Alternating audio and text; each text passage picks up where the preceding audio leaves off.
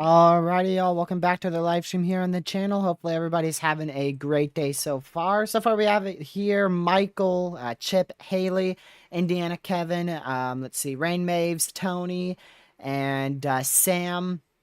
Glad to have you guys all in here. Caleb, I know you were in here, but you had to go. Welcome to the stream regardless.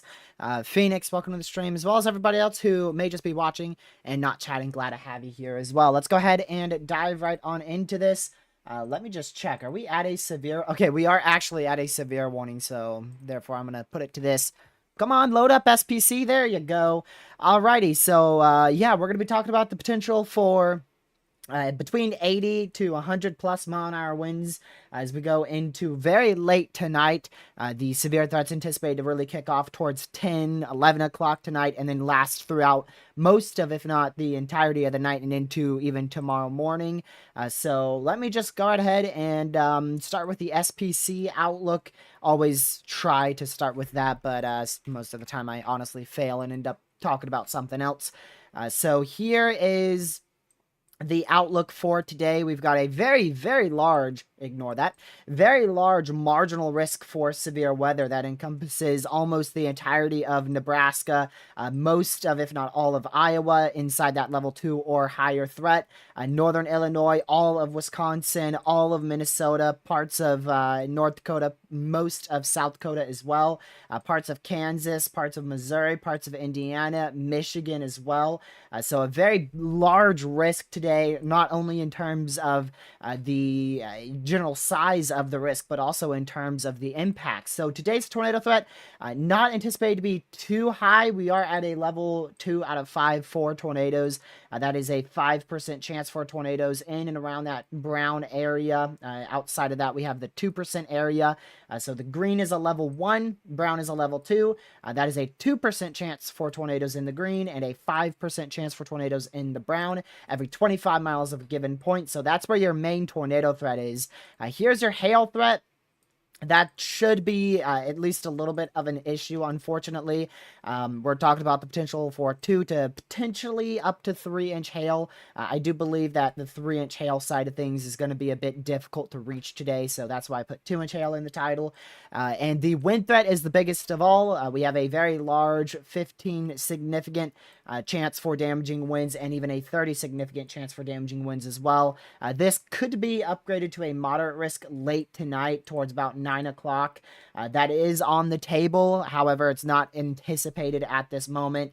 Damaging winds of 80 miles per hour is expected. We don't know the exact possibility of the damaging winds tonight, but 100 to possibly even greater than that will be a possibility. So we are really going to be looking at a big damaging wind bag out here. I don't know how many people are under that threat. That's what I was just trying to look at, but it's not pulling up for me. There you go. So we have 12 million people under that hatched area for 70 plus mile an hour winds being a possibility. 6.8 million people inside that greatest risk for 80 plus mile an hour winds anticipated, possibly 100 plus mile an hour winds being the potential there. 19 million people in the 15% area for damaging winds between 60 and 70 miles per hour. Isolated 80 could be possible in and around those areas. And then the 5% chance area, typically we see 60 mile an hour winds, if not maybe less than that. So your main area to keep an eye on is really going to be, let me just move that a little bit more off to the left. It's going to be this whole area here. That's really where we will be keeping an eye on for very late tonight. Like I said, stuff is anticipated to kick off closer to 10 o'clock, maybe 9 o'clock. We could start to see some thunderstorms fire up there. The primary damaging wind threat is expected to be about 12:30 to 2:30 a.m. So that's right in, of course, nighttime hours there. That is in Eastern time, by the way. A lot of ingredients on the table today. I believe we got up to 8,000 instability out there in South. It was either southwestern Minnesota or northwestern Iowa. I think it was southwestern Minnesota where we had the 8,000 instability on a meso analysis, which is absolutely insane. Tornado environment, it's not going to be that favorable for tornadoes. I don't think we're going to have to worry too much about strong tornadoes today. I wouldn't fully toss a strong tornado in the trash can, but I just don't think that tornadoes are going to be the main issue today. I think the damaging winds will by far be the main thing that we talk about. The hail threat, at first, the hail threat's probably going to be an issue, 2 to possibly 3-inch in diameter, 2 damaging winds with the potential of a couple embedded tornadoes. Do I think Southeast Michigan's in the threat? Probably not tonight. I don't believe it's going to go all the way to Southeast Michigan. Maybe some rain showers tomorrow morning towards 6, 7 a.m. But I don't really see a whole lot in Eastern Michigan. But Western Michigan could definitely see some isolated damaging wind gusts between 70 and maybe pushing 80 mile per hour winds out there. So I don't think southeastern Michigan, but if you're towards like the Lansing area, you could see around the realms of 60 mile per hour winds tomorrow morning. I did see somebody say Knoxville. Knoxville's not anticipated to be in today's threat for severe weather. We will be keeping an eye out on day 3, but that's still west of Knoxville.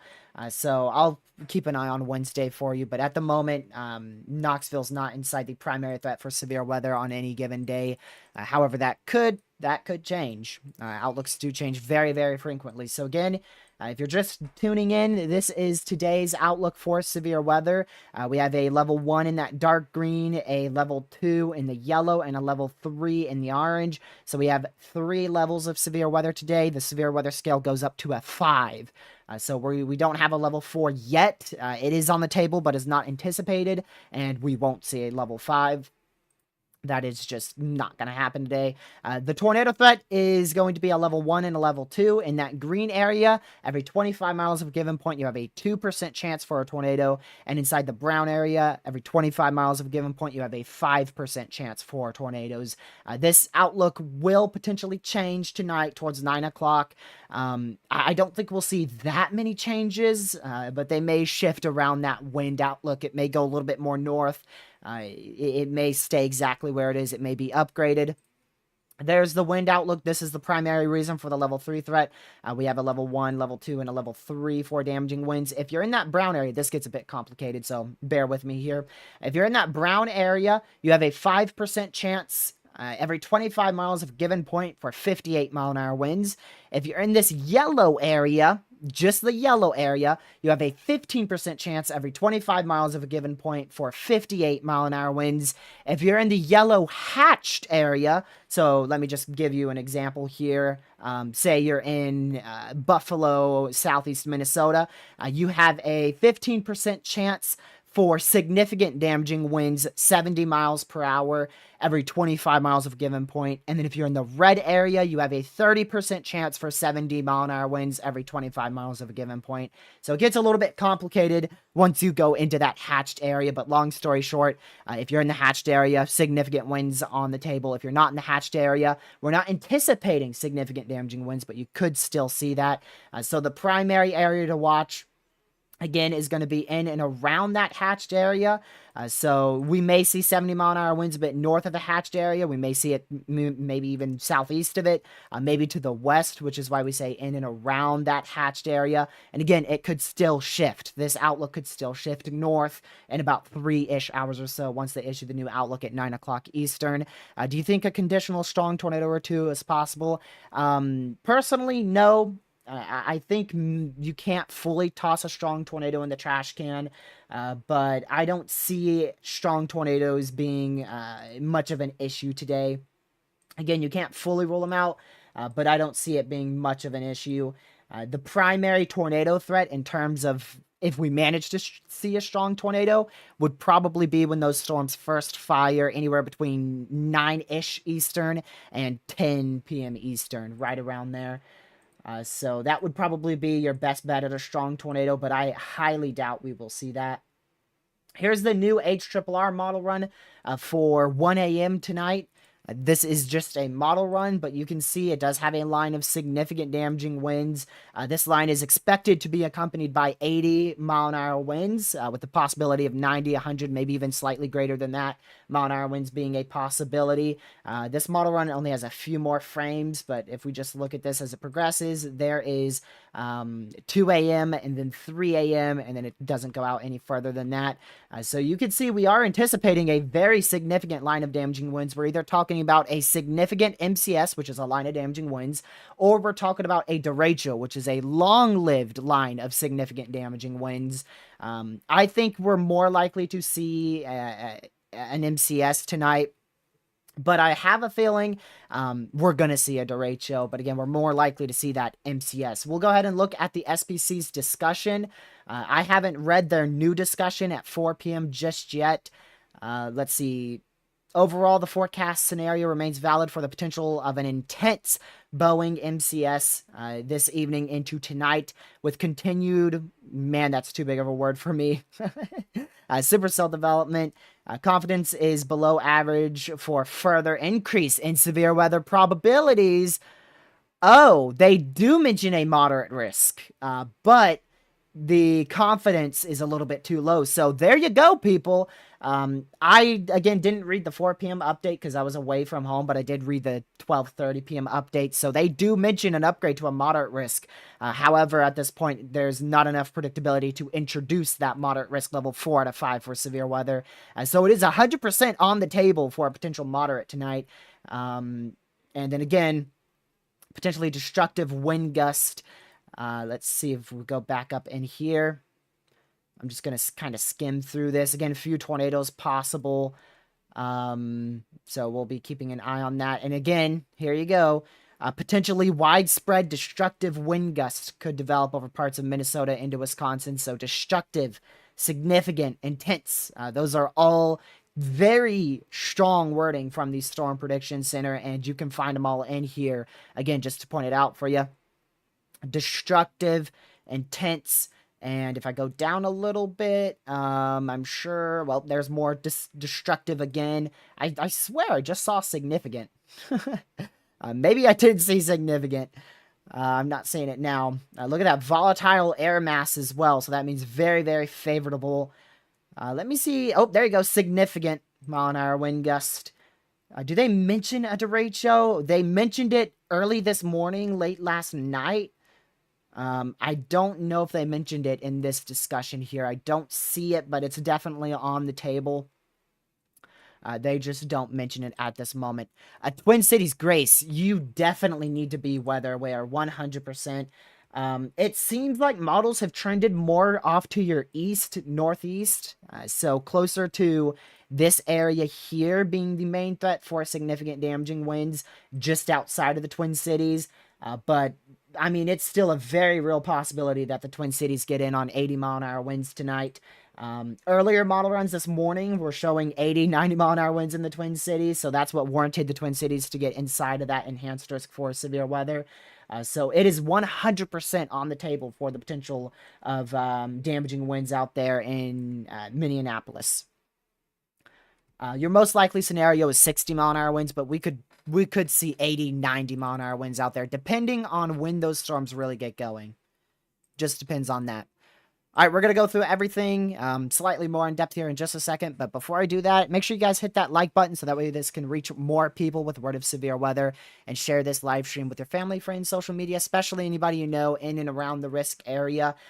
We don't have a watch issuance yet. I anticipate them to issue a severe thunderstorm watch right around 9 p.m. Eastern, so we should see a mesoscale discussion get issued somewhere out in this area, probably close to 7:30, 8 o'clock Eastern time for the potential of a severe thunderstorm watch. And there is a chance that is a particularly dangerous situation, severe thunderstorm watch. That is on the table today as well. Even though we're at an enhanced risk, we could still see a PDS watch for damaging winds and hail, as well as the potential for a couple tornadoes. The only thing that might keep it from being PDS is the hail threat's not too high. So a PDS watch typically has very high-end probabilities. So the wind threat, we may see like a 90-90 wind threat. But if that hail threat is, say, like a 40-30, and then your tornado threat's, I don't know, just saying it a 20-20, that's not going to probably be a PDS watch. It would still be a high-end severe watch, but probably not PDS, because that hail threat is too much on the lower side of things. So I would say a PDS watch is possible. I think it is possible, but that hail threat may be a little bit too low to warrant that PDS watch. Again, if you don't know what a PDS watch stands for, it is a particularly dangerous situation watch. It could be a severe watch, it could be a tornado watch. Tonight, we are definitely not seeing a PDS tornado watch. I can guarantee that one. If we do see a PDS watch, it's going to be a severe thunderstorm watch, 100%. If we even do see a PDS watch. Again, it's on the table, but we'll just have to wait until they issue that mesoscale discussion. We'll see what they say on the wording of that mesoscale discussion. If they say, if the MCD says 100-mile-an-hour winds, 110-mile-an-hour winds possible, that means the PDS watch is definitely on the table. But if they kind of back down on that and say, 80 to 90-mile-an-hour winds being possible, that's probably not going to warrant a PDS watch. Let's see here. At the moment, Indiana, yeah, I mean, technically there is a 0% chance because the SPC hasn't said anything about it, but I wouldn't fully rule it out. That's a few things you can't fully rule out. A moderate risk you can't fully rule out. PDS watch can't fully rule out. Strong tornadoes, don't fully toss them in the trash can. There's quite a bit of uncertainty, so you don't want to rule out those higher end things. So we're going to be preparing, and I hope you're preparing for 100-mile-an-hour winds, potential of a strong tornado, and 2-inch hail. Now, the strong tornado threat is very, very low, but you want to prepare for that worst case scenario. That's why the title typically says the worst case scenario, because that's what I want you to be preparing for. Because if we see... those aren't supposed to be there. Those aren't supposed to be there. But if we see, say we see 100-mile-an-hour winds and you were preparing for 100-mile-an-hour winds, you'll be ready for that. But if you're preparing for 30, 40, 50, 60-mile-an-hour winds and you end up with 100-mile-an-hour winds, you're going to be caught very off guard. So that's not what we want. We want you to be extremely weather aware so that way you can prepare for that worst case scenario, but hope for the best case scenario, which is this being more of a clustery mess of storms and not really growing upscale, which is, again, definitely on the table. It's on the table that this just kind of plays out as a minimal severe threat. However, that scenario is very unlikely. I haven't seen a model run yet today that doesn't show a line of at least 60-mile-an-hour winds, greater than that being a possibility. So there's our mesoscale discussion. That's probably not our main one. 40% chance for a watch. So that is not our main severe thunderstorm watch mesoscale discussion. Sustained vigorous thunderstorm development remains uncertain, but seems more likely after sunset than before. Trends are being monitored closely for the potential of rapid thunderstorm intensification being possible, including the potential for supercells with the risk of large hail in excess of 2-inch in diameter, locally damaging wind bursts, and the risk for tornadoes. So this is not your main mesoscale discussion by any means. This is just saying if storms get going now, we're going to be issuing that watch. However, they're not anticipating to issue that watch at this point. So basically, it's just saying, hey, this event may get going a little bit earlier than we're anticipating. So we're just going to highlight it just in case. So that's what that MCD is basically for.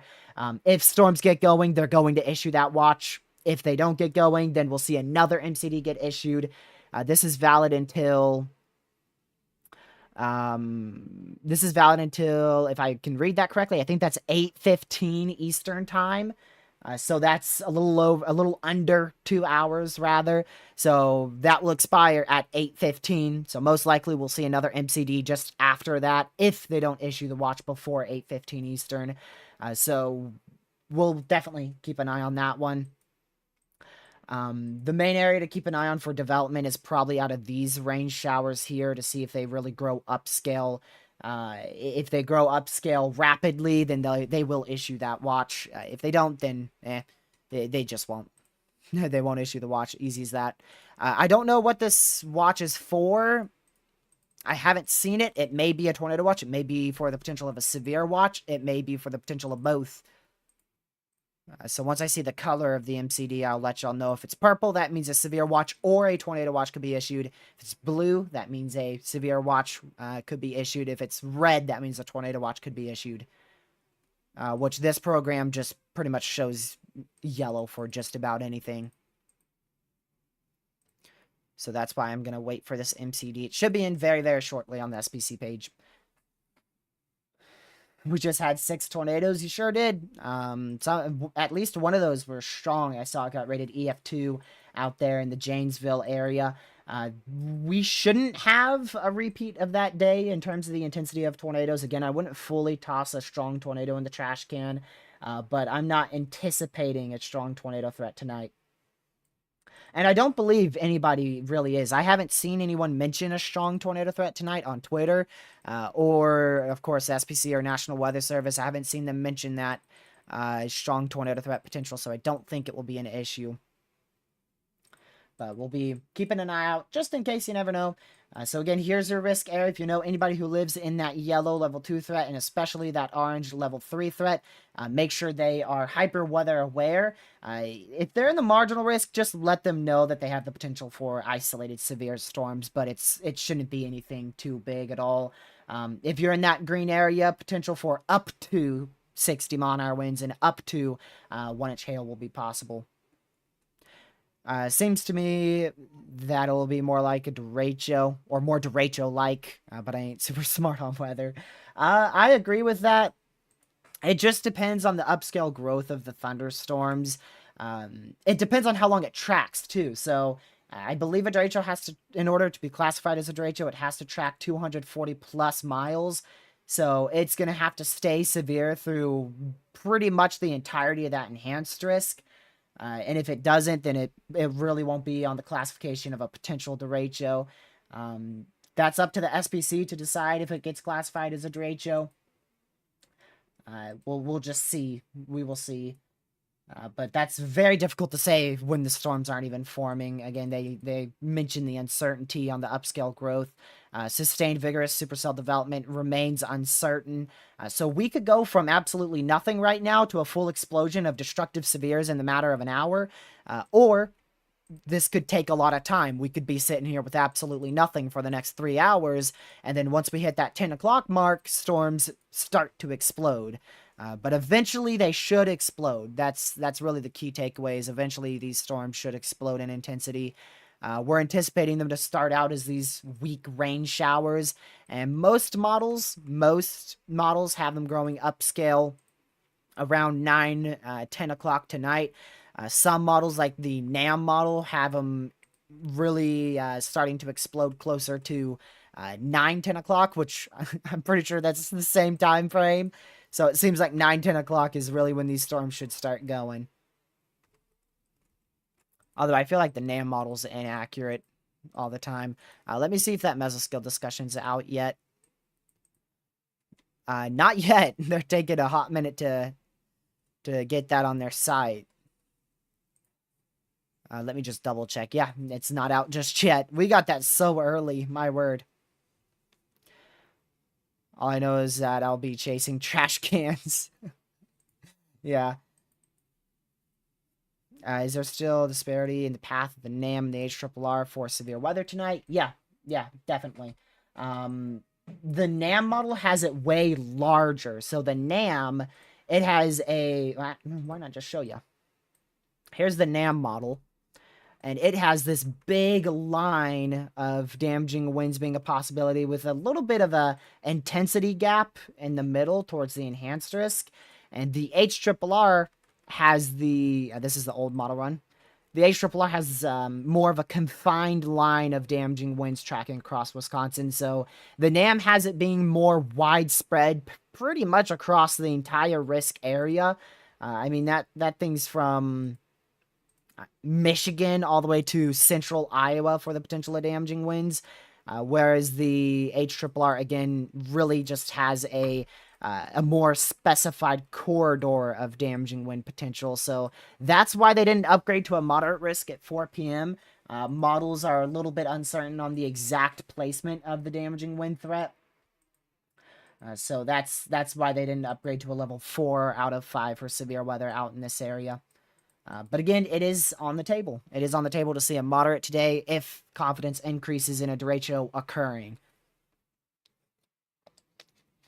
So if they anticipate a derecho, they will issue that moderate risk at 9 o'clock. If they think a derecho is possible, they'll probably keep it back in on that enhanced risk side of things. I'd say the bullseye tonight is probably this area. I think that's going to be more of the bullseye for damaging winds. I'll check again here. But I think that's really the area to keep an eye on the most. There's a chance storms go north of La Crosse, but that chance isn't too high. Again, I'm watching more of the northern side of that enhanced risk. In the northern side of the slight risk.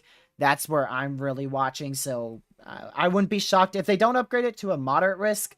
I wouldn't be shocked to see them expand that enhanced risk a little bit more up to the north for the possibility of the NAM scenario verifying. But at the moment, this is your outlook, so we'll wait and see. We'll wait and see if that occurs. Me too, Linda. The only thing is models were trash on that day. Models barely even had significant damaging winds occurring. That really wasn't much of an anticipated threat to see a derecho on that day, and we still saw it. Most of the derechos this year were not anticipated. We had a derecho. I think all but like 2 of our derechos were on enhanced risk days. I remember the moderate in Kansas, that was a derecho. We had an overnight derecho and an enhanced risk and a slight risk out here towards Omaha. We had a derecho in a slight risk and a marginal risk out here in West Virginia, Kentucky. And then we had a moderate risk for the potential of a derecho in Louisiana, Mississippi. They never classified that as a derecho, but it did cause 90 to 100 mile an hour winds all the way from Lake Charles all the way through the next morning towards east of Jacksonville, Florida. So the derechos I know have been classified as the enhanced risk one up here, the moderate risk one in this area, the enhanced risk one in Houston, and the slight risk to marginal risk up there in the western mid-Atlantic, southern Ohio Valley, eastern Tennessee Valley, that area. So that's what, 4 derechos? That's what I remember. We probably saw another one that I just can't recall as well. I'm trying to think if we had any out here yet.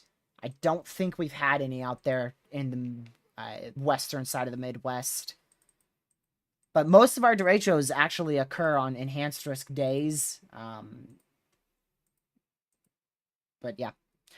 They typically upgrade to a moderate. If they expect a derecho, most of the time, if not all the time, you'll see a moderate. But if a derecho's on the table, they'll probably keep it towards that enhanced risk and just note it in their discussion. So regardless, an intense MCS to a derecho is possible tonight. We're either going to see a little bit more of a short-lived MCS, but honestly, this outlook just kind of looks like a derecho. You can kind of see the enhanced risk. It looks like storms are going to fire out in this area, and then storms just push off to the southeast. The outlook just kind of looks, it has that look of a damaging windbag outlook. You know, it doesn't look like storms are going to fire down here and then produce tornadoes to the northeast or something. It just has that windbag look to it. Well, I see a watch, TRG. I don't know exactly where you are, but I imagine if you're anywhere in this vicinity here, you're probably going to get in on a watch. That's guessing. Yeah, 80-mile-an-hour winds is almost expected today.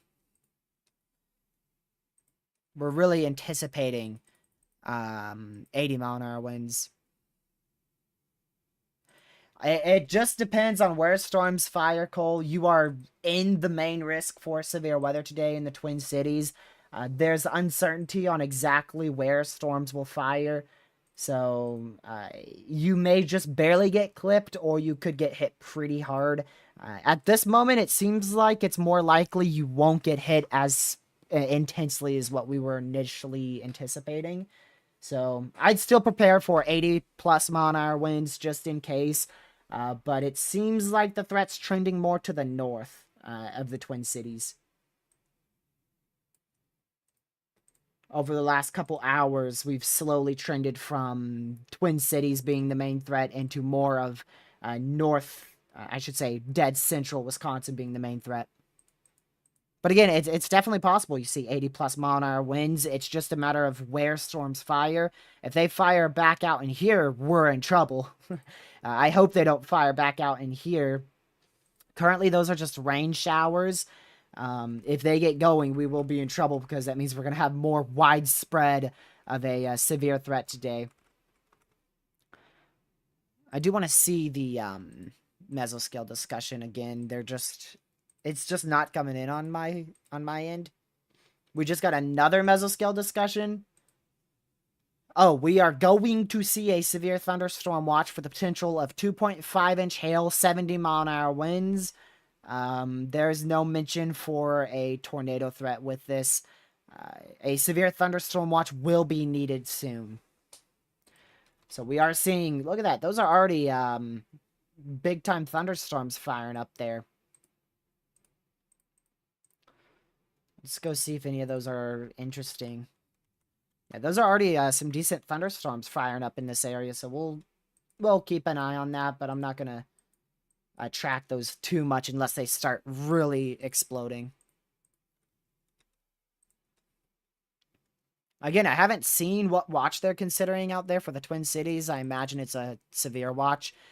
It just depends on when storms fire if they issue that watch or not. So if you guys haven't already, please hit that like button and share the stream. Those are the two most important things that matter.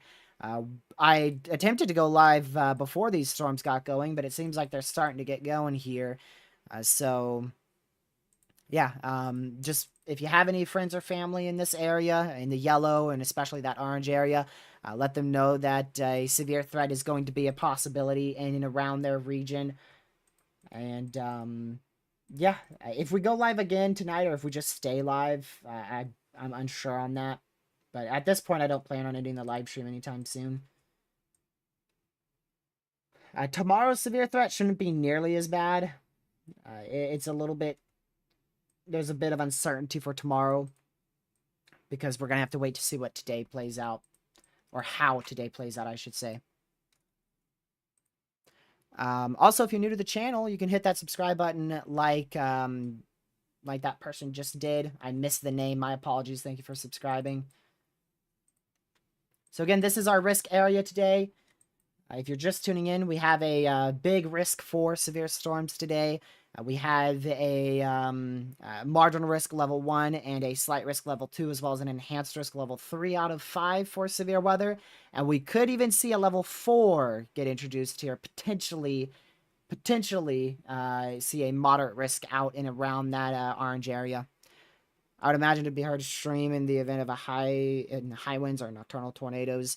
Yeah, for sure. Especially if you're chasing it. We've covered some nocturnal threats, but I'm not good at covering those anymore. I'm not good at covering those anymore. So typically with these nocturnal threats, I just try to go as long as I can. But today I was just like, you know what? I'm just going to go live for a while. We're just going to kind of wing it and let people know what's heading their way before things really explode. How bad will it be in Wisconsin? Rapids, Wisconsin? Let me see. So, I'm not God. I can't tell you exactly what you're going to see, but I can at least tell you the possibilities that are present in that area. That doesn't come out as a town somehow. Did you mean possibly a Grand Rapids, Wisconsin? I don't know if that's a thing. Let's see if we have a Grand Rapids, Wisconsin. But here, I don't know exactly where you are. Here's the risk. If you're in that level 2 threat right here, anywhere in this yellow area, so that goes from Ashland back down towards Green Bay. If you're in Wisconsin, you're in at least a level 2 threat. That's where you have the potential for 70, even isolated 80-mile-an-hour winds possible. If you're in the enhanced risk, that's where we're looking at 80, 90, maybe even greater than 100-mile-an-hour winds being a possibility. The 100-mile-an-hour wind threat is definitely possible tonight, but it's more on that iffy side. It's just going to be how this storm evolves to depend on if we see that 100-mile-an-hour wind threat or not. So at this moment, like I said, we're really anticipating 80-mile-an-hour winds to occur over a good chunk of that enhanced risk, with 90-mile-an-hour winds being a very real possibility, and then 100 to 100-plus mile-an-hour winds being possible. But at this moment, they're not calling for 100-mile-an-hour winds, which, we'll see what the watch says. We'll see what the Severe Thunderstorm Watch says once that gets issued. I imagine it's going to be issued closer to 8 o'clock Eastern time tonight, maybe even later than that. Let's see. We'll go back over to the mesoscale discussions. Yeah, they're not appearing up on my end. It seems like the SPC is having a bit of an issue, perhaps, with mesoscale discussions. I don't seem to be receiving them on their website, but good thing we have this software because we can still see them. So again, this is your risk area if you're just tuning in. I'll go ahead and put it on this so that way I could go through all the probabilities again for those who may not have heard me the first few times I mentioned it. Again, there's your level 1 threat in the marginal. Your main area of concern is that level 2 area in the yellow, and especially that level 3 threat, and in around that level 3 threat. So I do think they'll expand that enhanced risk a little bit more to the north. Maybe not that far north, but at least a little expansion to the north is possible at the 9 o'clock update. We do still have the potential for a moderate risk to get introduced here. That's going to be really a last-second call on if they pull that or not. If they pull the moderate, I wouldn't be against it. And if they keep it enhanced, I wouldn't blame them because there is uncertainties on exactly where that damage swath may occur. That's the thing. We may have 80-mile-an-hour winds back out in this area. We may have the 80-mile-an-hour wind severes back up in this area, and maybe closer to this region here. It could be along the entire area in this region of Wisconsin. There's just a lot of different model runs that play this out differently, and they're going to just have to determine which scenario is the most likely based off the current observations, as well as what it could look like later on today. The best environment isn't going to occur until really at 10, possibly even 11 o'clock tonight. So that's when I expect the rapid supercell development or rapid thunderstorm growth. And And that should occur, like I said, fingers crossed, east of the Twin Cities. Hopefully, it will leave the Twin Cities out of this. And it should form probably, I'm anticipating it closer to this area here for thunderstorms to fire. Well, thank you for subscribing. Much appreciated. Stay weather aware in that level 3 threat. Definitely want to be keeping an eye on it. Like I said, Indiana, I just don't know how long I'll be live. We're just here. We're here. Another mesoscale discussion, I think, was just issued. Or is that, East Central Minnesota? Okay, we already went through that one. It looks like they're trying to reissue the mesoscale discussion because it failed. Hey, there it is. Yep, they've reissued both the mesoscale discussions. It's a brown, so that means it's probably leaning towards more of the severe watch side of things. Again, 2-inch hail will be possible if storms manage to fire, so there's a 40% chance that we see a watch between now and 8:15 p.m. Eastern Time, that's 7:15 p.m. Central Time. That watch, or I should rephrase that, the reason why that mesoscale discussion isn't 95% chance of a watch is because we don't know exactly when those storms will fire. They have that mesoscale discussion out in case storms fire, and if they do, they can issue that watch. And if storms don't fire before the 8:15 time frame, they'll reissue a new mesoscale discussion with probably a 95% chance of a watch being issued. It just depends on when those storms fire. Upper Peninsula of Michigan. Let me check. Let me see the models here. Personally, I don't think they'll issue the slight risk that far to the north. They might, but my opinion, I think the slight risk not going to be pushed much more north than that. The biggest change I think that's possible at the 9 o'clock update is the enhanced risk moving more up to the north and northeast. And then they could introduce a moderate risk somewhere in this general area. But that's really something that they're just going to have to, like I said, they're going to have to decide that last second, like right before or right as storms are firing. If you're in that marginal risk, yeah, just keep an eye out for the potential of 60-mile-an-hour winds possible tonight. But I don't think you'll see a whole lot in that marginal risk. Thoughts on a moderate risk? I agree with exactly what you said. Oh, wait. What'd you say? I don't think there's a little too much uncertainty. Personally, I think we're kind of getting rid of that uncertainty. So when they issued this outlook at 4 o'clock, we didn't have the newer HRRR model runs in, which are continuing to push this more towards central Wisconsin. I think it's going to have to be a last-second call. They may pull it at 9 o'clock, but it still might just be too uncertain. So I don't know, honestly. I wouldn't be surprised with either way. I wouldn't be shocked with them keeping an enhanced risk, and I wouldn't be shocked with them issuing a moderate. Either way they go, wouldn't be surprised. We do lose the severe thunderstorm warning in 3 minutes. So we're going to get off of this scene in 3 more minutes here. Let's see here. Yeah, 2 more minutes now. Southern New runs, but still dangerous storm weather in the risk. Yeah. Again, regardless of what the SPC does, if they don't pull a moderate, if they keep it enhanced, regardless, we're anticipating the potential for an intense line of damaging winds, which they word that as an intense MCS, and that may or may not become the potential for a derecho. It's just going to really be more of a waiting game here. Yeah, Michael, it's possible that it misses La Crosse. So again, when they issued this outlook towards 4 p.m., models were more to the south, in that enhanced risk area, really seeing damaging winds. But now they've kind of pushed more to the east and more to the north of where that enhanced risk is. It seems like between the two most accurate model runs, the NAM and the HRRR, They both really want damaging winds to occur more towards northeast of the Twin Cities. And the NAM model has another kind of broken line going towards La Crosse, Wisconsin, but I don't know about that.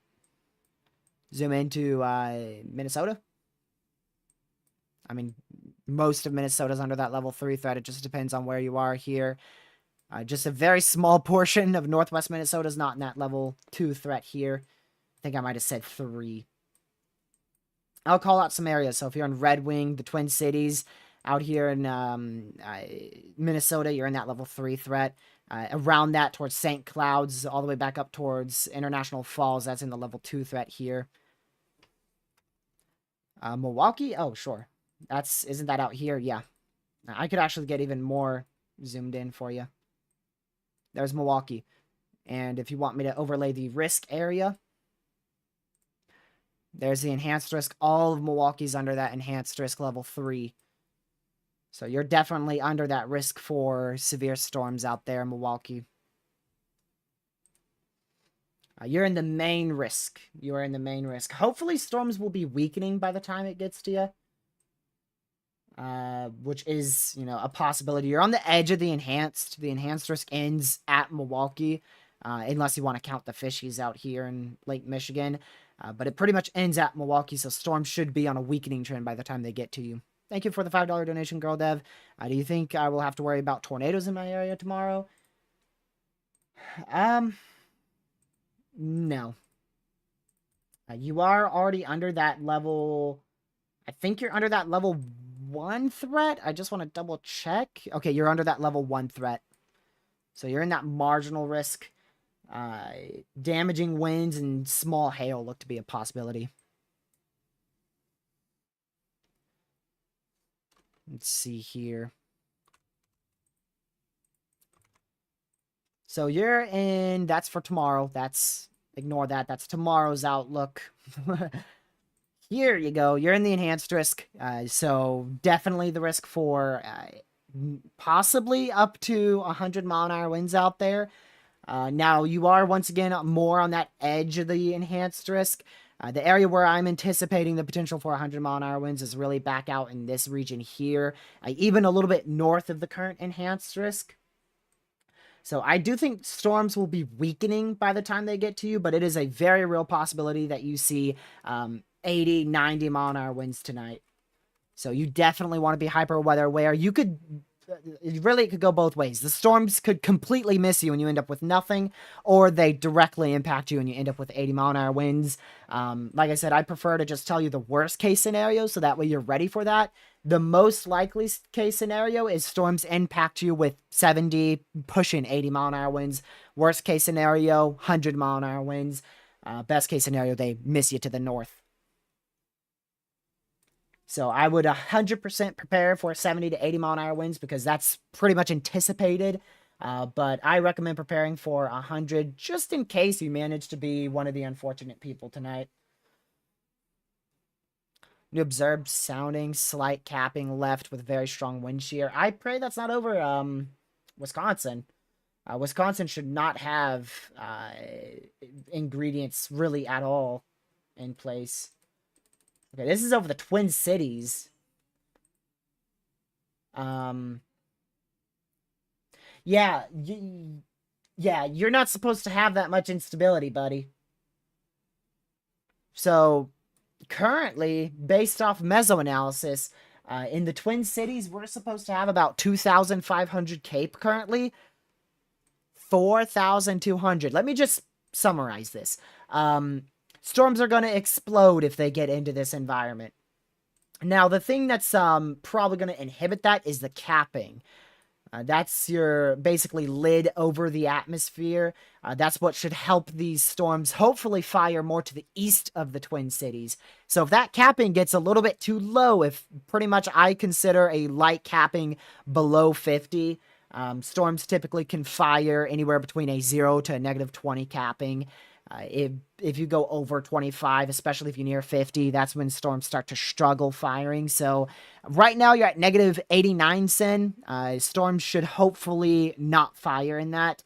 Another thing that's shocking is the amount of wind shear in place. That's enough wind shear to support a strong tornado threat. The only issue is that capping once again, and we're expecting these storms to be more of a line to a cluster. So if we were anticipating supercells, we would have the threat for probably multiple strong tornadoes possible tonight. However, we're not anticipating any discrete storms. We are not anticipating any discrete storms tonight, so that tornado threat should be very low, and the strong tornado threat should be very close to zero. And the lapse rates, honestly, I don't really believe those are going to matter. I really don't think those are going to matter today. So regardless, they're really good. The lower levels are on the lower side of things, but everything else is really good with those lapse rates. Really good veering with height too. So that means if we did have discrete storms in here, there would be a really good chance for tornadoes. But again, we do have that capping in place. I can't tell exactly where your capping is. I believe, I want to say this is your capping right about here. I think that is going to be your main capping. Between the 700 and 850 millibar levels there, Catman. You could correct me, but I believe that's where most of your capping is on this observed sounding. This was observed at 21Z, so it's currently 22Z. So the environment is more favorable than this. The environment is probably more favorable than what this observed sounding is showing currently. You think it's just the 850 millibar, so you think it's just right here? You think it's like right there? That's the capping. I think that it's this whole thing here until those dew points start to go back, pointing to the northeast. So I believe that's where most of your capping is. But like Catman just said, the majority of it, like your concentrated capping, would be here. You can tell it too, because look how the dew points, they're going normal, and then boom, there's your capping. Temperatures, boom, capping. So you could tell that your capping is definitely generally in that area. It's weaker the higher up you go there. So it's really strong towards the 850 millibar, and then it gets weaker, and then dissipates once you go above 500 millibars up. Thank you, Daniel. Much appreciated. Glad to see you back in here. Glad to see you back in here. So again, here is your outlook for... Ooh, hold on. We just got another severe. So we almost went sub-severe. But we ended up with this severe thunderstorm warning here for 38 more minutes. 1.25 inch hail, 60 mile an hour winds possible with that.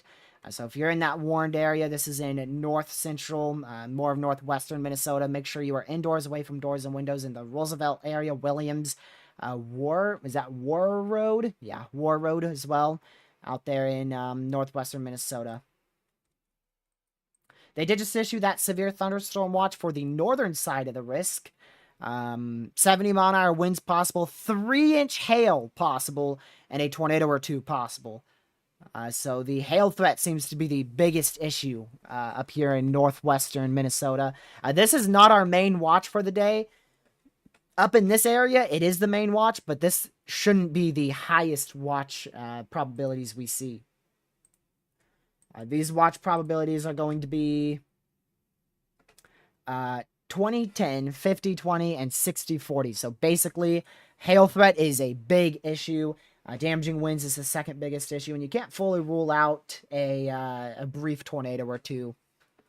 And actually, a strong tornado threat can't be tossed in the trash can out here. It's a 10% chance for one of those two tornadoes to be strong. I'd be prepared for the potential of tornadoes, Ryan, but you should be perfectly fine. I don't see tornadoes being the biggest issue tonight out here in Wisconsin and Minnesota, Wisconsin. I don't see that being the biggest issue. There is a large 5% in and around your area, so you do want to prepare for that just in case we see a tornado, but I don't anticipate us to see a tornado outbreak. Andy, like I said, that's going to be a call the SPC makes. A moderate risk is possible at the 9 o'clock update, and depending on if they pull that moderate or not will depend on if we see a PDS watch. It's really just up to the confidence that the SPC has. If the SPC is very confident in 100 to 110 mile an hour winds, they'll issue the moderate and the PDS watch. If not, then they will keep both of them enhanced and non-PDS. So we'll see. Tornado warning for northeastern Roseau County in northwestern Minnesota, Roseau County in Minnesota. So we're now under a tornado warning out here in Roosevelt, as well as War Road in northwestern Minnesota. So if you are in that tornado warning, seek shelter immediately. A tornado is imminent, possibly even on the ground. So make sure you are seeking shelter if you're in that tornado warning. Very poor radar coverage out here. So we're going to continue with our normal briefing. Just please take note that that tornado warning is in place. It's in a radar hole, so there's really not much I can talk about with that. Just letting you know that it's there. That is in, again, Roosevelt, War Road in northwestern Minnesota. So there's no way to see that storm, really. Caleb, I think it's just precautionary because it seems pretty discreet. We may have a bit of a notch, a hook echo back out on this side of this supercell. It's just too hard to do an analysis on, but, you know, better safe than sorry. So there you go. There's your tornado warning. I was not expecting to cover a tornado warning or talk about a tornado warning when I started the live stream. I was not anticipating that. I was thinking this would just be more of a briefing. I have to reach over and get my phone.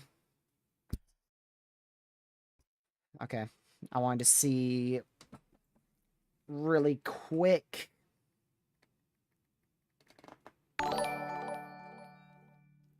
Thank you, Dan, for subscribing. As well as Ryan. Thank you for subscribing. Much appreciated. Much appreciated. Thank you guys for subscribing. Hopefully we have a few new people in here that are finding this information at least a little bit useful. Looks like we have some rain showers in our risk area. I don't think that's going to be interfering too much with today's severe threat. We'll just keep an eye on it. At any point, any of these storms could grow upscale, so we want to watch them closely. Big threat for damaging winds today, small block, in and around that enhanced risk area. This is the area I'm anticipating to have the most potential for damaging winds. So just north of Chicago, east of the Twin Cities, if not on the, barely on the Twin Cities, Ashland, Green Bay, Wisconsin. I'm going to be keeping an eye on all of this for the potential of up to around the realms of 100 mile an hour winds. I said up to, but I meant around the realms of 100 mile an hour winds, 2-inch hail, as well as a couple tornadoes that will be possible. The tornado threat should be fairly low. I have a feeling they're going to change a bit of this risk at the 9 o'clock advisory. Ryan, I'm just really going to live stream until I don't feel like it anymore. So I plan to end probably closer to when the threat really gets going, because I wanted this to be more of a briefing. So we could go as late as 10, 11 o'clock Eastern. We'll just see. It depends on if these storms really get blown up or not. That's what it depends on. Like I said, I just went live with the intent of I'll be live until I don't feel like it. That's really what my mindset was going into this stream.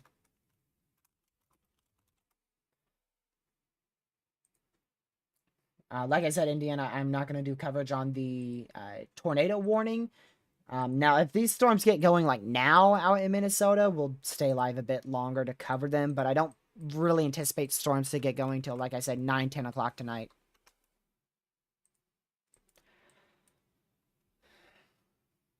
You're in the main risk in La Crosse, so I wouldn't have the mindset that you're going to see nothing.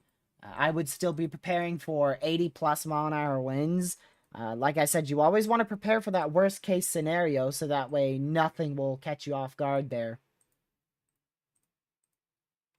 It looks like models, or rather the new HRRR, might have pushed initiation back another hour.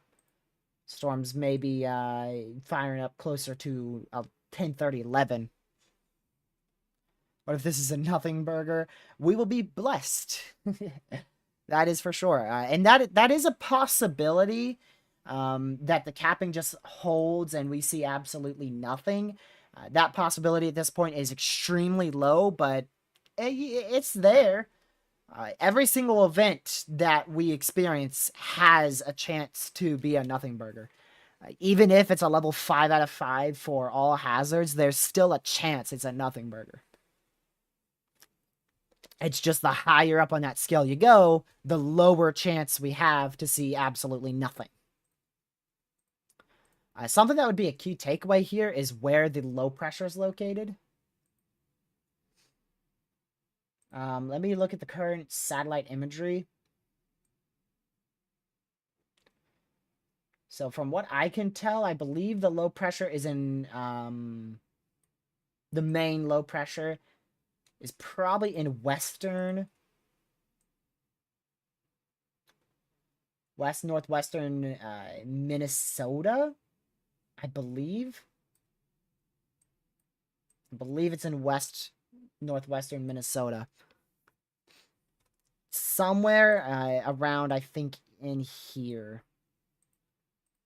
Let me look at the surface analysis, see what the Weather Prediction Center says where this thing is. Yeah, they have it being right around this region here for the main low pressure. Let's see here.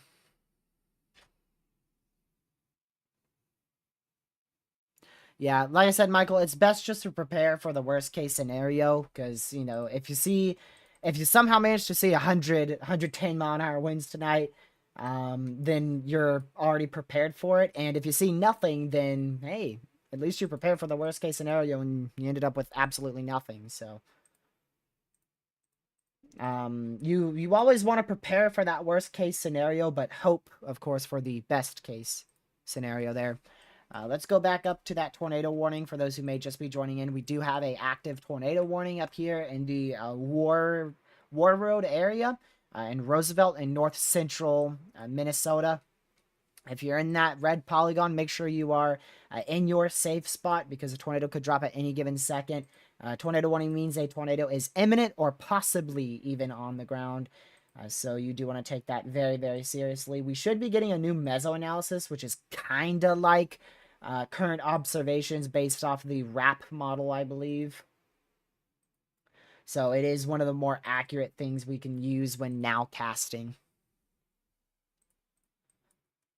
Is there any way to prepare for 100 mile an hour winds in Wisconsin? Not really. I guess the main way to prepare for 100 mile an hour winds would just make sure absolutely everything is buckled down and you have ways to receive watches and warnings. As well as, like Catman said, charge your devices. But there's no way to, like, you're not going to be able to prepare for a wind gust of 100 without really knowing what it feels like. Because 100 mile an hour winds is going to be crazy. So just pretty much prepare as if you're going to lose power. Anticipate losing power.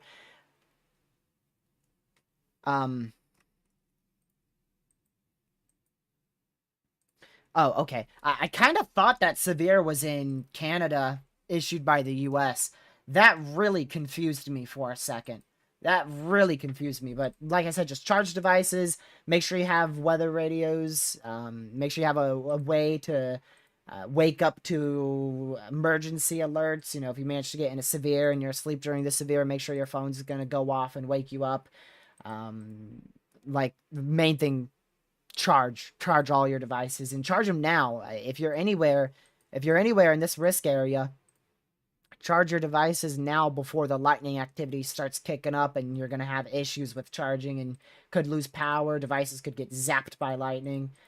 That's another thing too. Maybe if you have computers, make sure they're unplugged, especially if you're in and around that enhanced risk area, generally this vicinity, because that's where we should see severe weather. Again, this could be a worst case scenario overnight where we see 100 mile an hour winds, maybe even locally greater. Or it could be a really good scenario where we see barely anything overnight. I'm waiting for that new HRRR frame to come through at any given second here. Yeah, how you prepare for a hurricane? I mean, 100-mile-an-hour winds is literally a land cane, so. Geez, 2 a.m. Definitely want to make sure you can receive alerts that will wake you up. Yeah, the HRRR model has this stuff really kicking off at 1 a.m. now. So before it had the stuff starting to really spark up at about 11 o'clock. Now it really has it sparking up towards 1 a.m., maybe 10, or my bad, midnight 1 a.m. So it looks like it's pushing the threat later. Yay! A later severe threat. Isn't that going to be fun? So again, if you guys haven't already, make sure you hit that like button and share the stream. Those are the two most important things so we can reach as many people as possible. And if you want to tune into another live stream, make sure you hit that subscribe button with a notification bell set to all so you know when I go live or upload a video. But again, the most important thing is hitting the like button and sharing the stream so that way we reach as many people as possible. That is what matters the most. That's why we do live weather briefings and we go live before the severe threats. We didn't really talk much about today's severe threat in previous live streams. We never really went in depth talking about the hazards because there was just too many uncertainties. Yesterday, the HRRR had nothing occurring, and now the HRRR has an intense MCS to the potential of a derecho occurring tonight. In my personal opinion, I don't think the SPC is going to pull that moderate risk level 4 to 5 because of uncertainty. I mean, geez, if the SPC went solely off of the HRRR, this entire enhanced risk would be shifted way up here if they went solely off the HRRR model run. So only a small portion of what they have in that enhanced risk would still be in the new enhanced risk if they went just off the HRRR. And that's also the tricky thing. Models are incorrect all the time, so you got to find a median. You know, what does the HRRR say? What does the NAM3K say? What do the ensembles say between the HRRR and the NAM3K? What do these other different model runs say? What do the new CAM models say? And you got to find a median between that and then put your risk area at the highest chance of that severe weather occurring, whilst also taking note of the current surface observations, the weather balloon data you've received, other outlooks as well from maybe other government branches, for instance, from the Weather Prediction Center, what local National Weather Service offices are saying as well, and then coordinate that all into the SPC outlook. Believe me, it's not like the SPC just goes, oh, okay, HRRR has no storms firing today. Now we have no risk. Oh, wait, now the HRRR shows a derecho. Let's draw a big enhanced risk here. That's not what they do. That is not what the SPC does. And if they did do that, they would be wrong with probably just about every forecast. You can never just solely go off of one model run. The HRRR is accurate a lot. But even the HRRR is wrong frequently. So here is the HRRR, speaking of the devil. And this is updraft helicity tracks here, typically associated with large hail. And sometimes, if you're unlucky, strong tornadoes. In this case, it's going to be associated with significant damaging winds, possibly beyond 100 miles per hour. So this is a very intense updraft helicity tracks, which again, updraft pretty much just it's really going to show you where the most intense thunderstorms are located.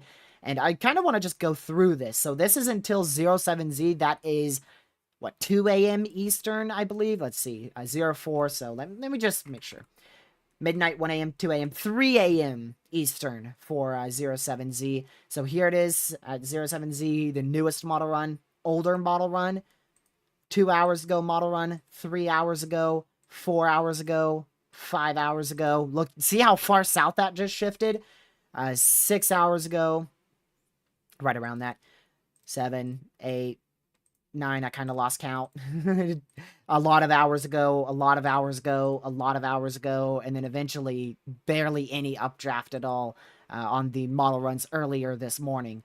So you can see slowly, we'll go, that's the Doomsday model run for Twin Cities right there, by the way. Thankfully, that is not anticipated. So here's a newer model run, getting newer. This morning, one of the newer model runs from this morning, the afternoon model run, the evening model run from 2 hours ago, the last model run an hour ago, and then the newest one.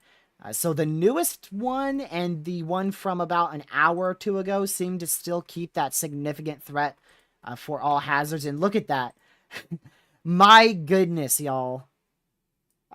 Basically, that's just going to be pointing out where the most intense damaging winds occur. That is literally like a derecho path right there. Look at that.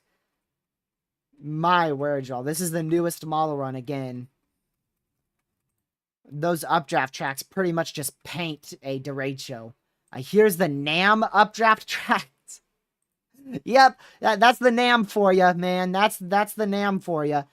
Windbag here, some hail back out in South Dakota, some all hazards out there in Kansas apparently, or something around the realms of that. Probably more of a hail threat there. A bunch of wind over Lake Michigan. All types of stuff here. And then if we go out further, let's see what it shows for tomorrow. Oh, another line of damaging winds, this time for tomorrow out in this area. It's just all over the place. I barely, if ever, listen to the NAM. I rarely listen to the NAM. That's Nebraska. Oh, you're right. It is Nebraska. That is Nebraska. My bad. Kansas is down here. It is Nebraska. Give me a break here, cat man. Really? Be pointing that out on me?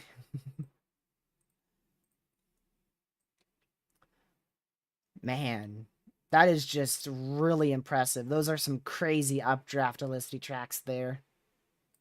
Again, pretty much that just means intense thunderstorms. Whether it be hail, damaging winds, or tornadoes. And in that case, it'd easily be damaging winds. Chicago going to be bad tonight? I don't anticipate this to hit Chicago, but it is a possibility. And that would be really late tonight. I mean, you'd be talking about 4 a.m. So just make sure you're weather aware. Prepare for about 70, 80 mile an hour winds just in case. I think the worst Chicago could see late tonight and into tomorrow morning is 80 mile an hour winds. So I would prepare for that just in case. I do have to note this because I'm really intrigued on what is happening here. No model run had this intense of thunderstorms happening in southern Wisconsin. This is probably using up some ingredients in our enhanced risk area. So this could be at least a mild saving grace. That might just be what helps us not see much thunderstorms out in this area. So we'll be keeping an eye on that, hopefully. Hopefully, those rain showers decrease the favorability of this environment. Yeah, no channel names. My apologies for that. That's just what a rule we have here, just to prevent interference with other channels. Nothing against those two people. Matter of fact, the second guy you mentioned is someone I watch very frequently. The first person just doesn't upload a lot. Shh. If they're in the weather community, I probably watch them. And if they're new to the weather community, then I've probably watched them. Light rain in La Crosse. Yeah, that could take up some of the instability. You may be, that may be a bit of a saving grace for you. Why? Because, you know, if you have thunderstorms, they're taking up some type of instability regardless. And there's another shower that's not anticipated on any model run. I'm really surprised here. If we continue to see light rain fire, we might not see much activity in that enhanced risk. That's being very much hopeful. Oh man, you really want me to tell you that, Logan?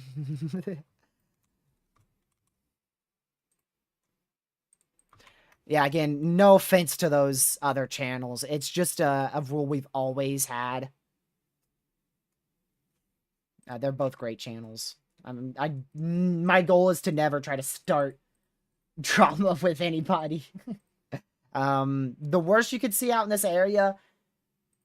Okay, like the worst. If you want the worst, the absolute worst possibility, the Derecho fires a little bit later, heads a bit further south, and you could see up to, and again, this is like worst case scenario, 110-mile-an-hour winds. The chance of that is very low. You have a better shot at seeing 80-mile-an-hour winds. That's more of what I would say is, a very real possibility out there.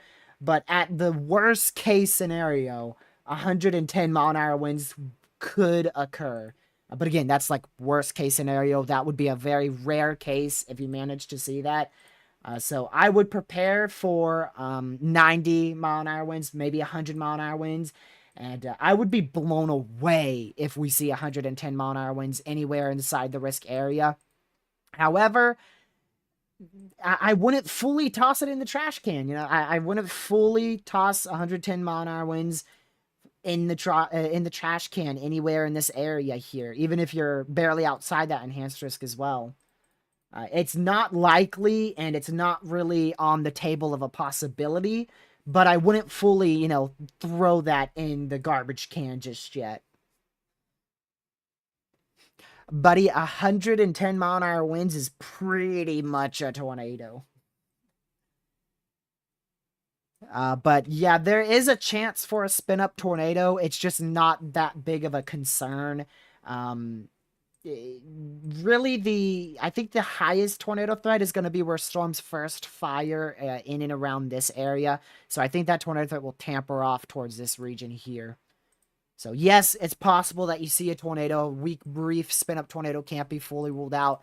But I'm not anticipating that. I'm not really putting that as I'm expecting type ordeal. So good, if you're just tuning in, real quick, I ask that you hit that like button and share the stream. Those are the two most important things. Let me just go through this again. We do have a tornado warning currently active, still radar indicated. So if you're out here in the War Road area, Roosevelt, and north central Minnesota, a tornado is imminent or possibly even on the ground in that warned area. That is tornado warned for the next 14 more minutes. Again, I can't really do my analysis and my specialty on this storm because there's not good radar coverage. Radar is really the area I shine the most. Severe weather as a whole really is. My worst season in terms of forecasting is winter. I am trash at winter, man. I think I'm pretty good at severe weather and predicting all the severe weather side of things. I think I'm okay at hurricane season. Maybe a bit on the good side, but winter season, my forecasting predictability just boom, it plummets, man. It goes from, hurricane season, accuracy is about 60%, give or take. Winter goes down to 2% of the time I'm right. Both of my winter forecasts have been completely wrong in the eastern U.S. And I'm not afraid to admit that. If I'm wrong, I'm gonna call myself out on that. That's if I note that I'm wrong, because sometimes, when I forecast these events, some areas see the 90-mile-an-hour winds, and then other areas that I say are possible for 90-mile-an-hour winds may not see it. So, I can't really look that in depth on my forecast. It's not like I'm issuing an outlook and I can overlay the storm reports and stuff like that. Which, by the way, for anybody out there as weather enthusiast, I don't recommend posting your outlooks to the public. It's definitely really good to do for yourself and for practice. But I just feel like putting more outlooks out there just confuses the public. I've seen tons of them. Matter of fact, I saw one on Twitter today. Somebody issued and take this, of course, very lightly because it's random person on Twitter. They issued a big moderate over like all of Wisconsin. And I've also seen it on TikTok too. People just issue their own outlooks, and I just feel like that confuses the public like crazy. So my thumbnail, that's not an outlook by any means. That's just based on where the greatest chance of severe weather is on a given day. That's and most of the time, if not all the time, that is solely based on the SPC because, well, they're the most accurate. So, yeah, it's pretty rare for me to go against the SPC. The only thing that I'm against on the SPC currently is I think the enhanced risk needs to be a little bit more to the northeast. And the only reason I say that is over the last 3 hours, we've gotten more information that shows storms may be greater to the northeast as opposed more to the southwest. So this outlook was perfect 3 hours ago, but I think it needs a little bit of adjustments. But that's my thoughts. Again, there's always a discretion in the description. That this is my thoughts. You're coming in here to see my thoughts on the threats. I I am not a meteorologist, so yeah, I'm not degreed. But I have been tracking this for years, so I know how this stuff generally works. Will any storms hit Cedar Rapids, Iowa? Personally, I don't think so. It's a possibility. It is a possibility. Your most likely time frame of that is going to be 2 a.m. Central Time, but I don't think it's going to be that big of an issue. So it's possible, but I don't expect it. Where the derecho may hit and when. Okay, so our new HRRR model run is probably going to be your best bet. So again, still take this with a grain of salt, but this is the most, probably the most likely scenario tonight. Storms begin to intensify towards 10, 11 o'clock tonight Eastern time. Rapid intensification ongoing by midnight. This is all in Eastern, by the way, so take off an hour for Central. Midnight Eastern, storms rapidly intensify. Damaging winds really, really begin to get going at 1 a.m. 80, 90 mile an hour winds could be possible around that time frame. Peak intensity of the potential derecho should be around the realms of 2 a.m., where we could have isolated instances of 100, maybe even greater mile an hour winds being a possibility. Those storms continue to intensify and maintain intensity around 3 a.m., slowly begin to weaken 4 a.m., 5 a.m., still severe, still possibly significant with winds of 70, 80 miles per hour as it goes into southern Wisconsin, western Michigan, and then by the time we go towards 6 a.m., those storms start to tamper off and begin to weaken, but still some isolated severe wind gusts possible in western Michigan. So that's your rundown. This may shift more to the southwest, so this is a give or take. This line may be a little bit more to the south. It may be exactly where the HRRR depicts. It may be a little bit weaker. It may be a little bit stronger. So take this with just to give you an idea of what might happen today. What's more or less the anticipated scenario. But don't take that as if it's going to happen. Now, we are going to see an MCS maybe pushing a derecho tonight, but the exact placement of this is still a little bit on the question mark side. That is why we don't have a moderate risk yet. They mentioned in their latest outlook at 4 p.m., we'll get a new one at 9 p.m. Eastern, that a moderate risk was actually on the table. However, due to the predictability issues, they maintained the enhanced risk level 3 as opposed to upgrading to that level 4 out of 5. Madison, is that Wisconsin perhaps? Madison, Wisconsin? Yeah, I'm pretty sure I just looked at that area. I feel like I just looked at that area. It's 100% a possibility that you get hit tonight. You're in the main risk for severe weather. You could possibly, worst case scenario, see about 100 mile an hour winds tonight. I think personally that it's going to stay to your north. Models have been trending more north of your area, so you definitely want to be weather aware just in case you manage to see that 100 mile per hour severe, which again is possible tonight. Be ready for 80, 90, 100 mile an hour winds, 2-inch hail, and even the potential for a tornado or two out in that area as we go towards the 3 a.m. time frame. Again, you may be hit by storms. They may be to your north. It's best just to be ready for that worst case scenario just in case. It's always better safe than sorry.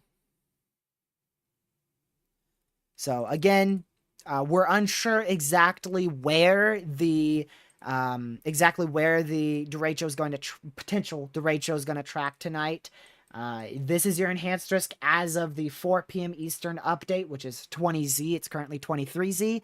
We'll see another update at 01Z, which is at 9 p.m. Eastern. I personally believe that the severe weather threat has shifted north of this general line here. I think if you're north, right in this area, that's where I think our best chance for damaging winds will be tonight. And most specifically on the northern side of that, in and around the Green Bay area. Maybe even a little bit more north than that. I should have continued that line more like this. So that would include Green Bay for the highest threat as well.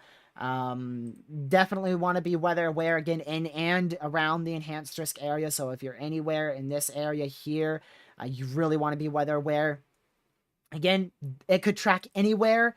It could track anywhere in this region here. Anywhere in here, we could see the derecho. We're anticipating it to be a potential derecho. I keep saying that. We're anticipating an intense MCS to a possible derecho. It could be up in this area moving to the southeast. It could be like the NAM model has a big line here, a little split here, and then a big line here moving off to the southeast. It could be just a more condensed line, like a very tight area of 90-mile-an-hour winds here moving to the southeast. There's multiple different scenarios here. But again, the most likely scenario is a line generally this big here, moving to the northeast, moving off. I just said moving off to the northeast. My bad. Forming on the northwest side of the risk, moving southeast. How much do you trust to AccuWeather? Their forecast shows storms developing, moving northeast. AccuWeather's obviously they're I believe most of them are degreed meteorologists. So they're probably more accurate than me, but from my personal experience, I think they're pretty good. I think they're pretty good. I do think sometimes they over-exaggerate things and issue their own outlooks against the SPC, but most of the time they're pretty good.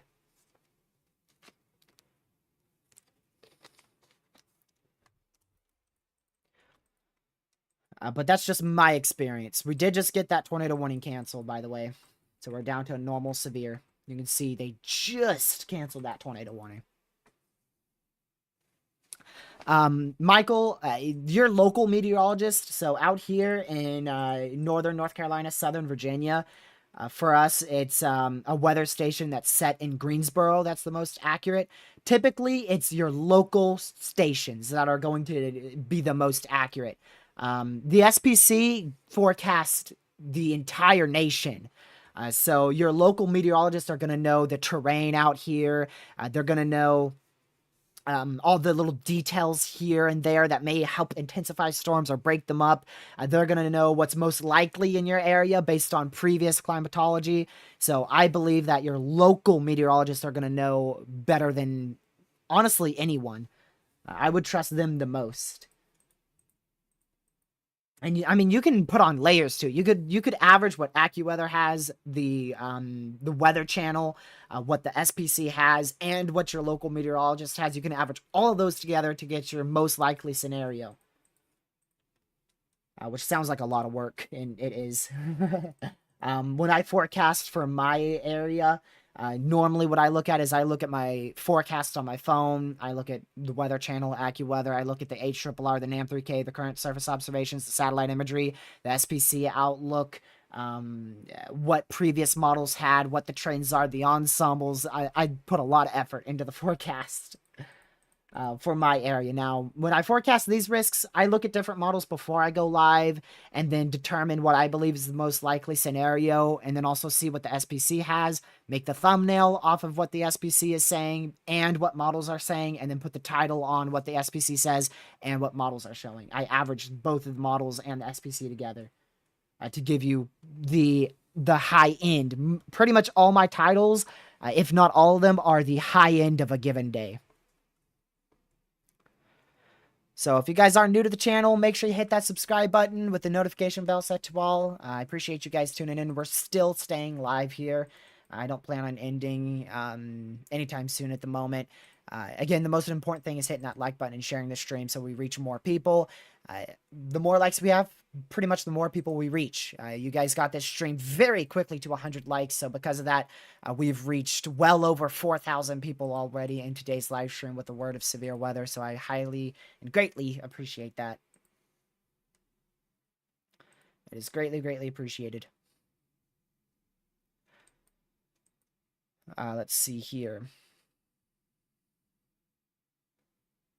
They spend too much time trying to talk over each other. Yeah, that's why I don't have a lot of people in calls with me while I track weather, because especially now, two people, that's what I have found works the best. More than that, I feel like everyone's just going to be chaotic, and once there's a tornado warning issued, everyone's going to be trying to say their own opinion on it. So typically, I just work with me, myself, and I, and then every once in a while, I'll bring my best friend Lucky into it.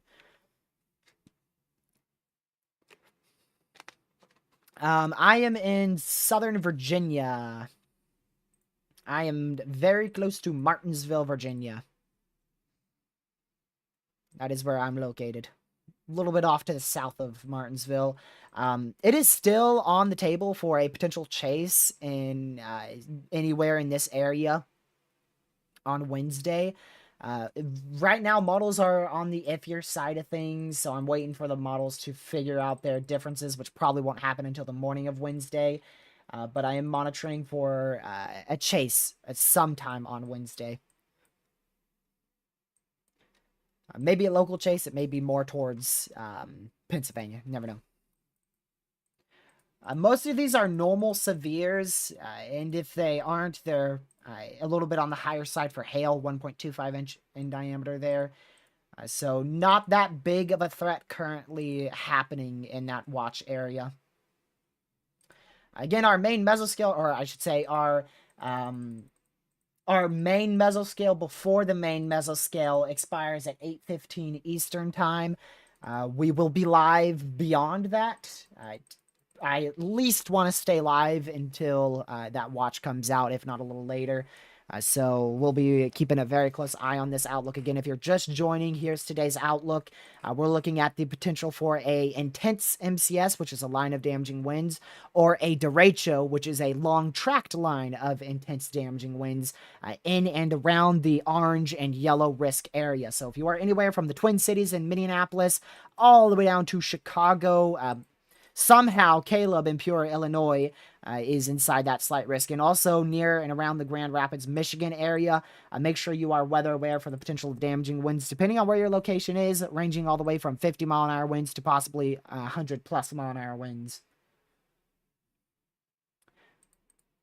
So again, the 100 mile an hour winds are definitely a possibility tonight. They are by no means expected, but it is definitely a possibility that we see 100 mile an hour winds tonight. I'd say the most likely time frame for 100 mile an hour winds would probably be between 1 and 3 a.m. Eastern time. Most likely area for that at this point would be on the northern edge of that enhanced risk. Just because that's where they have the enhanced risk, and that's where I see the most models really pointing towards the damaging wind threat being the greatest. Yeah, right in and around that area. Tornado threat is low but non-zero. We definitely have a potential for some tornadoes tonight. It is a 5% chance for tornadoes. I wouldn't fully toss a strong tornado in the trash can, but I'm not anticipating a strong tornado. So a couple tornadoes, definitely a possibility. Most of those should be very weak, very brief, and not really that notable as a whole. Damaging winds is what I expect to be the biggest issue. So overlaying your outlook with the newest HRRR that is just finished rendering in here is the... This is not the newest HRRR, is it? Yeah, it is not. Radar Omega decided to have a glitch on us. This is a 2-hour-old model run, but is still going to be at least a little bit accurate. So here's midnight tonight Eastern time. That cluster of strong to severe storms will get going. 1 a.m. that rapidly intensifies into a intense MCS, possible derecho. 2 a.m. most likelihood for significant damaging winds in excess of 90 miles per hour right around this point. 3 a.m., 4 a.m., 5 a.m. those storms are beginning to weaken, but still significant. 6 a.m. they are rapidly weakening by 6, 7 a.m. Eastern, and then begin to deteriorate and rapidly weaken towards 8, 9 a.m. tomorrow morning. And that is your full HRRR model run. Just progressing that again. This is in Eastern time. 9 o'clock, not anticipating supercell development. 10 o'clock, 11, 12, 1, 2, 3, 4, 5, 6, 7, 8, 9, and 10 a.m. tomorrow. So there's your possibility.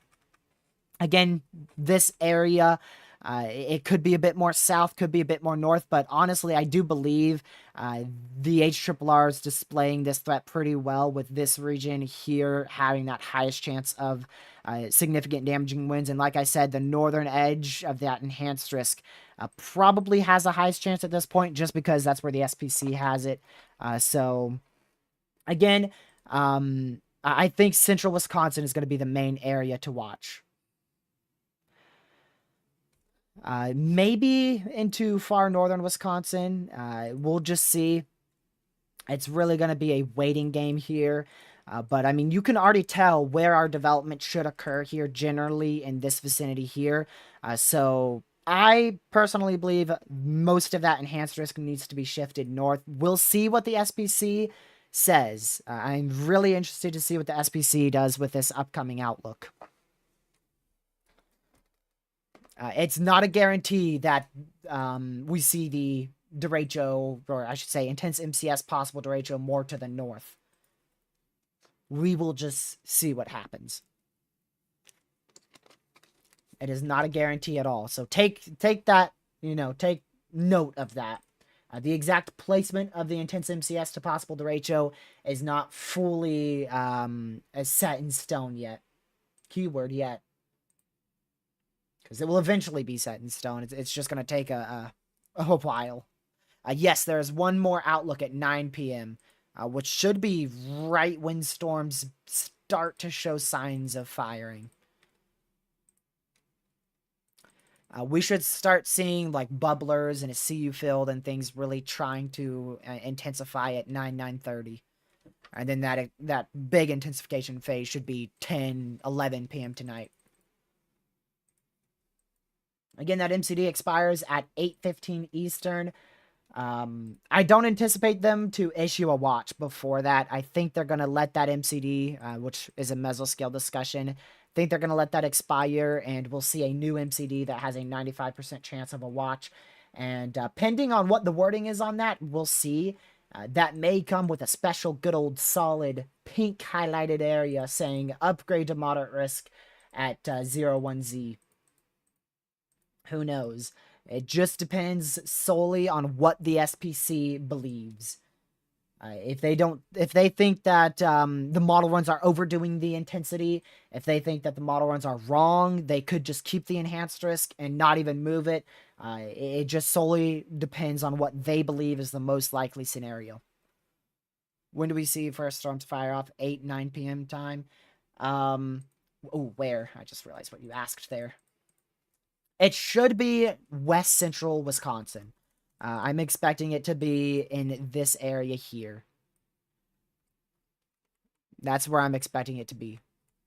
And it should be around that 9:30 time frame Eastern time. So 8:30-ish Central. Let's see here. Michigan. Your threat is tomorrow morning. You're looking at the potential for 60, maybe even pushing 70 mile an hour winds. about 4 a.m. tomorrow morning. You are on that edge of the slight risk, so there is actually a pretty good chance storms go to your south. But I would still be ready for the scenario of 60 to pushing 70-mile-an-hour winds. Again, you always want to be ready for that worst case scenario, so that way you have preparations for that worst case scenario, just in case you do see it. But it's always fantastic to just hope for the best. There's a lot of risks that just don't perform. So, again, there is still a chance that barely anything happens tonight. That is still on the table. Every single risk has a chance to just not perform at all. But again, we want to prepare for the worst case scenario. And this worst case scenario is decently high end. I use Streamlabs. That is mostly because I started on Streamlabs. Wrong wind speeds? About what?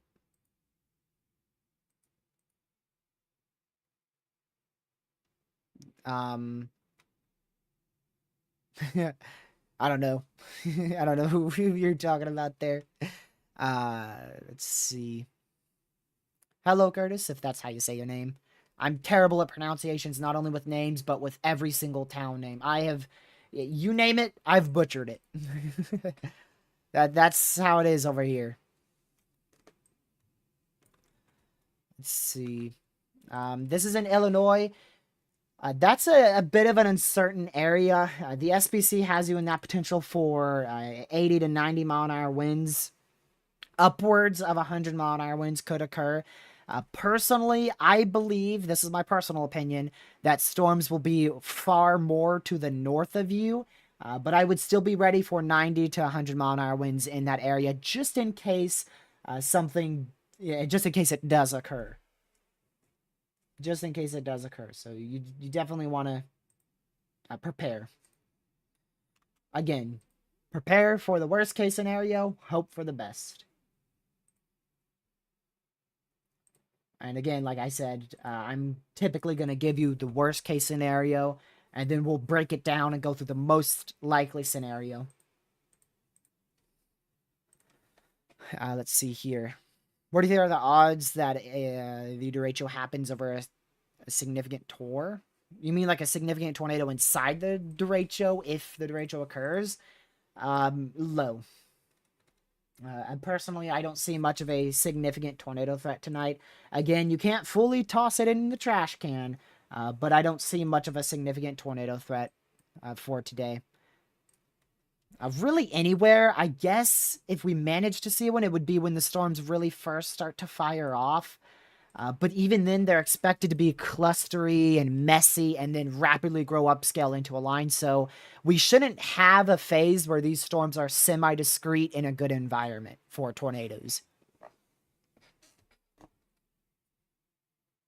That's because this outlook is old. They issued this at 4 p.m. They'll issue a new one at 9 p.m. We've got new guidance that is hinting towards more of a northern threat for severe weather, closer to this area that I've circled. Again, I don't know what they're going to do. They may keep the outlook the same. It just depends on what the SPC thinks about the newer model runs and what they think about the newer observations. It just depends on what they think is the most likely scenario. Will there be severe weather in Iowa tonight? It is possible on the eastern portion of Iowa. That's where it's most likely for the potential of 60-mile-an-hour winds, maybe upwards of 70 if you're in this region. And then if you're in that tiny orange area right there in Iowa, we could have gusts of 80 to 90 in that small region as well. That tiny little area in the Lansing, Iowa region, extreme northeast Iowa is in that highest severe threat. Which again, there's multiple possibilities today. The National Weather Service has noted that multiple times that there's multiple different scenarios that could occur. We could have storms fire off as discrete cells with all hazards possible. They could grow rapidly upscale into more of just a damaging wind threat, a lot less of a tornado threat wind threat. They could grow upscale into a QLCS and have more of a weak tornado threat throughout most of the risk area and a damaging wind threat and barely any hail threat. There's multiple different scenarios. Again, they could be more north than the enhanced risk, south. They could be directly in the enhanced risk. There's just a lot of different case scenarios today. Or I should rather say late tonight. What is expected in Iowa whenever it moves there. So again, if you're in northeastern Iowa, the more northeast you are, the higher threat you have. If you're in the yellow area, that's where we're looking at 60-mile-an-hour winds being possible. If you're in this portion of the yellow area, that's where we're looking at 60 to 70, maybe even pushing 80-mile-per-hour winds possible. And then if you're in that orange area, 80 to 90-mile-an-hour winds will be possible. So the more northeast you are, the higher the threat gets. But again, the newest trends say that Iowa shouldn't see much of anything. But those trends could very easily be wrong. So you want to prepare for, depending on where you're located, anywhere between 60 to 90-mile-an-hour winds.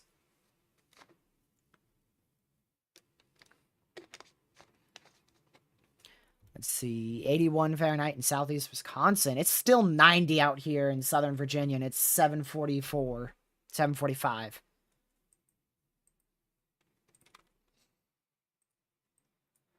Let's see here. We should be getting a new model run in on the HRRR in about 10, 15 minutes. And then we'll get new current surface observations around 8, 10 p.m. Eastern. And then this mesoscale discussion expires at 8:15 p.m. Eastern. And we should see a new mesoscale discussion for the potential of severe weather around 8:30, 8:45. And then we should see a severe watch or whatever watch they may issue right around 9:15. That's kind of the time frames of what I'm anticipating at this point. And then storm should explode about 9:30, 10. Storm should really get going. Where do you think the storms will track? I believe that they're going to track in this region here. That's where I think it's most likely that we see damaging winds track. And of course, right in the middle of that here is what I believe is the complete best area. And then we can even one up that with the enhanced risk area. So there you go. That nails my target area right here. So if I were chasing today, I'd be on that eastern side of what I just put right there. So I'd be right here. I would be in New Auburn, if that's how you say it, in kind of west central Wisconsin. Tuesday, Wednesday, storms in Missouri in the Midwest. There's still uncertainty on that. We can't determine that till day of, if not till storms fire. That's just the type of threat we're at. That's just June and July for you. Naperville, Illinois. You're out there in Chicago. I'd prepare for the potential of 60, 70-mile-an-hour winds. We'll be watching that closely just in case.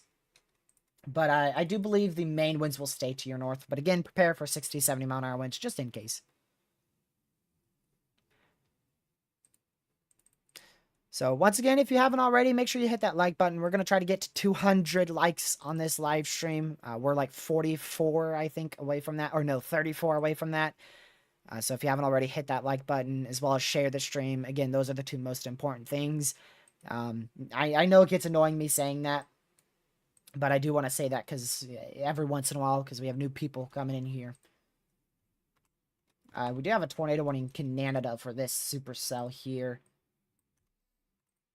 We don't really cover that area unless it's very significant.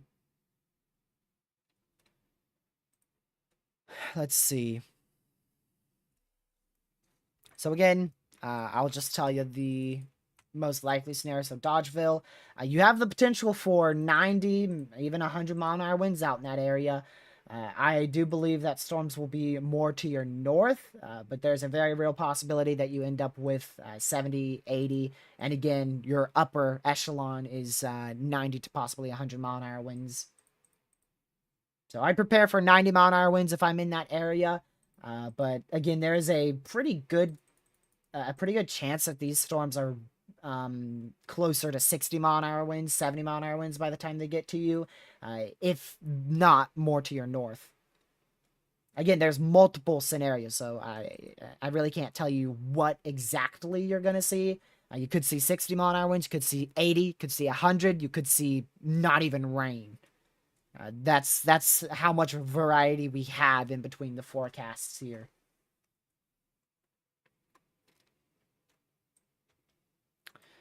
Let's see here. You shouldn't see too much potential for up to 60 mile an hour winds. I'd prepare for 70, but really you're looking at 60, 65 mile an hour winds possible in that area. Storms should be weakening by the time they get to you, yeah. Time frame for them getting to you probably will be early tomorrow morning, right around the 5 a.m. Eastern time frame. 4 a.m.-ish Central. Hello, Pete. And thank you for liking the stream. As well as everyone else who's hit that like button. It's greatly, greatly appreciated.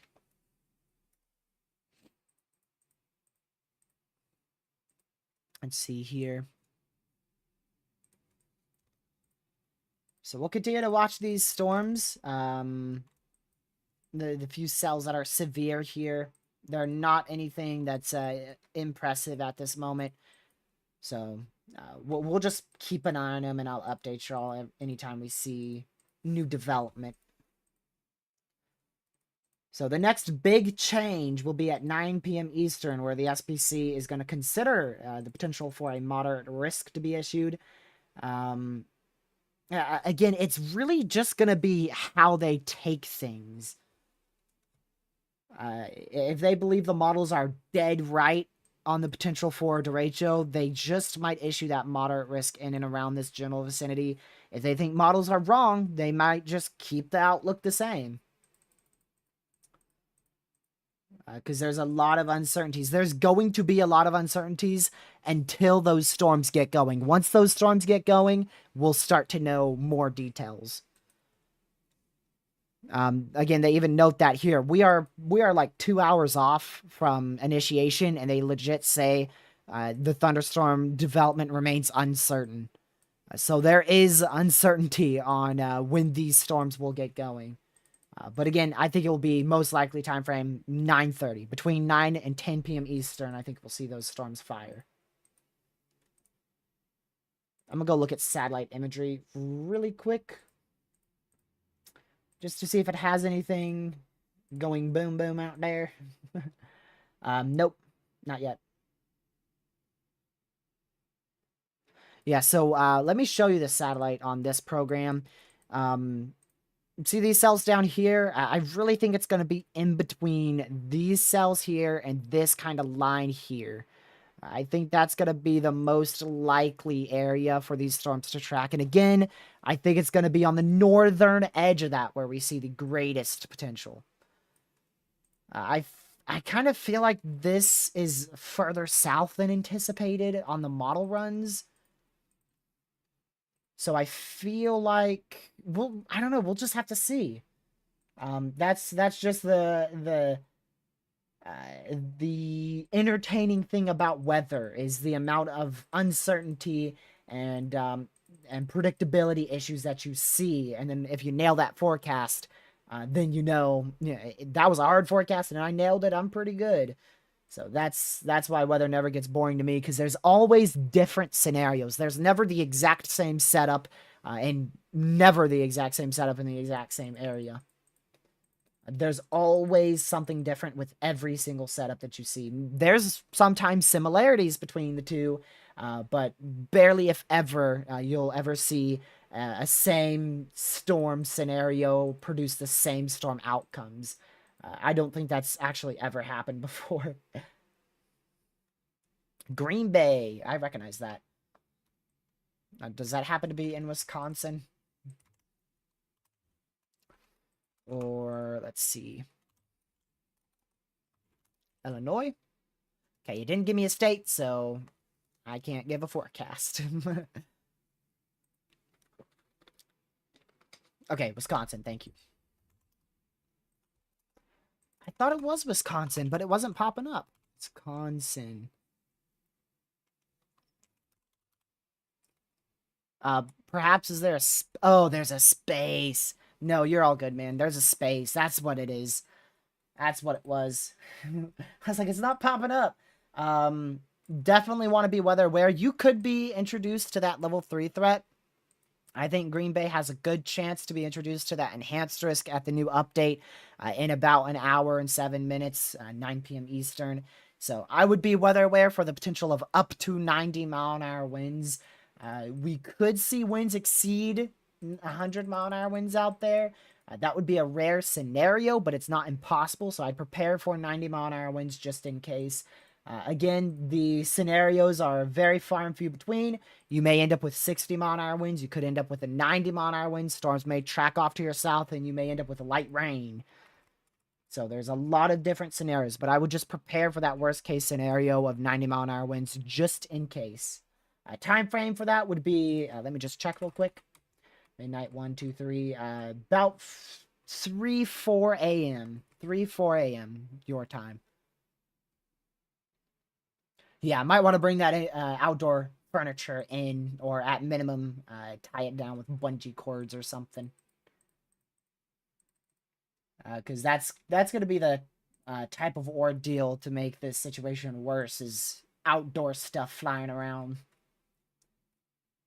Also, charge devices as well. Especially if you're anywhere in this area, you need to charge all your devices now before these storms get going. And make sure the weather radio's on, make sure your phone's charged and the alerts are on. Maybe even keep your TV on. That way you could receive alerts that way if you're going to be up and about. Let's see. Oh boy. I'm just slowly getting through these forecasts as they come through. That area, again, I'd prepare for the exact same hazards I just mentioned for Green Bay. Prepare for 90, possibly even 100-mile-an-hour winds, just in case that does occur. Most likely scenario, 70, pushing 80-mile-an-hour winds out in that area. Storm time frame, let me see the general area. Okay, this is on I-39, so there's I-39. Most likely time frame for that is going to be right around 1 a.m. your time. So that's 2 p.m. Eastern, 1 p.m. Central. That is for Aaron. Let me go over to Lakeville. I think I did this area. Nope. It's a different Lakeville. You said Minnesota, right? Yep, Minnesota. You're in the enhanced risk for severe weather. I believe confidence is increasing and you seeing barely anything. From what I can tell, it looks like the development should occur more to your east. So I would still prepare for that worst case scenario of 80-mile-an-hour winds out there just in case. But I think you'll be okay. You are in the main risk, so I would definitely prepare for it. But the direct impact of 90, 100-mile-an-hour winds in the Twin Cities area in Minnesota looks much less likely now. But again, I'd still prepare for it just in case. The time frame on that, if we manage to see storms in your area, would be right around midnight your time. Right around there. It might be a little bit earlier. But again, that scenario is looking a lot less likely currently.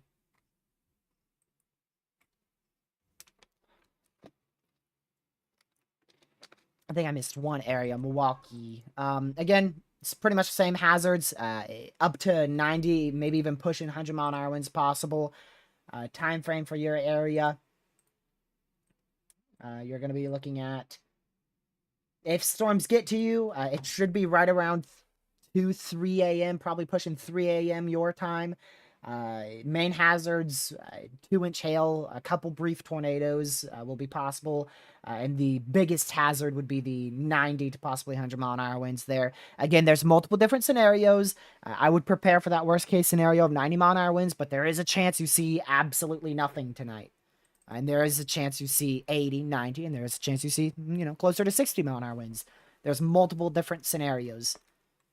It's June, July. That's the time frame where forecasts are really all over the place, let's be honest. Eagle Bend. I just looked at that area, didn't I? Oh, wait, nope, you said Minnesota. I looked at one in, I think Wisconsin, maybe? That area, a lot of uncertainty there. You're in the risk for 2-inch hail, 70-mile-an-hour winds, and possibly even a weak, brief tornado. I personally don't see much happening there. I would still be ready for isolated thunderstorms between now and midnight Central Time. But I don't see storms actually occurring in that area. But again, I'd be ready for damaging winds, large hail, and maybe even a brief tornado, just in case something fires up over the next 4-5-ish hours here. But again, I find that scenario unlikely where you see that much severe weather. But again, I'd keep an eye on it.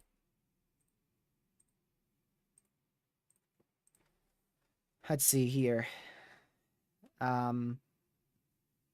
Yeah, messy, clustered storms to start, and then it builds into a big MCS potential derecho. Yep. To track across Wisconsin from the northwest to the southeast. Yep. That's the rundown. Again, the location varies. I believe the most likely area is here. Storms fire really intensify here, are peaking in this area, begin to weaken, and then are pretty weak by the time they get to Michigan, but probably still severe. Like I said, there's a lot of different scenarios. I've seen models that show significant tornadoes tonight. I've seen model runs that show barely anything. And I've seen models that show derechos. The most common one I've seen is derecho potential, damaging winds.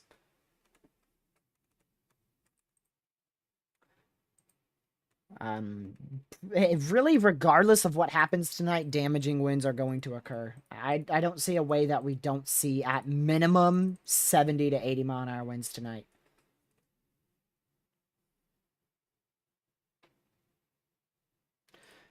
Let's see here.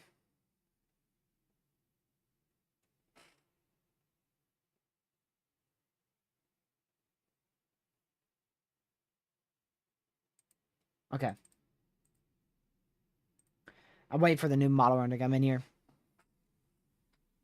Extreme northeast Iowa, you may have some damaging wind impacts. I find it unlikely at this point, really. But you're in the enhanced risk for severe weather, so you still want to prepare for the potential of 80, 90 mile an hour winds out there in extreme northeast Iowa, and 60 to 70 mile an hour winds in that yellow slight risk area. Because sometimes models don't pick up on the extent of storms, so even though the HRRR, if I just show y'all real quick, it's still on 3-hour-old data. Even though it shows the potential derecho occurring back up in here, it may not be... my word, I just lost English. It may not be picking up on the potential for that line of storms to extend down towards, south of the Twin Cities and moves into Iowa. So we could see additional convection out here, even though the HRRR doesn't show it. It's very well possible.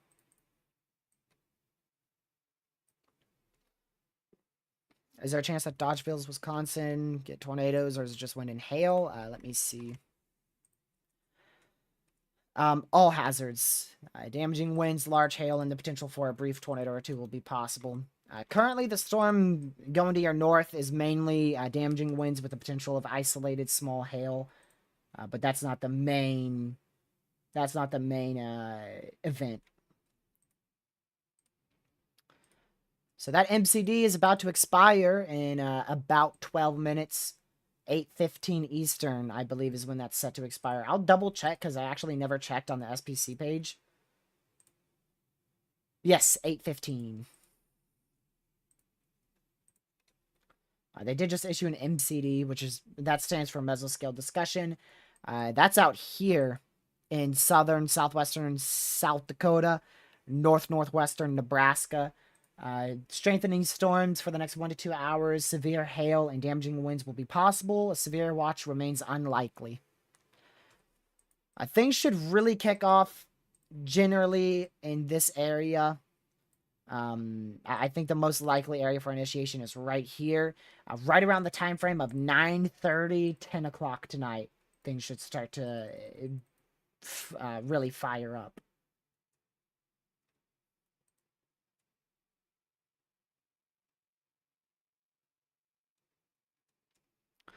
Let's see.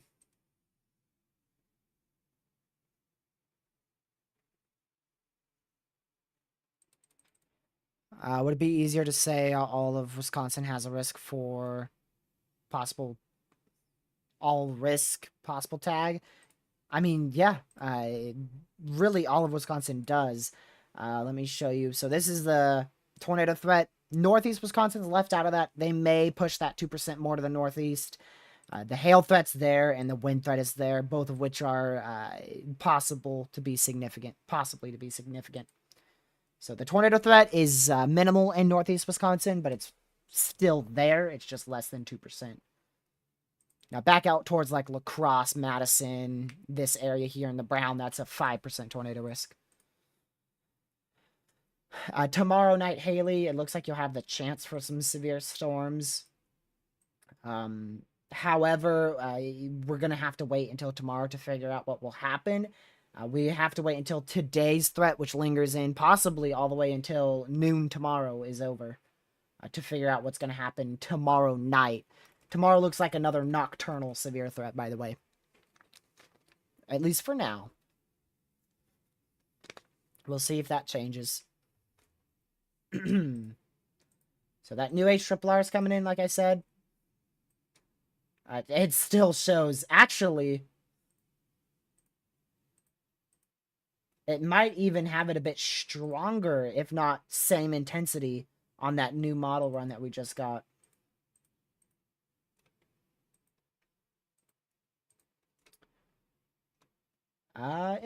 It shows it the same intensity. It shows it really the same intensity, honestly.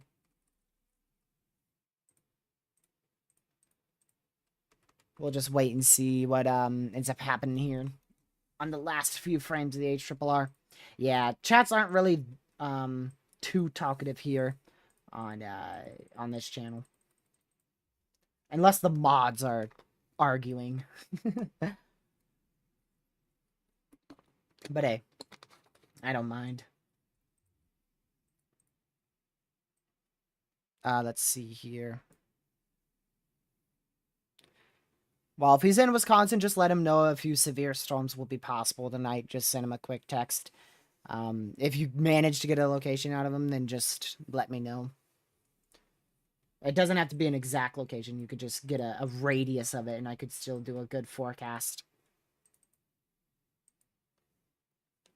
So, again, this whole area here is going to be at risk for the potential of damaging winds tonight, possibly even exceeding 100 miles per hour in and around that enhanced risk area. The new outlook from the Storm Prediction Center will be out about 9. Let's see here. When did we start the stream? We started it directly at 6. I guess we could try to push for 9 o'clock. Yes, Legacy. Just want to know if you could get a general idea of where your friend lives.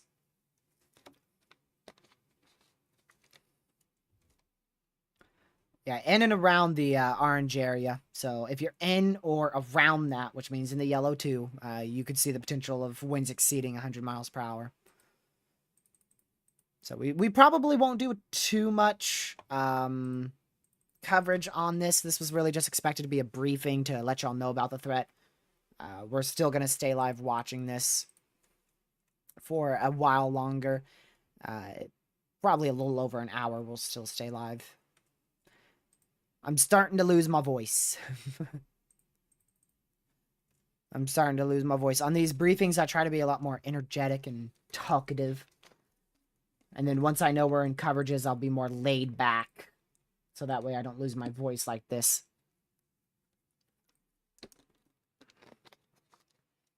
Also, if you want to find any of my other social medias, the first link in the description is my link tree. My Twitter's there. The Discord server is the second link in the description, or you could click the first link.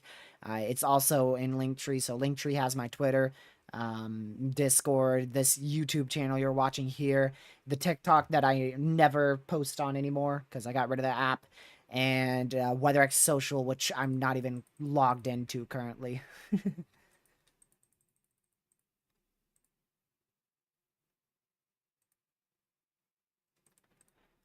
Let's see here. Delavan, Wisconsin looking. Just had 3 different tornadoes on Saturday, so you're probably southern Wisconsin. Yep, we tracked that area. Matter of fact, we tracked a big wedge tornado that went through Janesville, and I believe it lifted by the time it got to you.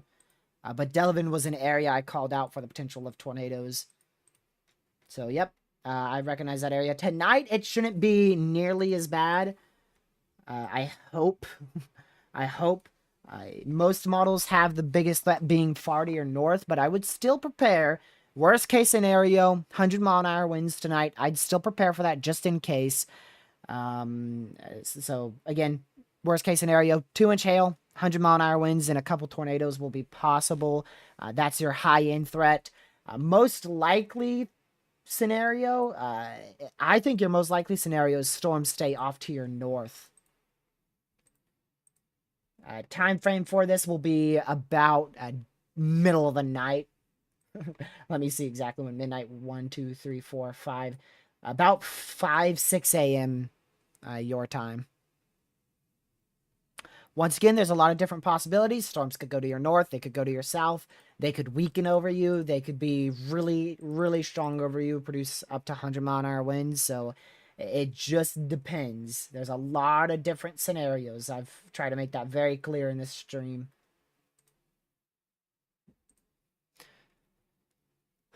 Hello, James. Brookfield, Wisconsin area. Same hazards I mentioned for the person further to your southwest. Up to 100-mile-an-hour winds possible today, really into the overnight hours. Time frame's pretty much the same, right around 4 5 a.m. Most likely scenario, 60, 70-mile-an-hour winds and or storms move off to your north. Wherever this storm tracks will be the highest risk, and that's what's a bit uncertain. So if it tracks right for Milwaukee, goodness me, that'd be a terrible scenario. That area would probably see closer to 90-mile-an-hour winds. But I think it's going to track more up here. And this is going to be a big line. That's where I believe is the most likely scenario for damaging winds. But this is going to be a big line. You're going to have a line of potential damaging winds about this big. About this big. The northern side shouldn't be severe. If it is, 60-mile-an-hour winds. The southern side will probably be warned anywhere between 60 and 80-mile-an-hour winds. And then whoever gets really unfortunate and is right at that Boeing side, right here, wherever that just west southwest of the middle portion of the line, that's where you have the risk for 90 and even winds exceeding 100-mile-an-hour winds. So that area may end up way down here. It may end up way back up here. It may end up towards Green Bay. That's why we didn't see a risk upgrade at the 4 o'clock advisory. They did mention the potential for a risk upgrade, and that will most likely happen if confidence increases, which I'm unsure on how much confidence has increased. In my opinion, it hasn't increased much, but they may be more confident in that severe weather threat occurring. That means destabilization's ongoing, Michael. Your atmosphere is recovering. You're welcome, Brilliance. Thank you for tuning in. Glad you're enjoying the coverage. Again, this is more of a briefing, not really coverage. You could tell we're not going over storms at the moment.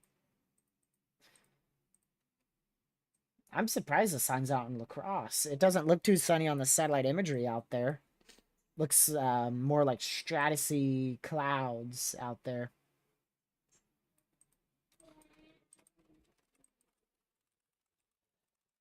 So we'll just wait. That MCD expires. This one here expires in 2 minutes.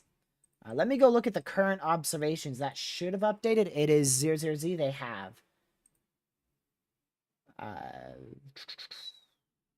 It's it's still behind. It still doesn't show the best environment in place near the Twin Cities, but the observed sounding from 3 hours ago shows a better environment in place. So the meso analysis seems to be behind on ingredients, which is never a good thing because that means whatever meso analysis says is probably a bit on the lower side of things. Man, oh my word. We would have probably a violent tornado threat today if we managed to see this whole system further south and more discreet. The environment over central Iowa is mind-blowing. 8,000 instability uncapped with a good amount of wind shear over central and northern Iowa. But storms probably won't even get into that area. So, my word, if we just had a little bit of a different scenario, this would be pretty much the complete opposite. We'd be talking about violent tornado potential as opposed to 100-mile-an-hour winds today. So, thank goodness this threat's not more to the southwest, or we'd be dealing with a really bad scenario. This could still be a bad scenario, but not as bad as it not as bad as it could be.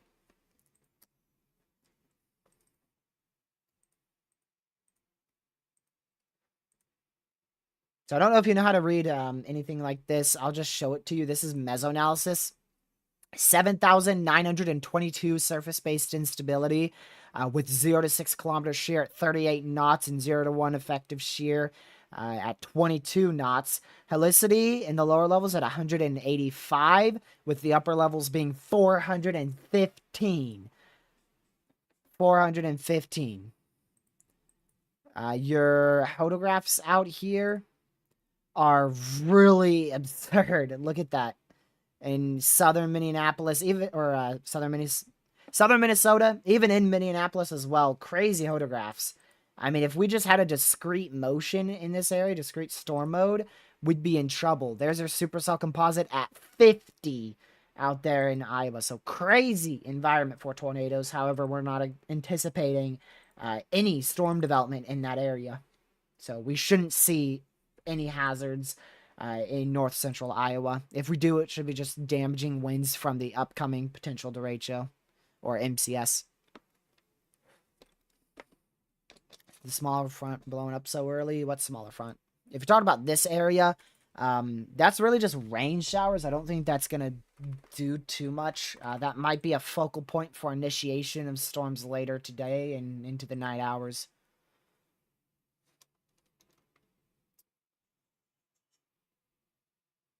Let's see.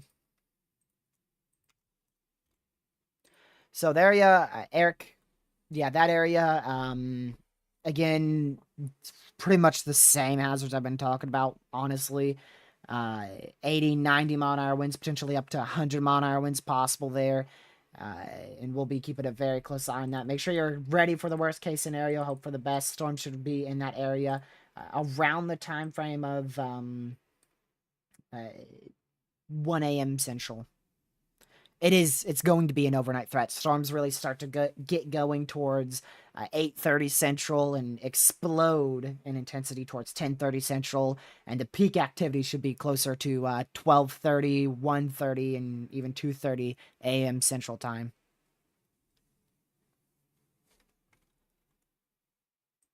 Let's see here. It very well could hold. Honestly, you have the threat, like I just mentioned to the other person. All hazards threat, including very significant damaging winds, possibly near 100 miles per hour, is a possibility. But storms might just simply go off to your north, and barely anything could occur tonight out there. So it just depends. There's a chance it holds up. I wouldn't be too surprised if you don't even get much more than a rain shower out there near Milwaukee. Yeah, SPC Outlook comes out in about 42 more minutes here. We already saw everything else we were anticipating. The MCD's expired, the new HRRR's in. It still shows a significant MCS to a Derecho. It still shows the potential for 100-mile-an-hour winds in central and northern Wisconsin, on the northern edge of that enhanced risk. Mesoanalysis is still lacking behind. Our environment is better than what mesoanalysis is currently showing. And now we just wait for the National Weather Service Storm Prediction Center to issue the main mesoscale discussion for a severe watch being issued tonight. And we wait for the SBC to update their outlook at 9 p.m. tonight. I need to get a good sip of water in real quick.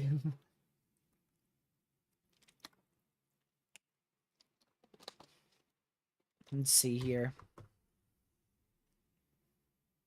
I think the current storms going through Wisconsin is going to impede initiation.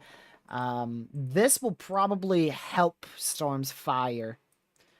I do believe that's going to be a bit of an issue later tonight. If we manage to see storms in that area, the environment will have already been a little bit more tampered with. I don't have any official meteorologist training, no. But I've been interested in the weather for years, and I've studied it in college textbooks and in school before, but I haven't gone to college for any degrees or anything like that. So, self-taught meteorology, yes.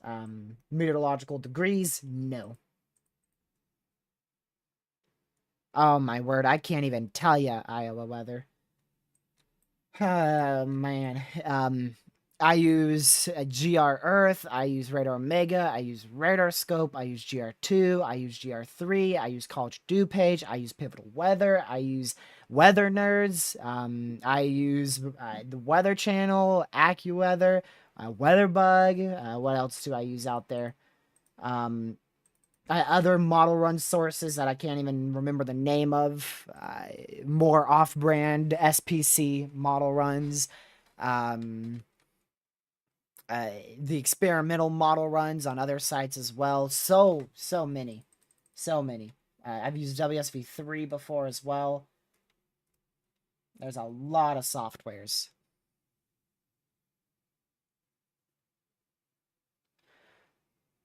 Local news said low hail chances. Yeah, hail threat shouldn't be that big depending on where you are. This is where we're anticipating. Let me actually change it. That's where we're anticipating the 2 to possibly 3-inch hail potential today.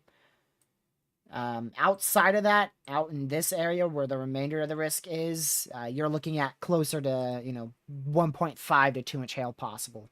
But in that green area, 2 to 3-inch hail is actually possible.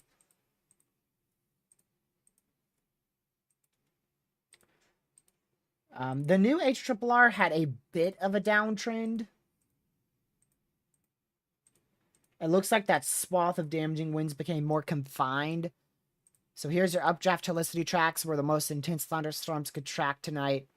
Again, north of the enhanced risk area, if not on the northern side. That's the new HRRR model, and then this is the old one. So the new one actually shifted it even more north. Again, so old, new.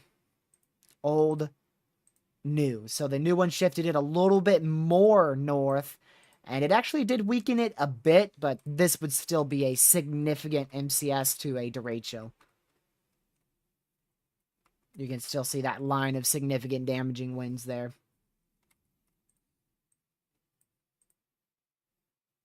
So that is anticipated. We are anticipating the risk for 80-plus mile-an-hour winds tonight. I'm very intrigued to see. The biggest thing will be what the SPC says on their mesoscale discussion, as well as what they say on their new outlook. Those are the things I'm most interested in. Which I didn't think I'd be live for that, but it looks like I will be. So if y'all haven't already, just like the latest 2 people did, that's going to be Derek and Trina, if I said that right. Make sure you guys hit that subscribe button with the notification bell set to all because we go live very frequently for these severe threats. I'm not good at all at covering overnight severe threats whatsoever, so typically I try to go live early before storms fire and then just talk about it for a while and then cover some portions of when the storms fire and then normally end before 11 o'clock my time. But most severe threats we're going to cover through and through. We've been live upwards of 15 hours before on this channel in one given day. So if the need is present, we'll be here all day for severe threats. Let's see. Is that with underperforming readings correct? I mean, even if that model run played out, you'd still see the exact same hazards that are listed in the title. You would still see those hazards. Derek, no channel names. I'm not affiliated with them. If you mean like working with them, no. But no, I don't have anything against them. Again, the no channel name thing, that's been, even Legacy could tell you, that's been a thing since day one. It's not like we implemented that once we got bigger. That's always been a thing on this channel. Oh, you know what? I'm missing something, actually. I wonder if I could do this. If I look up...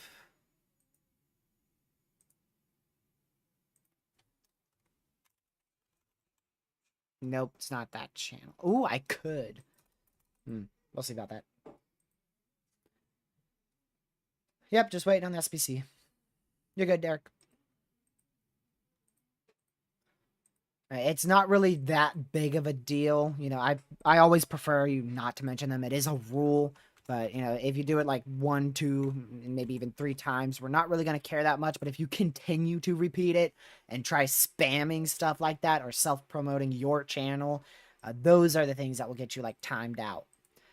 Now, most, if not close to all of our bans on this channel have just came from obvious trolls.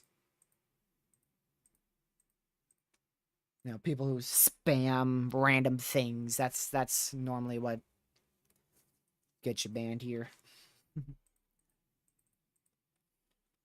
So we'll just wait for that MCD to be issued, which, like I said, I'm thinking it'll be issued between 8:30 and 8:45, which it's currently 8:26, and I think we'll have a watch around 9:30, just after the SPC outlook comes out. Which, no kidding what they're doing right now. They could be making an MCD for a risk upgrade. You never know. So we're just going to have to keep a very, very close eye on that SPC tab because one of our last major updates is coming in here in 34 minutes. That's our last major update from the SPC, the last Outlook update. Thank you for subscribing, Nikki. Much appreciated. Yeah, the SPC is wrong sometimes, but that's going to be the source to trust by far the most out of anything, which is why we use their outlooks in every live stream. And sometimes I go a little bit off from them, you know, if I disagree with a small portion of it, like, you know, saying if I think they need to expand this more to the Northeast, or I think the hazards will be a little bit more, or I think the hazards will be a little bit less. I'll always mention things like that. But you'll never hear me say just straight up, the SPC is going to be dead wrong today. I'm not going to come out and just say that out of nowhere. Because most of the time they're going to be right, which is why I'm against people issuing outlooks on Twitter and stuff, because it's just going to confuse the public. It really is. Like I said, it's perfectly fine to keep it to yourself and practice that stuff, but you don't want to confuse the public. The public's already confused enough. And then when you combine these other risks, you know, people change up the colors all the time on Twitter, and they add their own extreme risk or level 0 out of 10 stuff. There is something that we've done recently on this channel called the kaboom risk, which is just basically us guessing how fast storms will intensify on a given day. Which today's kaboom risk would be, considering how rapid of intensification we're anticipating, it's probably like an 8 out of 10. So we should see storms rapidly intensify out there in Wisconsin. And see, there's nothing wrong with doing that. Those are just little fun things to help interact with people. But things like issuing your own outlooks, that's where it gets confusing. You just don't want to cause confusion.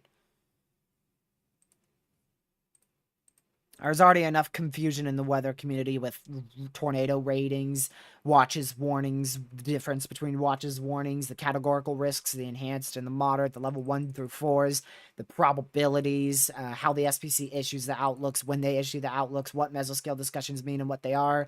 There's already enough confusion between all that stuff. So we don't need any more. And not to mention all the hype and everything, too. Matter of fact, I think I just saw somebody upload a video about a hurricane potential next week. I did, yeah. Yep. I did. Subscribe to somebody who just talked about a hurricane next week. Which, speaking tropics, the National Hurricane Center did issue a area of interest for the next 7 days. As an area is going to be moving over the Yucatan, going towards Mexico, same area we saw the first named storm of this season about a week ago, and where we saw the other tropical system make landfall not but about a day ago.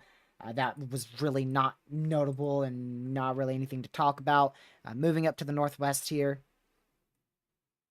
and I don't think that's going to do much. We might have a chance for this thing to become a depression, and if models up, then maybe a tropical storm as it goes into the Bay of, oh my word, hold on. Let's go see what that's called. Is it the Bay of, let's see, Bay of Campeche, or however you say that. I've butchered that so many times. I'm going to have to learn how to pronounce that. It might develop in there. That's where I'd say the most likelihood of a tropical system developing would be out of this whole area would be the Bay of Campeche, or however you say that. Southwest Gulf. The Southwest Gulf. Yeah, winter forecasts are always hyped up. Always hyped up. Very random. We just got a severe thunderstorm watch. The potential for 75-mile-an-hour winds and 2-inch hail is possible out in this watch area. So if you are in Chicago, back up towards Rockford, north of Sterling, Illinois, all the way up towards the Madison and even northwest of Madison area, back towards Milwaukee, we just got a severe thunderstorm watch for the potential of up to 75-mile-an-hour winds and 2-inch hail being possible. Very interesting. That just might be your main event tonight.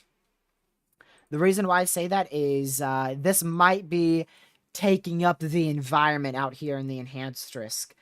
So even if we do see storms in this area, they will probably be a little bit weaker later tonight, just due to the fact that these storms are already rolling through. So there's a chance this is your only round of storms you see in southern Wisconsin, northern Illinois tonight. And it was not forecasted.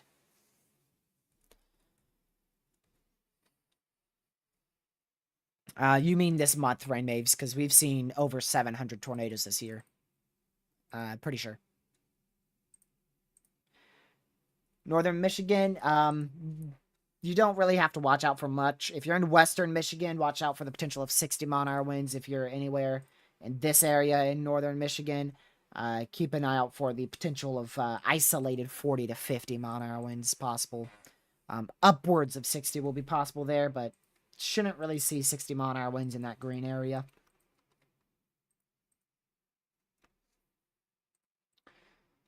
All right, 28 more minutes till the SPC outlook. We're counting it down, man. We are counting it down. I should get a timer that I could change frequently. Maybe I'll try to find a timer app or something. That way I could put timers for like estimated severe weather initiations and estimated outlooks and stuff like that.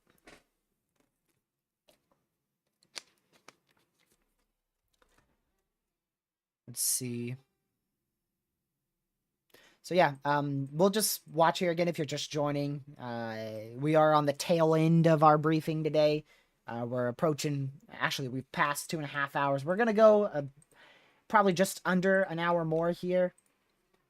So if you haven't already, make sure you hit that like button and share the stream with your family, friends, social media, as we'll be keeping an eye on this severe weather threat today. Could very easily do barely anything. We'll just see. I'll be monitoring it for about 2-3 hours, probably till about 11, 12 o'clock or so. Nighttime, which is Eastern. So I probably won't even be up to see the main event occur. And if I am, man, I'd be impressed if I'm up that late.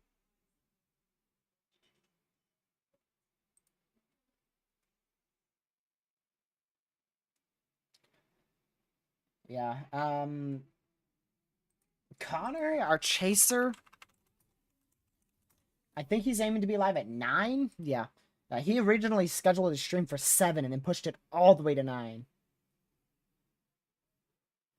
So I don't know exactly where he's targeting, but I imagine it's going to be southeastern Minnesota.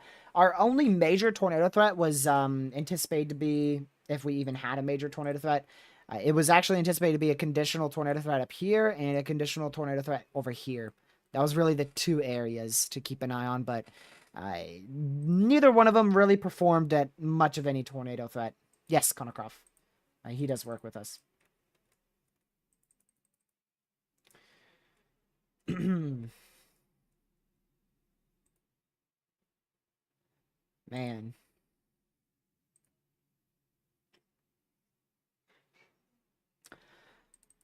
No MTD just yet. We'll see if one gets issued soon.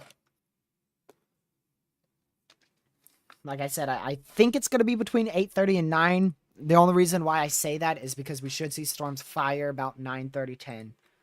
And that's when I expect the watch, right about when storms fire. They gamble with watches. Sometimes they issue the watch after storms are severe. Sometimes it's before they're severe. Sometimes it's while they're firing. And sometimes it's 3 hours before they fire. Watches are really a gamble on when they are issued. Thank you for subscribing. Much appreciated.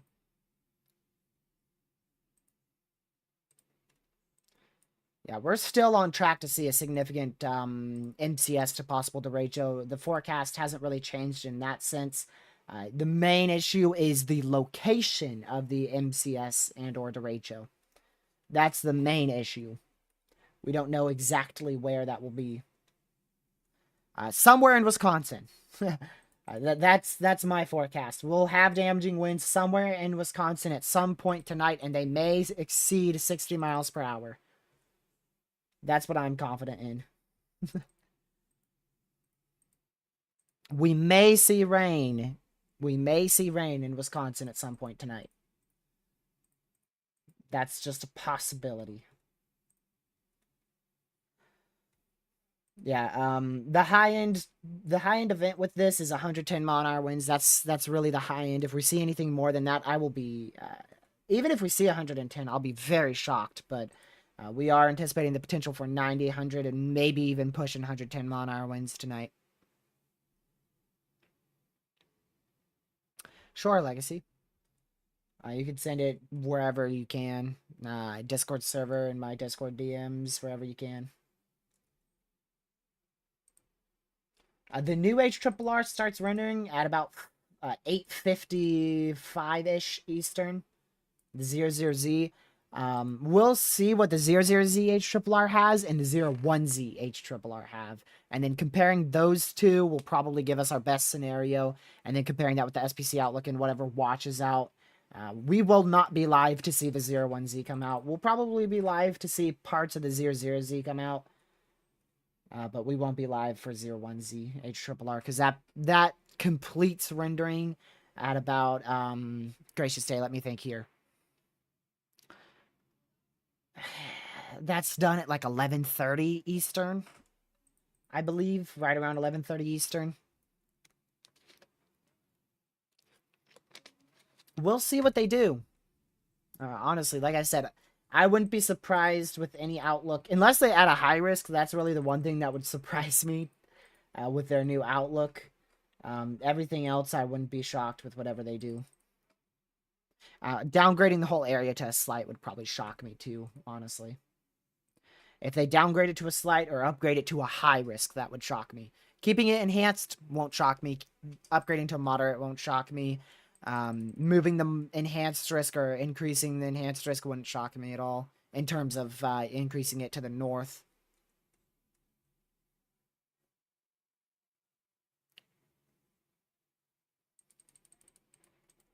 So we'll just wait. Thank you guys for 200 likes. We hit that a while ago. That is greatly appreciated. We are actually over halfway now to our subscriber goal for next month. The goal this year was to hit, let me think, 1,000, 2,000, 4,000. 4,000 subscribers was the goal this year. At the beginning of the year, 4,000 was the goal. We are at 6,400 currently. So just a little bit over the expectations. Thank you for subscribing. Much appreciated. We've had a lot of great streams here and a lot of good content thanks to you guys. Yeah, we did. We sure did, Catman.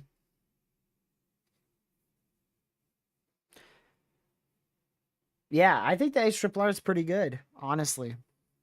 That's why I'm not really taking into account what the NAM has. I'm kind of averaging what the NAM and the H-R have, but I'm not really taking that per se seriously. Oh.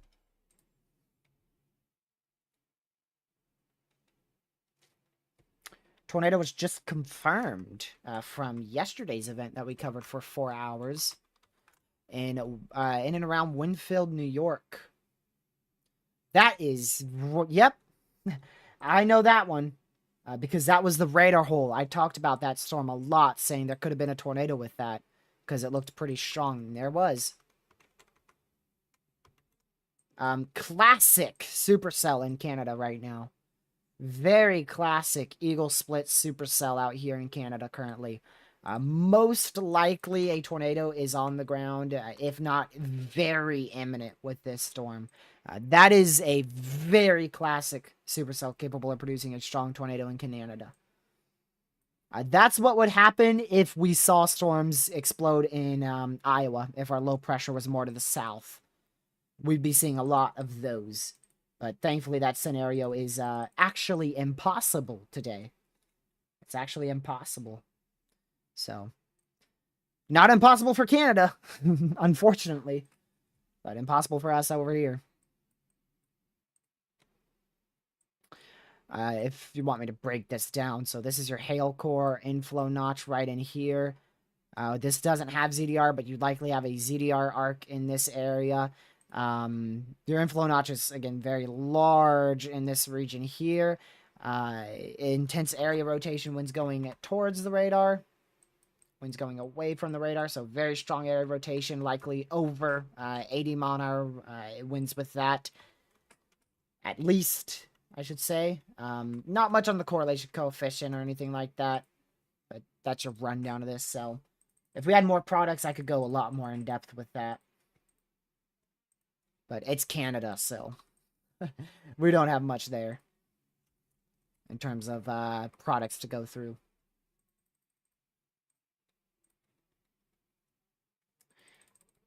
All right, what was I going to look at? Uh-oh.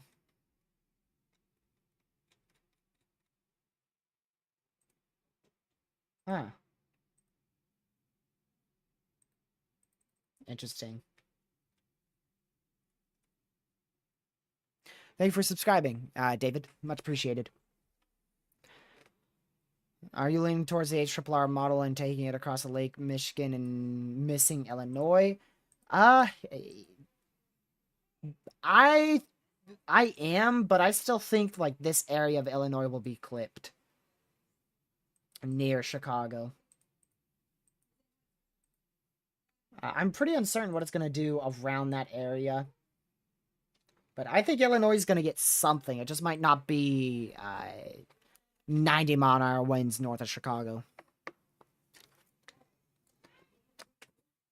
What are you talking, Pez? The capping doesn't matter here at all. Your forcing mechanism is significant. It will fire storms. There will be storms tonight.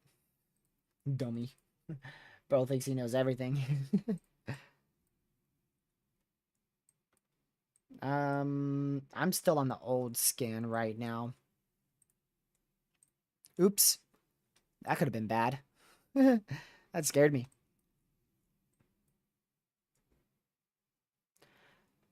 Cat bust for this area, yes. The conditional tornado threat out in this region, yes, cat bust. That's going to withhold storms from firing out here. This area, we're going to see storms fired generally in that area at some point. So it depends. But storms are going to fire here. This is expected to be a nocturnal MCS. If you're expecting 60, or I should say, if you're expecting 80-mile-an-hour winds before 9 o'clock Eastern, that's unrealistic. 9 o'clock Eastern really marks the beginning point, and I've said that all day.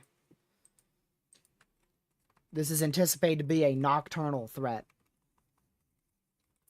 Now, back out in central Minnesota, this was not expected to be a nocturnal threat.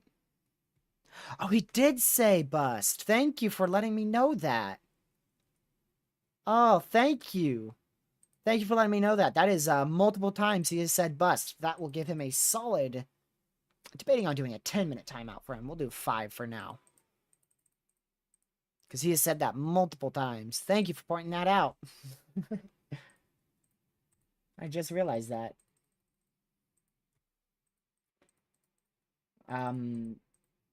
Yeah, bust is completely banned here on this channel. You'll have multiple warnings before you're actually timed out for saying it, because a lot of people in the community have a habit of saying bust. But it's just straight up flat disrespectful.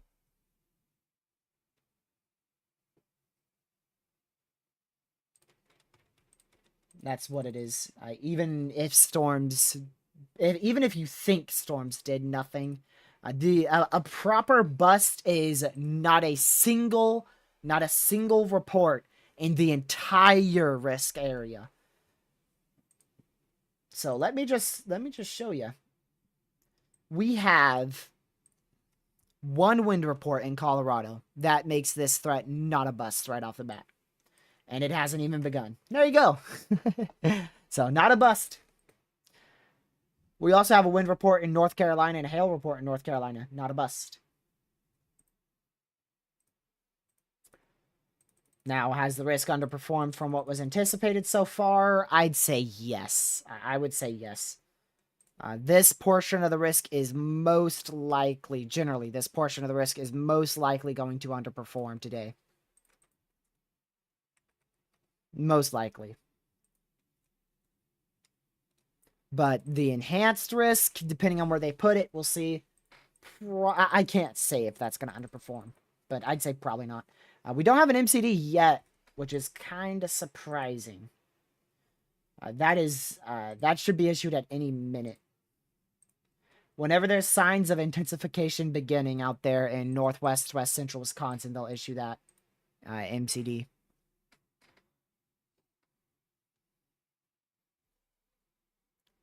No, this software gets the outlook first before anything.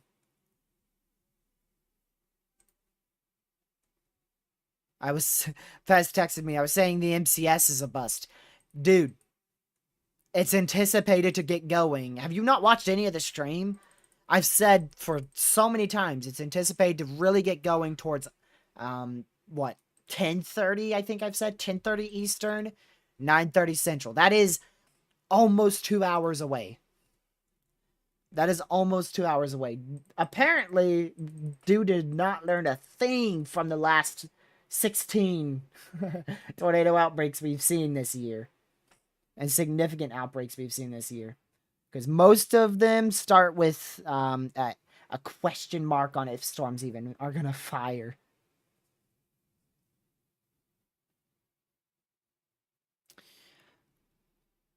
Let's see here.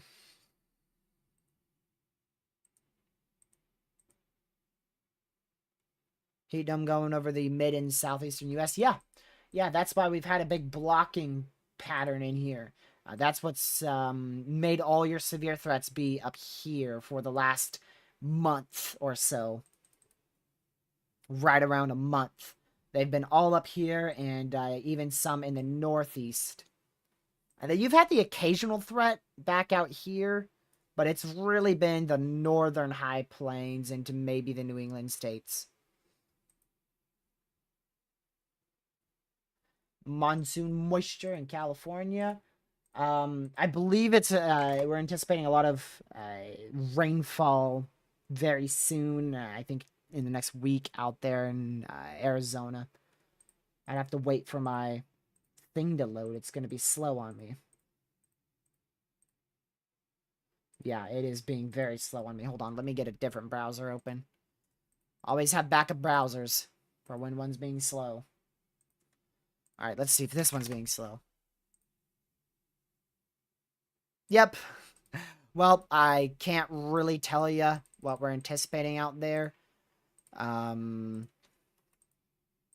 look at the simulated reflectivity values. Looks like southern Arizona is going to have the biggest risk for flooding potential over the next 2 weeks. I don't see too much in California, personally.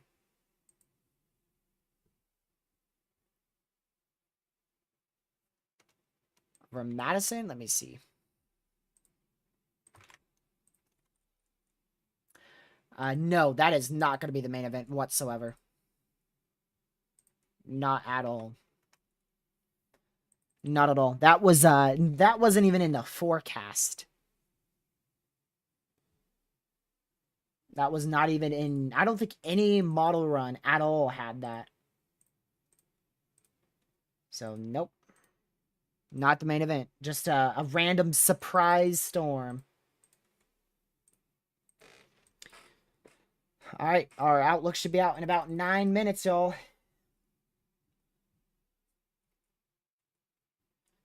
A derecho is a long-lived line of significant damaging winds of 58 miles per hour or greater along a track of at least 240 miles long with a width of, I believe, 60 miles from just length. So it'd have to be about 60 miles long, producing 58 mile per hour winds plus along the entire swath for 240 plus miles. That's the definition of a derecho.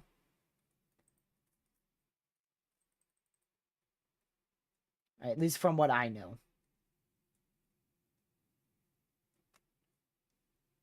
So basically a very long-lived line of significant damaging winds. Typically they last for 5+ hours and are severe and pack winds, sometimes up to 120 miles per hour.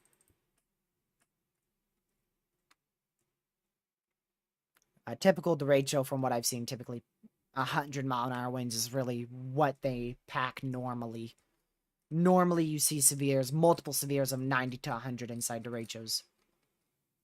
But it could be up to 120.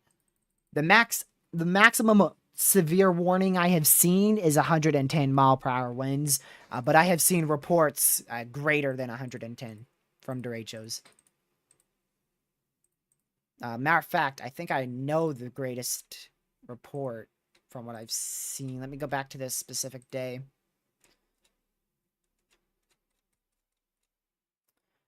That's the hail reports. Let me go to the wind reports. Let's see. Okay, maybe it wasn't from this day. It was definitely over 110. Okay, no MCD yet. The new outlook again should be out shortly. I honestly, I did think we'd have an MCD out by now for a severe watch. I really did.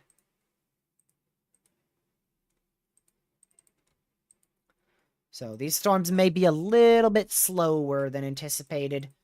There's not really that many signs of them firing here at very close to 9 p.m. But your low pressure's coming, buddy. And when that low pressure gets close to eastern Minnesota, kaboom. Your low pressure is currently located, this is a general area, generally here. Once that gets towards the Twin Cities, storms are gonna go kaboom. There's no doubt. Because that low pressure is a strong forcing mechanism. There's a severe thunderstorm, or not a severe thunderstorm watch, a mesoscale discussion concerning the severe watch. The severe threat continues for the potential of 1.5 to 2.5 inch hail, as well as 60 to 70 mile an hour winds along the cold front in northwestern Minnesota. Specifically 2 supercells. So this cell here and this cell here will continue to have the threat for 1.5 to 2.5 inch hail, maybe even a tornado, as well as 60 to 70 mile an hour winds over the next 2 hours or so. That watch expires in 4 hours and 6 minutes. So just a waiting game, waiting to see them issue this outlook. We'll see if it changes. This is typically the first program to get it. Most of the time I get this before I get it on Twitter or Radar Omega or even the SPC site. So we'll wait for that. We're at 239 likes, so if you guys haven't already, make sure you hit that like button. See if we can get to 250. Share the stream with your family, friends, social media. Hit that subscribe button as well. We are 30 subscribers away from the subscriber goal for next month. So we'll have to change that subscriber goal to probably 6,600 for the month of July. Just because we've had so many new people tune in today. These storms are going to explode fast, and they are going to surprise you. They're going to surprise you.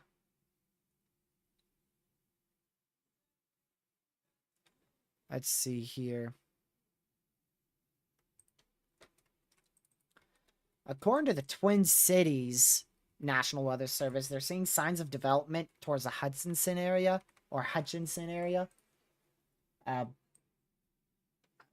I don't currently see anything notable yet, but we'll watch it just in case. They're saying they're seeing development of the potential of storms in and around this area here, which will track towards the Twin Cities, pointing off to the southeast generally in this area, which is right at the low pressure, so that would make sense. But at this exact moment, I don't see that. And if that does happen, no model predicted it, so we'll see. 00Z is rendering it should be slightly finished there. And it actually does initiate a supercell over the Twin Cities at 10 o'clock. Interesting. Can you highlight the area that you believe will explode once the low pressure hits the storms? So this is my thoughts. I am watching. Let me look at the satellite really fast, just so I can see that low pressure. So your low pressure generally in this vicinity, actually a little bit more east, generally in this vicinity, moving eastward. Your cold front's going to be right at that area. Again, this is the general outline of your cold front. It's probably a little bit more to the north, honestly. But in about, at the most an hour, we should see these storms begin to explode. The low pressure will probably still be further to the west once those explode. But that's where I think storms will get exploding there. I don't know exactly where that low pressure is. It may be back here with a cold front like this, moving off to the east. But regardless, that low pressure is going to act as a forcing mechanism. And remember, the cold front doesn't have to be right on top of the storms for them to fire. But I'm expecting them to really fire up in and around this area here, generally. The Derecho is possible. It should potentially begin exploding towards, what did I say? 10:30 Eastern. 10:30 Eastern. What is the abbreviation for the alert? You're waiting for this big storm. I'm not. Oh, the MCD. An MCD is a mesoscale discussion. Basically, that is the Storm Prediction Center highlighting an area for the potential of a watch to be issued. Once that gets issued, then they'll give a big description on what they anticipate and what type of watch we'll see. After that, they'll issue a watch shortly after that MCD, and then those storms will explode. So MCD stands for a mesoscale discussion. It's the SPC highlighting an area of potential weather.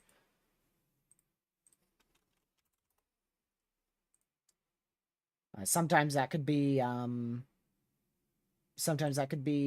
snow, severe weather, a number of things.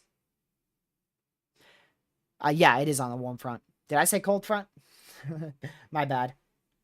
Yeah, your low pressure, I just looked at it. Your low pressure is right about here. And yes, it is a warm front that extends in this area generally. And then your cold front is actually back here. And then you have an occluding front that goes back up in this area where these storms have fired.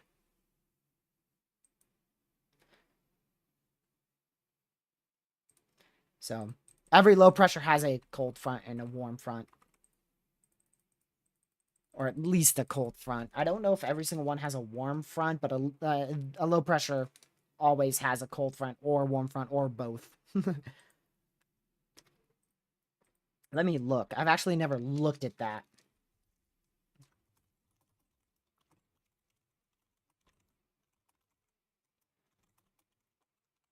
A warm front and a cold front.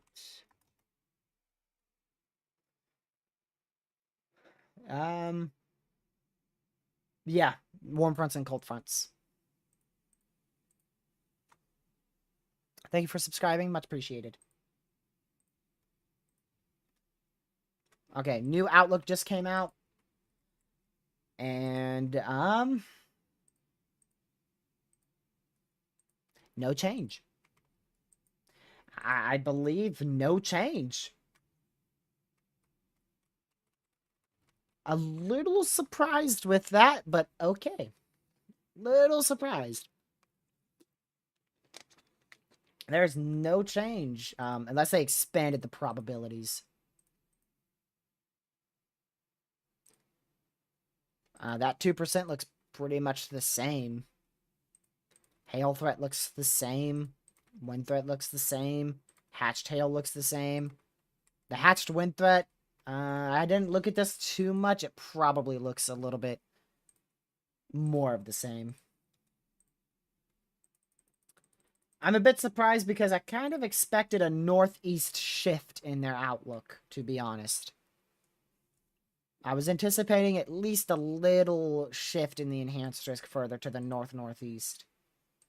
Just because of the new model guidance, so I'm a little surprised by that. I'm not surprised that they didn't do a moderate, because it's just uncertainty with that. I wish I could read the discussion on this, but I can't, so we gotta wait until the Outlook is out on the SPC page to read that. Oh, actually, I might be able to read it on this website. Text product. Yes. Much of the previous forecast remains unchanged with only minor modifications. Several areas of scattered thunderstorms are ongoing over and north of the Red River Valley and upper Midwest. Scattered supercells ahead of the occluding front over northern Minnesota should continue eastward with the risk of damaging winds and hail this evening before slowly beginning to weaken as they encounter decreasing buoyancy near the Lake Superior area. Farther to the south, let's skip through all this. Uncertainty is also evident in the late afternoon CAM guidance. But most guidance now does indicate some form of relatively intense MCS forming along the front in the time frame of 10 p.m. to midnight Eastern time, with 5,000 to 6,000 instability and moderate effective shear in place. A swath of significant damaging winds remains possible over portions of eastern Minnesota and much of central and southern Wisconsin. Though the substantial uncertainty, we will maintain an enhanced risk level 3 for wind probabilities, with minor adjustments to the level 2 slight risk over portions of Michigan, where storms may persist through the end of the consecutive period. Sounds like we might have had a little expansion. What? Expansion. Holy moly, I just forgot the word. Expansion to the slight risk out here in Michigan. So we'll see. I didn't really notice that. But the outlook remains pretty much the same. Let me see if I can compare the two here. This one. Oop, not that one. And let me go over to... Okay. Okay, here's your new outlook. Here's your new outlook. So here's the comparison. Old outlook, new outlook, old, new, old, new. So that slight risk shifted a bit more to the east and northeast. So I was wrong. They actually did expand that into the peninsula of Michigan a bit more. I know someone asked about that. They did actually expand that slight risk into your area. It's still an expected MCS with the potential of a derecho, yeah. And they did actually expand the tornado probabilities more to the northeast too. I thought they did, but I couldn't really tell. But they did expand that more to the northeast like I thought they would, so that is exactly what I thought they would do. The hail threat, really the same, just a bit of a trim and a disextension. The wind threat, they did move the hatched more. Okay, so they did expand the risk more to the north, just not the enhanced. They expanded the tornado threat and the slight risk, significant slight risk more to the north, but they didn't include an enhanced risk more to the north. I was thinking they may shift the enhanced more north, but instead they just went ahead and issued a more significant threat for damaging winds to the north. So they shifted it just a bit more to the north. So, yeah. That wind threat is a little bit more to the northeast. If you're in this green area, that's where we're talking about 70 plus mile an hour winds today. And then you can overlay that with the orange area specifically. If you're in that orange area, that's where we're talking about 90 to maybe even pushing near 100 mile an hour winds tonight.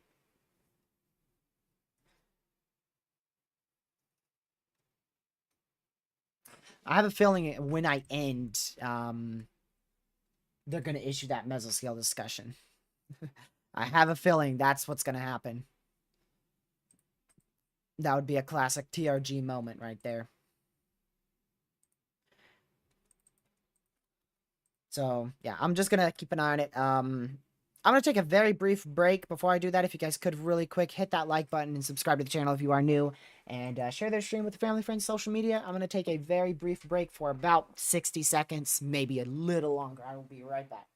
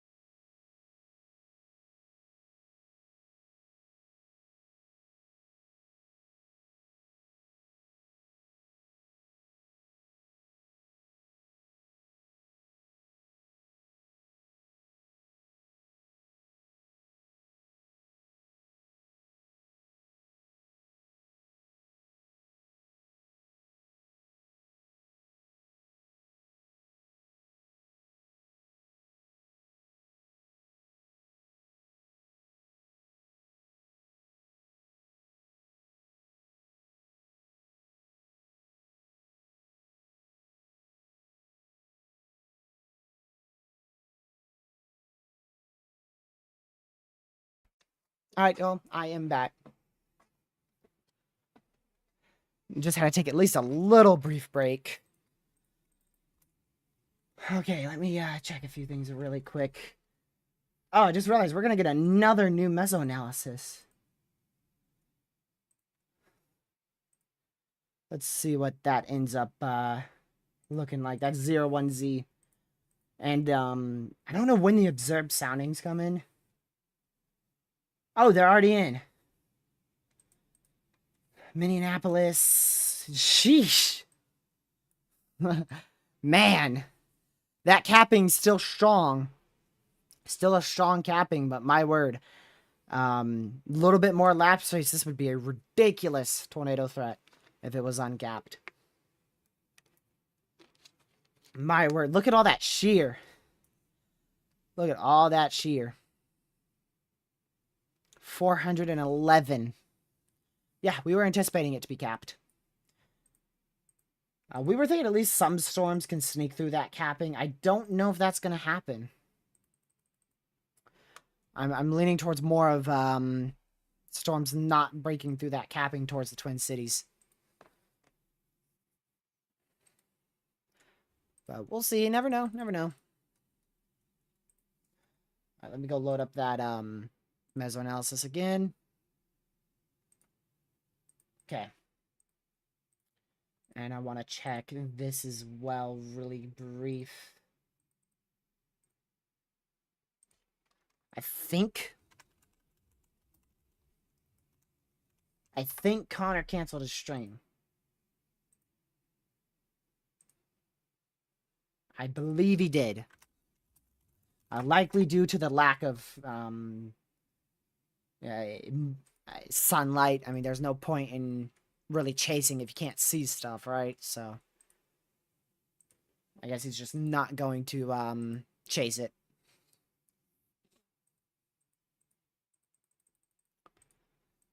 But yeah, we're just gonna wait. I'll just stay with y'all for a bit longer. I'm clear to stay for at least another 50 minutes, so why not just stay here?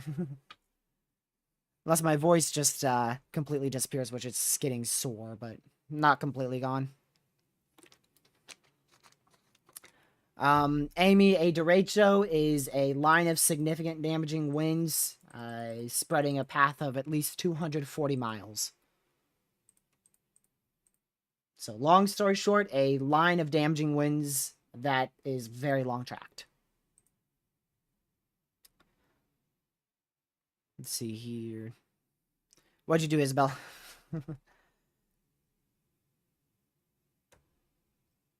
Yeah, I came back. Were you not anticipating me to come back? I only need very short breaks. I don't need crazy breaks.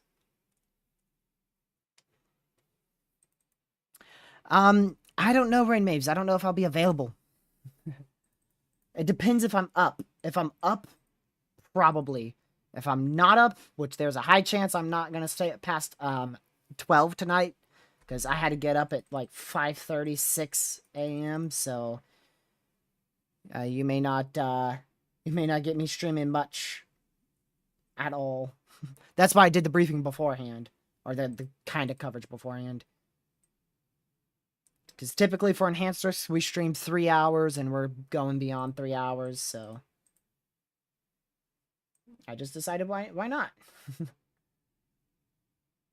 Yeah, those updrafts are already failing out there. They're attempting to fire, but they're just falling right apart. The capping is just going to be too much for them. I really don't think we're going to see anything with that. So again, we did just get our new outlook. The entire risk was maintained and even shifted a little bit more off to the east and northeast for the potential of more significant damaging winds in northern and northeastern Wisconsin. We do have some significant severes currently ongoing out here in South Dakota for the potential of 1.75-inch hail on a few of these. They're in and around the Rapid City area in southwestern South Dakota. So if you are in Rapid City, South Dakota, make sure you are indoors away from doors and windows, as that is a significant severe heading your way.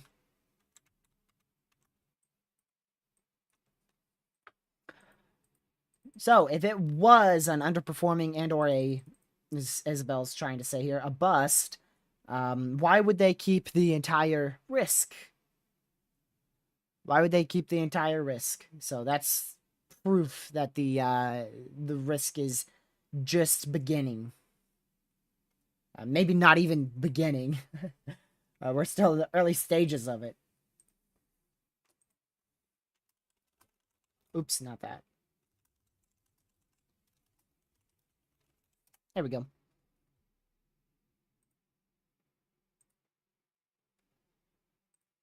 So we'll just wait.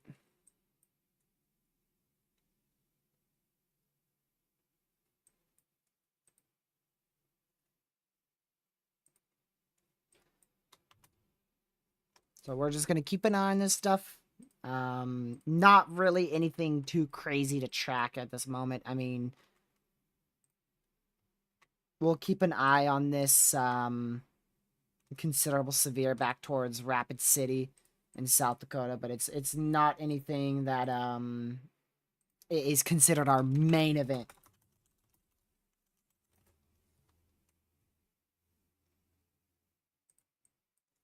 So it's a waiting game. I'm really just waiting for the MCD. That's honestly, that's the one thing I want to see. All I want to do is see the MCD, and that's really it. I want to see the MCD and maybe if it doesn't take too long, the severe watch.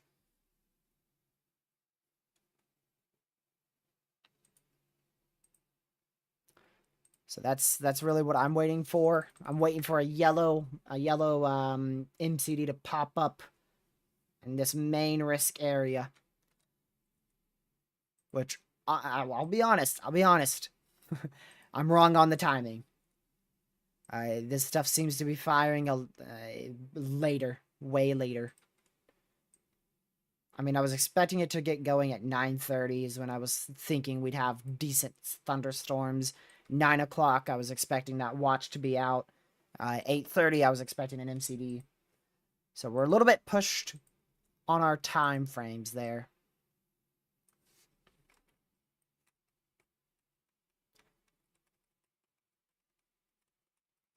Let's see.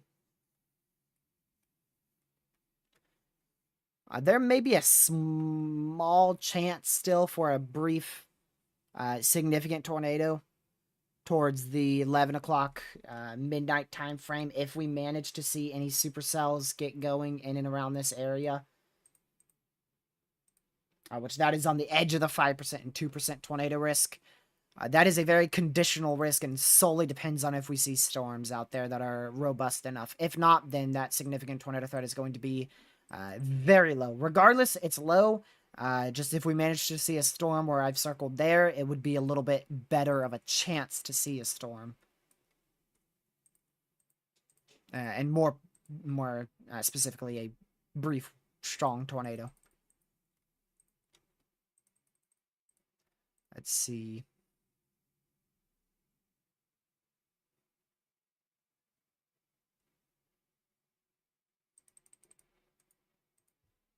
So still significant winds are on the table today. But the primary threat, again, we're not expecting the potential for, 90, maybe even possibly 100-mile-an-hour winds. That stuff should really be kicking up towards 2 a.m. Eastern. Maybe even 3 a.m. Eastern, now that it's taking a little bit longer. Considering this initiation isn't firing yet, it may even be 3 a.m. Eastern before the primary threat.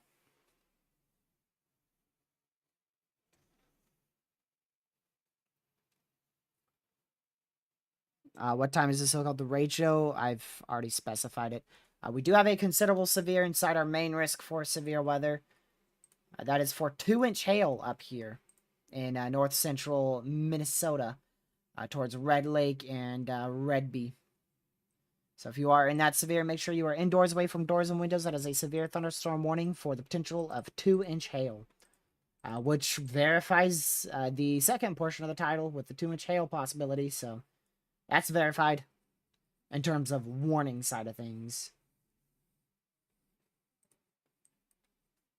It's gonna be very early, James. So yeah, I mean, if you go to work at like 6 o'clock in West Michigan, you'll probably have a bit of a wind threat right around that time.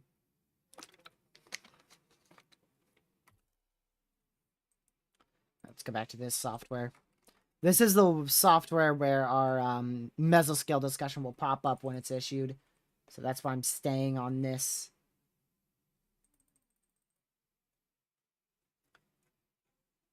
I'm trying to get a better idea of when we may see these cells fire. The SPC now anticipates after 10 p.m. Eastern for storms to get going.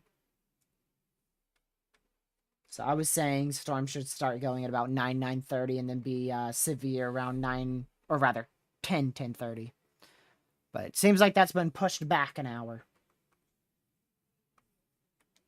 And that's probably going to affect the timing of storms. I've said to some of you guys it may be an hour later for some of those zip codes and things I did for central Wisconsin. And maybe just an hour later. Madison, Wisconsin. Let me see.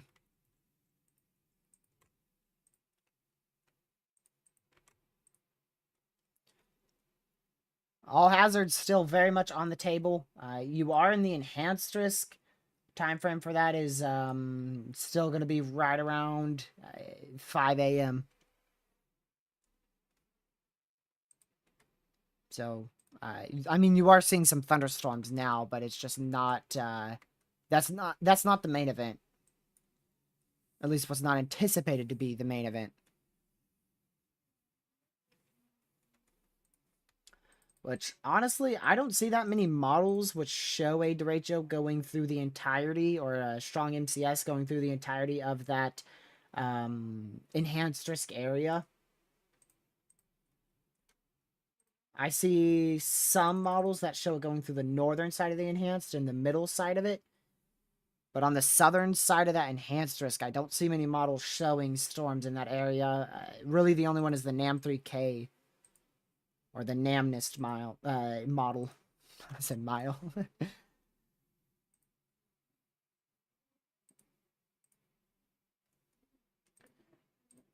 The instability is being underdone on not only model runs, but also on the meso analysis.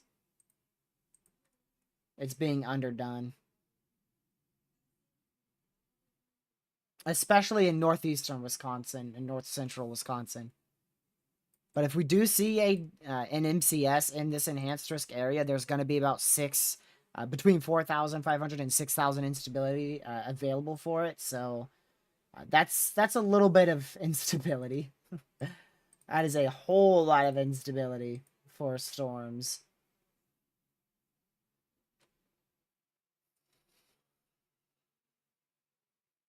An MCS, I suppose an MCS typically doesn't have as many tornadoes as a QLCS.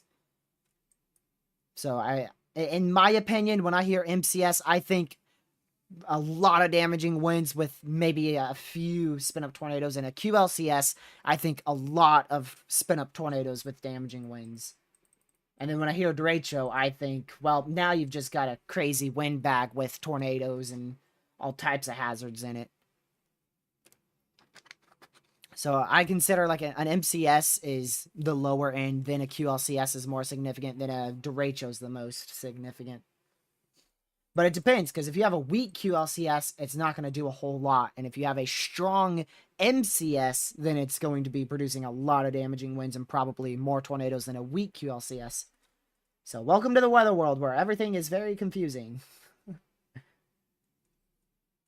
That's what it's all about. Confusion. Sure feels like it. I'm still trying to wrap my head around most of the weather stuff, too. I definitely don't know everything in weather.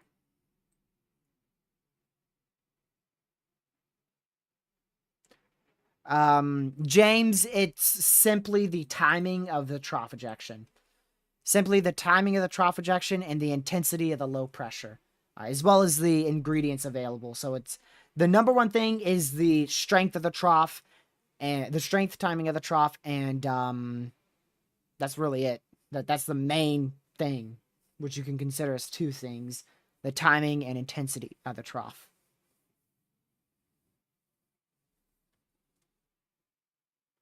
Timing and intensity.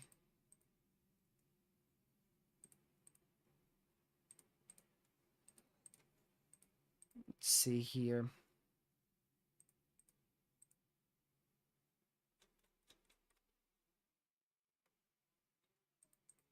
All right, so we'll continue to monitor this. Once again, not a whole lot happening inside that main risk, once again. So just monitoring the significant severes towards Rapid City and South Dakota. The severes in the radar hole up here towards the Red By area in north central Minnesota. And I guess we'll be keeping an eye on that severe watch in southern Wisconsin, northern Illinois. But those storms are now sub-severe. I'm honestly, I'm a little unsure why they even issued that watch, because that stuff really never had the best environment going for it. Really not anticipating much activity unless it's on the cold front, warm front out here.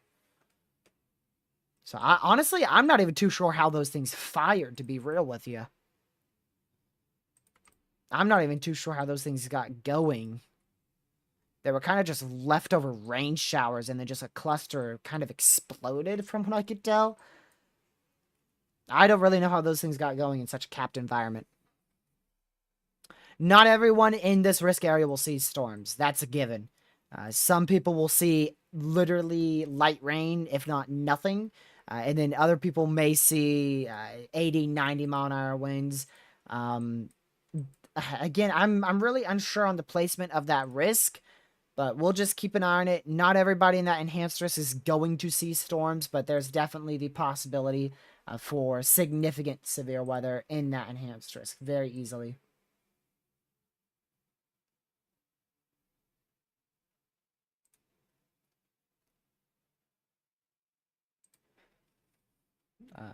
Okay. Sorry, I was checking something again. So there's your wide view of the risk. Again, we still have that marginal level 1, slight risk level 2, enhanced risk level 3. They did not introduce that level 4, moderate risk for severe weather, which I, again, don't blame them, because confidence is an issue today, big time. They did expand that wind threat just slightly. It now encompasses portions of Green Bay and northeastern Wisconsin, and more in northeastern Wisconsin as well. There is the potential for 70 plus mile an hour winds out there, which we were already saying that beforehand. They just didn't have the hatched out there, whereas now they do have the hatched out there, as well as some of that area is inside the 2% tornado risk, as I anticipated. So a little bit of a northeast extension of the significant damaging wind threat, as well as the low-end tornado potential in northeastern Wisconsin, but no upgrade to an enhanced risk there.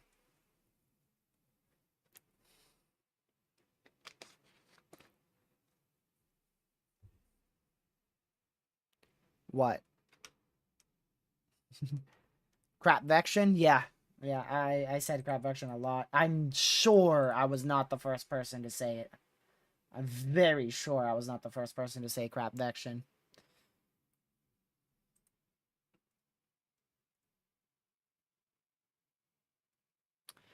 Let's see. We've had a ton of rain recently. Is that worse for potential tree damage? Yeah, unfortunately. That's not a myth. If you get a lot of rain before a wind threat, it's a lot more, trees are a lot more susceptible to flying, gracious, not flying, but falling over. Flying trees, I don't think we'll see flying trees today. I wouldn't rule out flying trash cans, but flying trees I don't believe are going to happen. Now, falling trees, that is a possibility. We did just see a tour possible severe get issued out here in Big Falls in north central Minnesota. So if you are inside the severe thunderstorm warning up here, this yellow polygon right here, make sure you are indoors, away from doors and windows, and very close to your safe spot, just in case we see a tornado warning with this.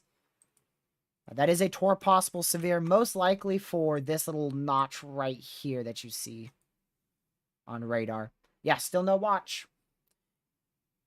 North of Chicago, yeah, there is some thunderstorms happening. Most are sub-severe, meaning they're below 60-mile-an-hour wind threat. So just a lot of heavy rain, maybe some very small hail, and marginal gusty winds up to 40 to isolated 50-mile-an-hour winds with them. But most of that threat should be rain.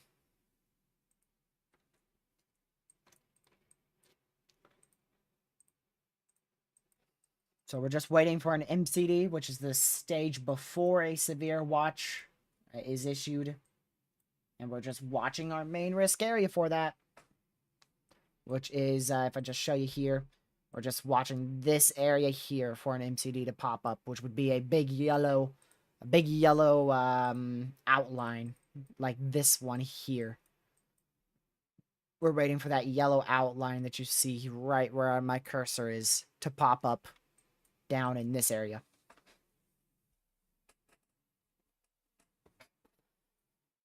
Welcome back, Caleb. I'm still live. I'm still live. I'm still live and I'm still alive too. Kind of. I don't know how alive I am.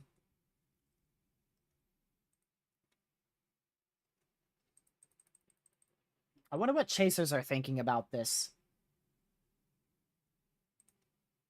Well, shoot. I think the Weed Whacker's the only chaser live. From what I see here. I bet all he's saying is cap bust, cap bust, cap bust.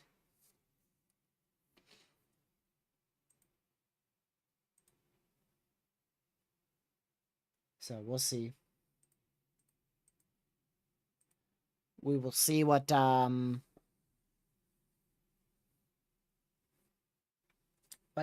Weed Whacker's wanting to do here. Ain't nobody talking on his feed, so can't really update y'all on what the Weed Whacker's thinking here. Oh yeah, the cap's gonna stay there. We were anticipating the cap to stay. We thought there might have been a little break, or there may be a little break in the capping out towards the Twin Cities for an isolated supercell. That still appears possible over the next hour and a half.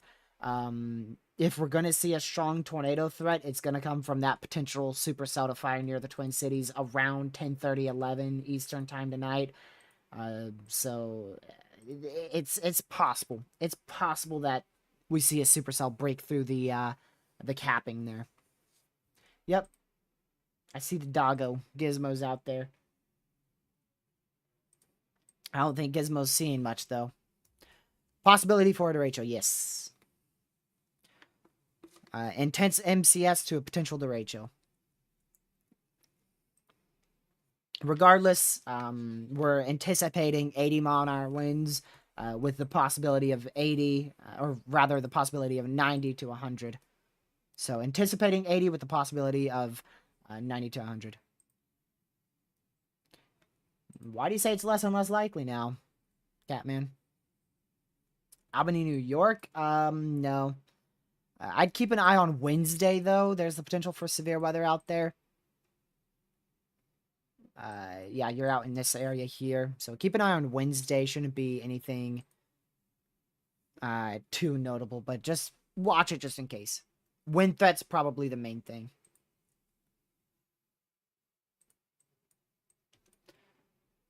Let's see.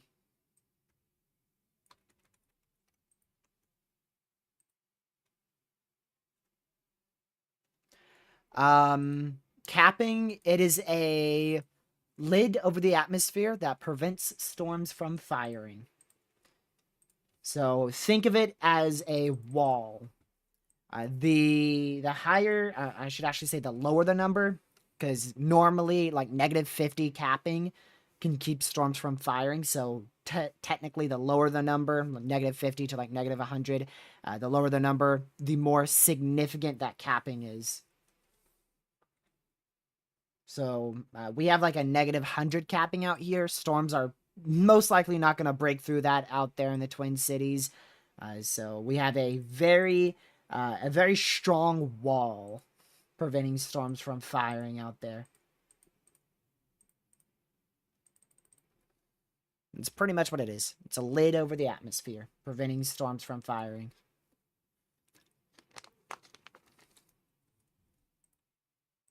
Let's see here.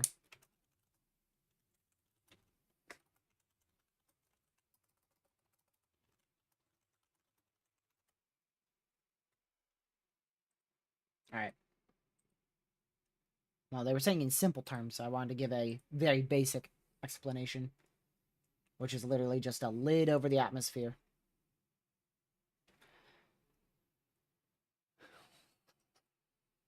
Let's see. Chicagoland area. Now, does that mean Chicago, or is that an area I'm not familiar with? That might be an area I'm not familiar with.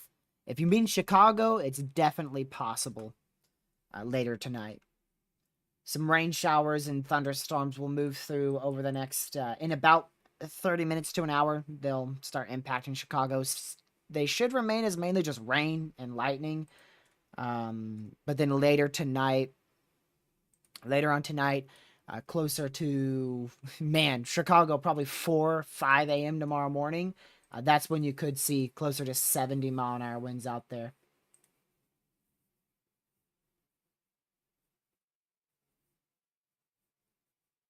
So main event should be late tonight, but there's a chance that storms don't hit you.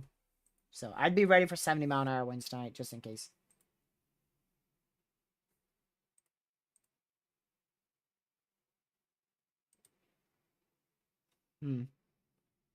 Apparently, according to Twitter, the capping's breaking. There is a negative 114 capping in place, but apparently it's breaking. We went from like negative 50 to negative 114 in the matter of 3 hours. That, if you don't know, that means the capping's building in. The capping's getting stronger. Storms are less likely to form. But according to Twitter, it means the cap's breaking.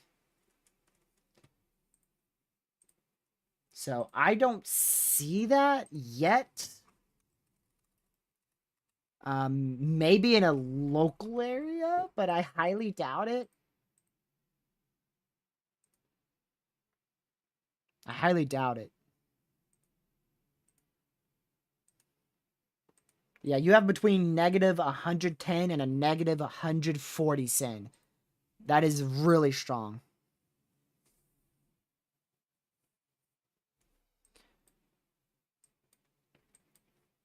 Yeah, tornado threat's definitely low. I still wouldn't rule out a tornado being a solid possibility near the Twin Cities, just around the time frame around 11 o'clock Eastern, 10 o'clock Central. That is if storms get going, which I highly doubt, honestly. I don't think we'll see storms explode towards the Twin Cities. I feel like it's going to be more to the east. Welcome, weather on the go. Yeah, that capping's too strong. But I mean, Twitter says it's lifting. Twitter says it's starting to break. The SPC anticipates significant damaging winds beginning to occur closer to 10 o'clock. Or not 10 o'clock, my bad. Yeah, 10. Yeah, 10. 10 is 0 to Z. 10 o'clock. 10 o'clock to midnight. Yeah, weather on the go is just a celebrity in the chat. That's all. Let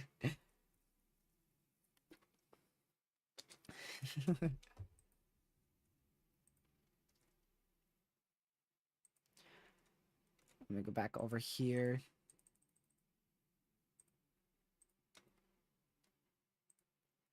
I want to quickly check mesoanalysis. I don't know if I did a full in-depth look at that here on the 0-1Z analysis.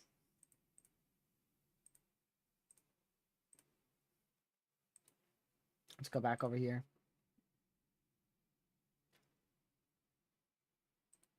Yeah, that capping is strong. I don't know why anybody thinks that's lifting. Actually, according to mesoanalysis, it's negative 200 to 250, which is even stronger than what I was saying from the observed soundings. So I don't know why models initiated storms at 6 o'clock. That's not what I was anticipating. I'm anticipating them. I was expecting them to fire now, honestly. Between 9 and 9:30, I thought storms would start firing. So they are a little bit later than I thought. Great. What'd you do this time, Isabel? Oh, yeah, I already saw that. Yep. I actually saw a better environment than that. There was actually a better environment than that. You may not believe me, but we looked at a better environment than that today.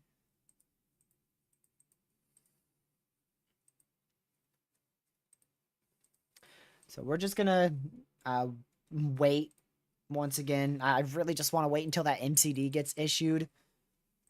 We are approaching 300 likes, so if you guys haven't already, if you want to hit that like button, it goes to push us out a little bit more and supports the channel.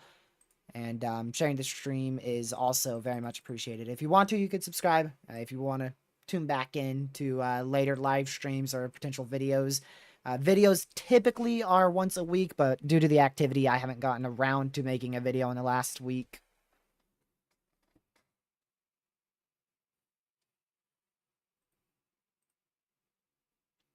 Let's see here.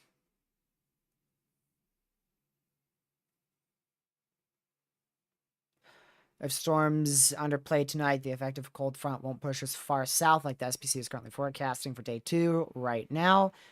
So that slight may shift further north in later updates depending on tonight. Yeah, you're talking about tomorrow. Tomorrow's main threat. I don't even know where the slide is, I'm going to be honest. I haven't even looked. That slight risk is not too bad. I I wouldn't rule out a little slight nudge to the north.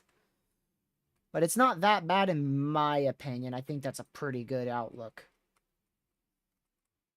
Also based off the newest guidance, but it's definitely possible they shift it more north. That's 100% a possibility. It's funny how people who hate the live streams decide to watch. I like that. I like that haters watch the live streams. Because all you're doing is supporting me more by watching it, even if you think you're hating on it. All you're doing is supporting me. So keep hating.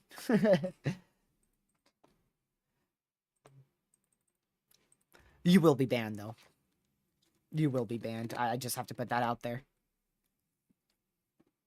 You could still watch, but you will be banned from chatting and commenting.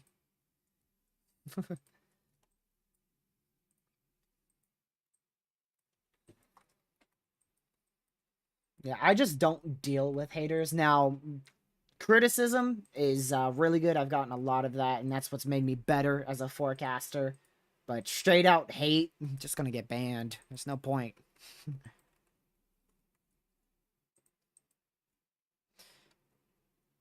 Why hate watch? Yeah, really. I mean, it supports the channel. Like I said, I won't fuss about it. You're gonna be banned if you hate, but like I said, straight hate would be banned.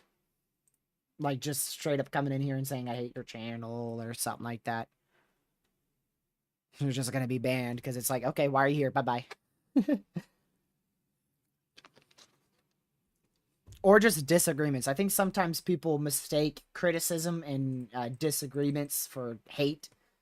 Like earlier in the live stream today, somebody was talking about they don't think that we're gonna see Derecho today, which is a possibility. I'm not gonna ban you for disagreeing. It is possible that we just don't see a Derecho today, which is, I mean, it's possible we see one, but it's very possible we don't see one. We're not expecting a Derecho. It's possible we don't even see an MCS today. Although that scenario of us not seeing an MCS is unlikely. Wow. South Dakota's kind of popping off here for a marginal. We've got a lot of significant severes out here. 1.75-inch hail. We've got tennis ball sized hail on this one.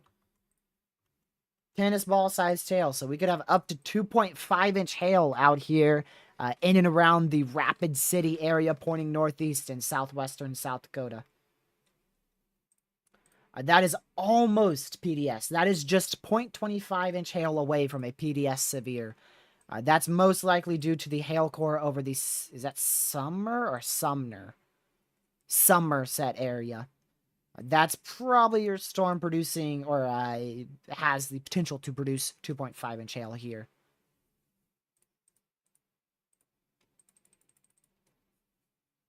I feel like we need something on the corner of the screen. Which corner?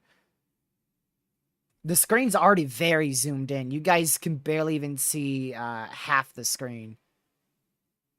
Like, okay, let me mark the exact half screen. This is generally, oh, it kept drawing. This is generally it's gonna keep drawing.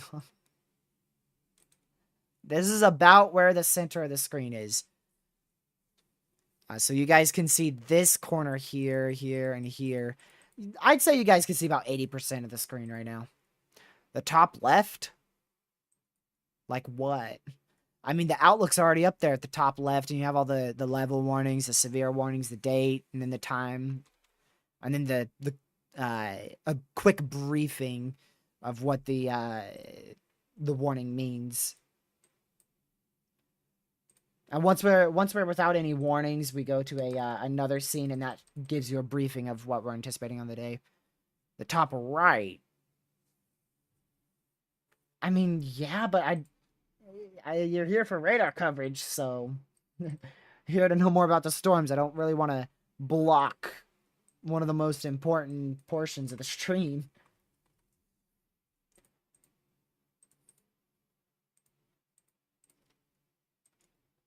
I could crowd it a lot more though, but then you're gonna lose your full screen. Caleb, I've thought about that so many times. I just don't know how to implement it without me having to manually press the button, and don't have a stream deck, so it would be very annoying. I would have to manually change the number every single time we get a warning.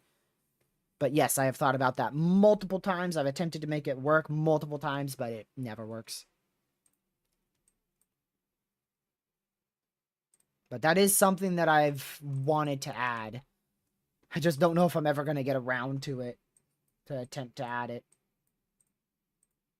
They did also cancel, or wait, did they cancel it? Or okay, they disextended it and downgraded this severe. It's no longer significant. Still stay indoors, away from doors and windows if you're out here towards the north central portion of Minnesota. This is north of Turtle River. I like that name. By about 6 miles. Turtle River. I wouldn't mind living there.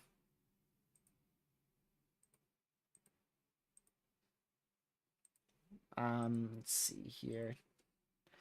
I just know. I know once we end, we are gonna see a mesoscale discussion discussing the potential for a watch. It's going to happen. It's what we like to call a TRG moment. Typically, it could range from anything of a tornado warning happening after we end, or mesoscale discussion, something new happening right when we end, within I think I said within a 15-minute period of me ending. Because really, after 15 minutes, it's like you've already finished. Yeah, speaking of tomorrow, I don't know when I'll be live tomorrow. What is it, a Tuesday? I will definitely be available. The stream time is uncertain. It will probably be around the realms of 6 p.m. Eastern. It just depends on when storms fire.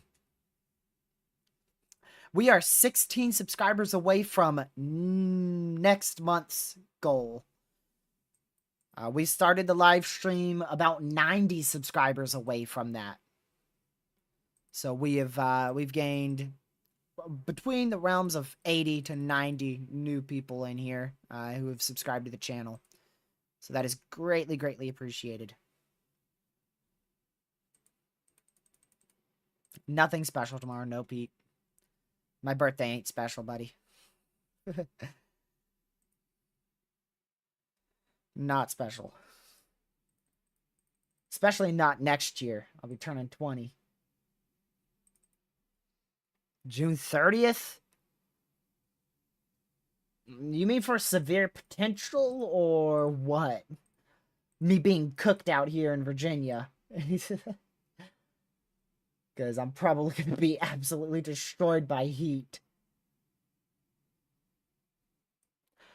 We never were expecting 100-mile-an-hour winds, rain waves. The potential for 90 to 100-mile-an-hour winds is definitely present tonight. We're anticipating 80-mile-an-hour winds.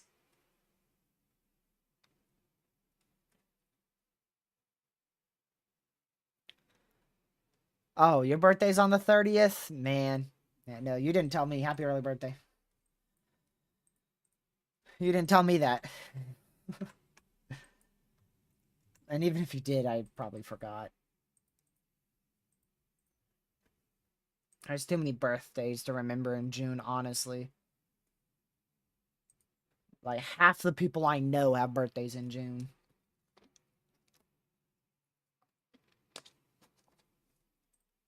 I think the Weed Whacker moved up to this storm in north central Minnesota.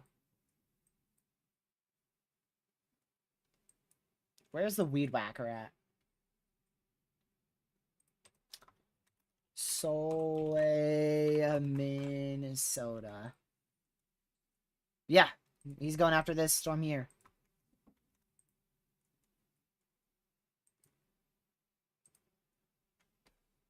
So we'll keep an eye on that. I'll keep an eye on Reed's feed, let you know if he sees anything other than, I don't know, cloudy skies. Still no MCD. I'm telling you, it's not going to happen until I end. If I don't end, uh-oh. This is now a particularly dangerous situation. Severe thunderstorm warning.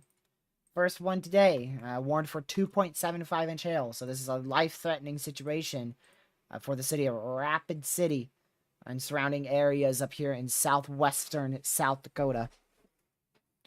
That is this box here. This box here is a PDS severe thunderstorm warning, life-threatening situation.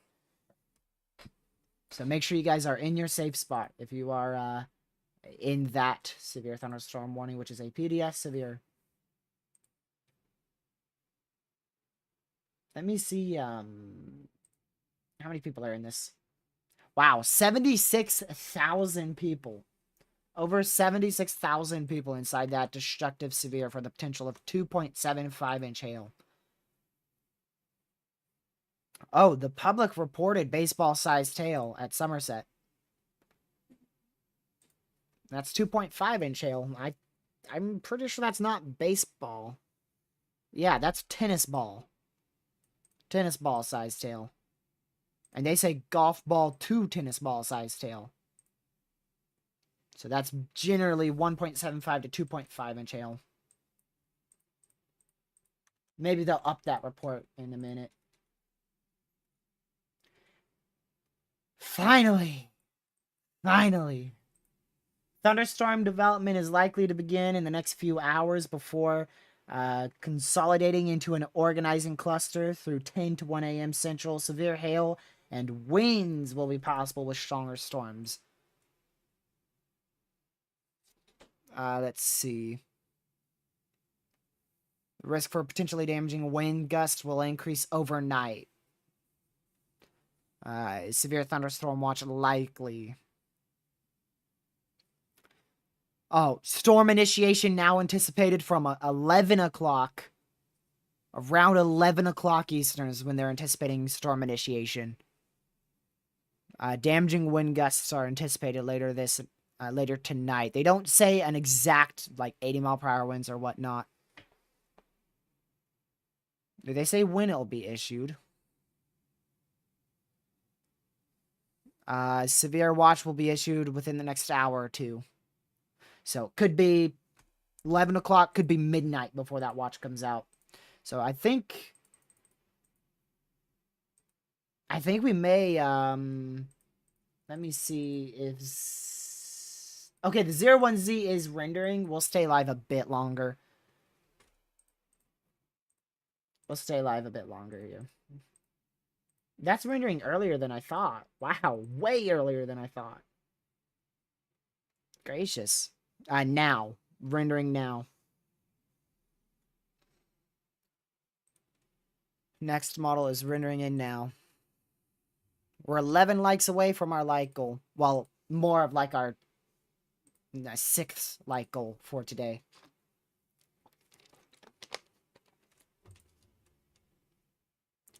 Your local NWS just posted an AI image again? Man.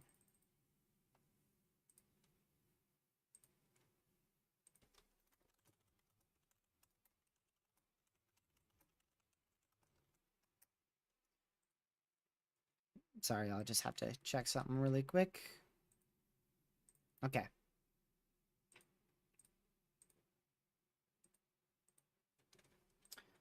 So yeah, there you go. Some storms are trying to fire. They probably won't really get going until 11. Apparently now 11. It's getting later and later, y'all. Later and later. So we're going to go for just a bit longer here. I want to see the new mesoanalysis and the new HRRR, which both will be out in about 20 minutes or so. But I'm not going to stay too much longer. So if you guys do decide to leave now, first off, thank you for tuning in. If you haven't already, hit that like button. And hopefully you guys are staying weather aware out there. This is, once again, the main area to stay hyper weather aware. And if you're in the yellow level, almost did one, the level 2 threat in the yellow or the level 3 threat in the orange. Also, keep an eye out if you're in that level 1 marginal risk. We currently have a life-threatening situation for 2.75-inch hail in that brown severe right there, or orangish brown, which is a level 1 threat. So that's a pretty rare scenario to see a life-threatening situation severe, which is considered PDS, in a level 1 out of 5.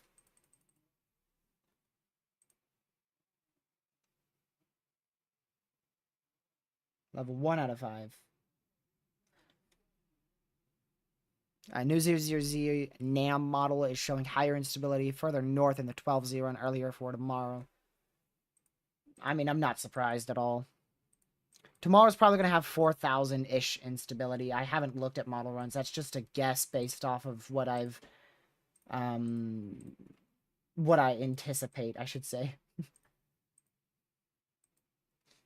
I'm going to go look. Well, the NAM 00Z has 5,700 instability. Yes, the SPC Outlook updated a while ago. It remained pretty much the same. Small tornado risk expansion to the east into Michigan, as well as a small expansion into northeastern Wisconsin.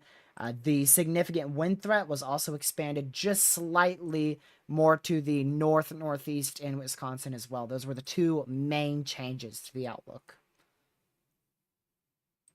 Oh, and they also cut off a small bit of the risk back here because the cold front's already moved through. And the severe threat's not going to happen more west than that.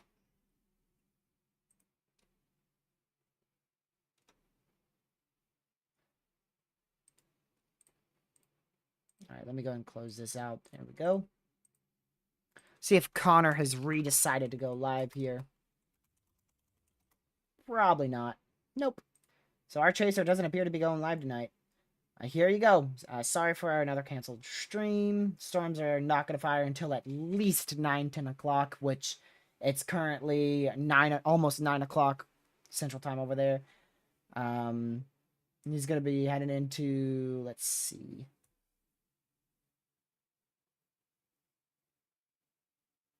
Okay, seems like he's done.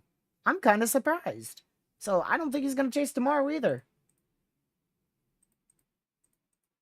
I'm kind of surprised. I don't think we're going to see Connor for a hot minute.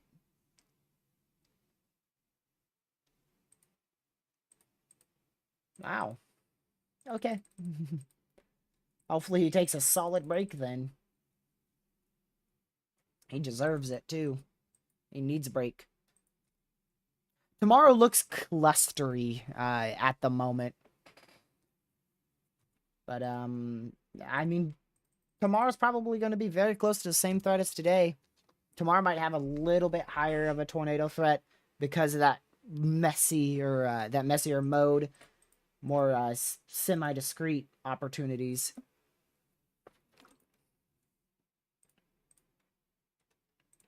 All right, let me look at that new HRRR just because I'm a weather enthusiast and I love to look at every last weather model.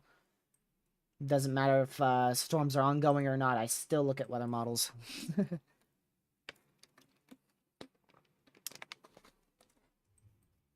Yeah, Connor deserves a break. 100%.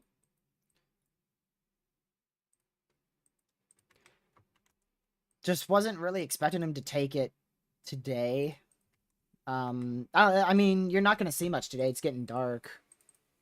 It's going to start getting dark out there, so it doesn't matter. The only thing that matters is he's getting a break. That's the only thing that matters. Plus, the tornado threats are low regardless. Most chasers are only out there to try to see the tornadoes, and of course, always help people impacted. But tornadoes are like the main thing that you're out there to see.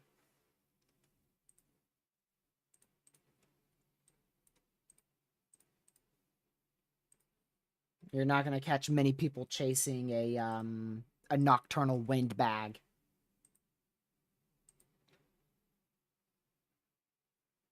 Just doesn't seem like fun. Doesn't seem like fun at all. I'm literally just refreshing the HRRR, by the way. I'm waiting for the next frame to come in. It's 3 frames in. Yeah, Radar Omega is not a very lag-free and bug-free app, honestly. There's a few features that are slightly broken on it, but they're improving. Today might actually be downtrending a bit.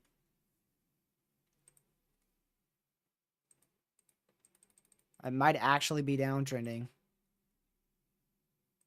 40% chance for a severe watch to be issued out there in South Dakota, as well as into northern Nebraska. We'll see what that new HRRR has to say compared to the 00Z HRRR compared to the current surface observations. And then based off of that, I'll give you guys my final thoughts on it. And then after that, which is about 30 minutes from now, we'll start concluding stream. 5 likes away from 300 likes, y'all.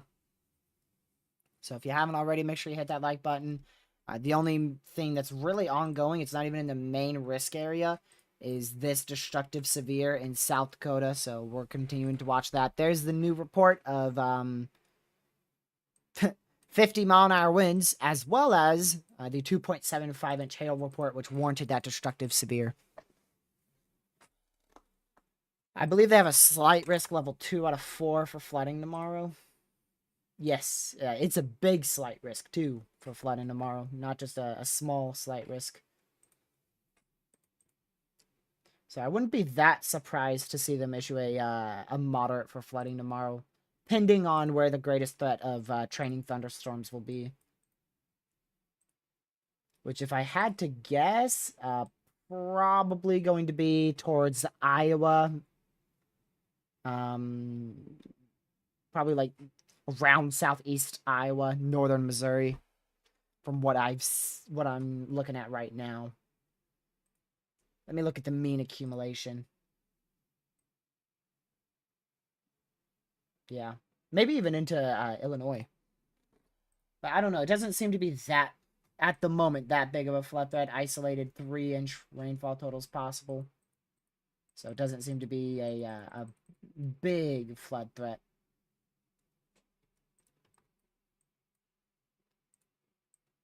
So watch will be issued after we end the live stream out in this general vicinity here where they have that area marked from the Twin Cities pointing southeast north of La Crosse.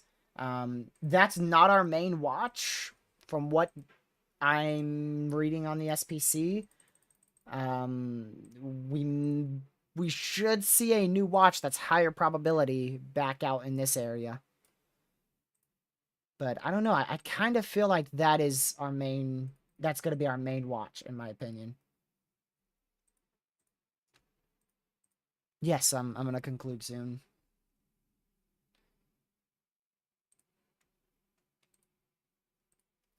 Two likes away from 300 likes. My apologies for counting it down so much. It's just right there. I definitely didn't expect to hit 300 today on this live stream. I think this is our third most viewed live stream. 1, 2, 3. Oh, it's either going to be the third or the fourth most viewed live stream. Let me see what this one on April 28th had. Currently, it's our fourth most viewed live stream, but if it gets just like just about 100 more views, it will become the third most viewed live stream. I don't even look at the euro, honestly. It's because I don't have any websites that have it as higher resolution, which I'll probably eventually buy a subscription to a site that has that, but at the moment, I'm just not that interested in it.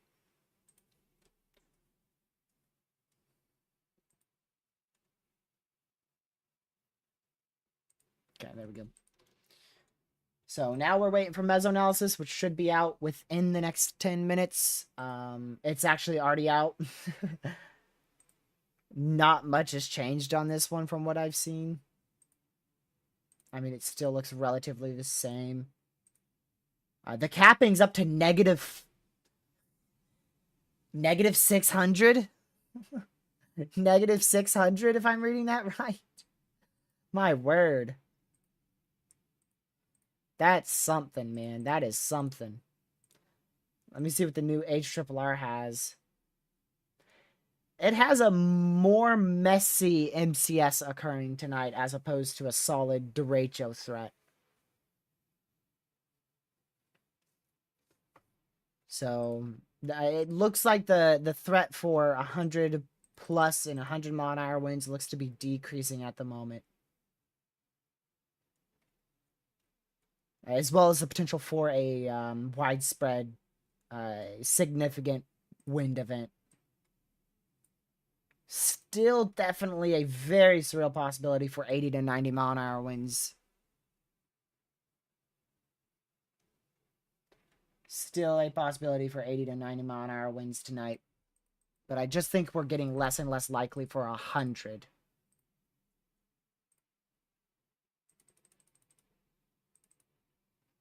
Yeah. Look at that. You want to take that back there? They're breaking through the cap. What's that? You gonna tell me that's not a storm? Making fun of me, and look what's there. That is a storm. Thinking I'm over here trolling or something. That's broken through the capping, and that is a bubbler. That's a full-blown thunderstorm already, actually. I bet it already has some thunder with it. Sure does. So, broke through the cap. These should be relatively messy for the first 2 to 3 hours, and then after midnight, they should grow upscale rapidly. And then we should be peaking with damaging winds between 1 and 3 a.m. Eastern. So I think the severe threat's still going to be minimal between now and midnight, and then it's going to really kick up after midnight. This threat took a lot longer to kick off than I thought.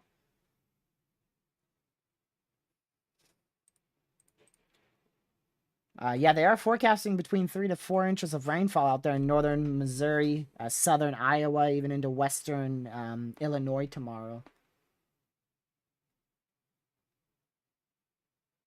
That's over the next 3 days, actually. My bad.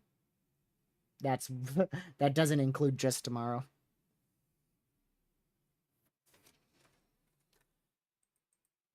Is that still destructive? Sometimes they downgrade these things in a split second. Still destructive. We're probably going to see that watch right after I end. What was the last thing I wanted to check? Oh, yeah, I'm going to keep waiting for the 01ZH to render on in. It still shows a strong MCS. But it is quite a notable downtrend, in my opinion, in terms of the widespread portion of it. The H still has nothing firing in the enhanced risk, so I don't know. We'll see. It's gonna be an interesting night, and I'm gonna be sleeping through it all. Yeah, it is possible, Caleb. Looks like some storms will be possible tomorrow. They look fairly messy, but still some isolated severe storms will be possible. Anytime between 11 a.m. Eastern, which is 10 a.m. Central, all the way until the morning of Wednesday.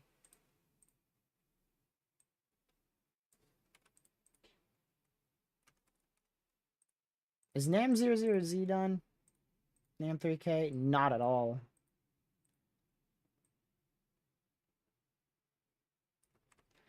So here's the NAM model for tonight. Kind of interesting. Shows multiple different segments of damaging winds along the most of the risk. And then tomorrow, it's just decides to flop out another significant MCS to possible Derecho there. Although I don't believe that. NAM tends to have a very big linear bias. I think we're looking at more of a clustery mode for tomorrow, but you never know. That is the NAM, though. And it does have instability over 4,000, so that would support derecho type conditions and damaging winds specifically.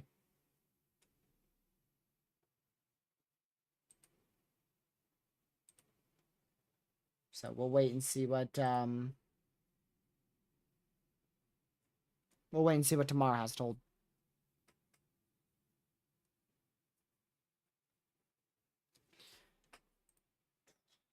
Okay. Well, we're just gonna stay live for a little longer, y'all. About 20 minutes. If you haven't already, hit that like button. It seems like we have yeah, we just hit 300 likes, so thank you guys so much for that. Greatly appreciated. Sorry I won't be live throughout a good chunk of this event. I'm just not going to pull an all-nighter for it. Not when the primary threat looks to be late. That did just go severe for 1.25-inch hail, 60-mile-an-hour winds. That is probably going to warrant them to issue a severe watch here shortly.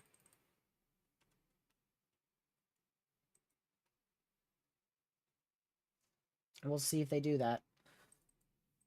If they do, it should be in the next 20 minutes. If not, it's going to be longer before they issue that.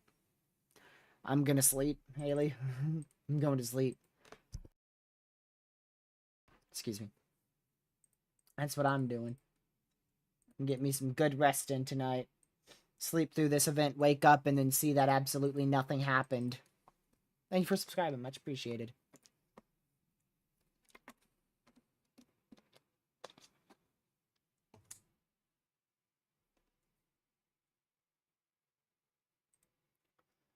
Let me go back over here.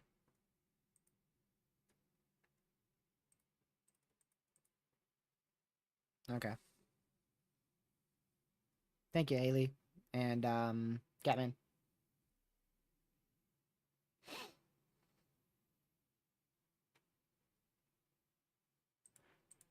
Oh, my bad. I didn't know you know the future. Whoever Caleb is not back is. Probably a troll account. Well, I finished my 3 bottles of water.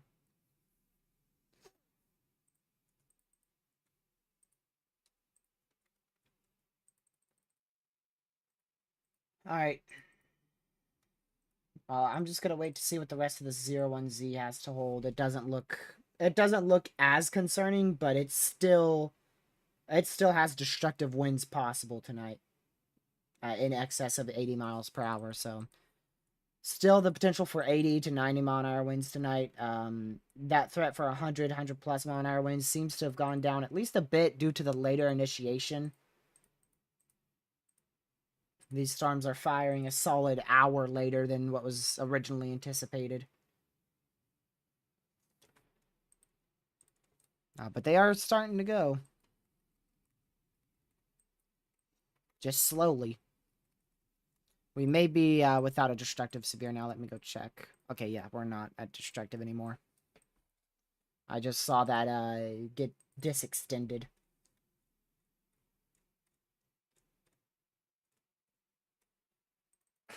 Alright, well, this is going to be a little bit of a quiet 15 minutes as we're starting to wind down the live stream. So make sure you guys are weather aware for the rest of the night.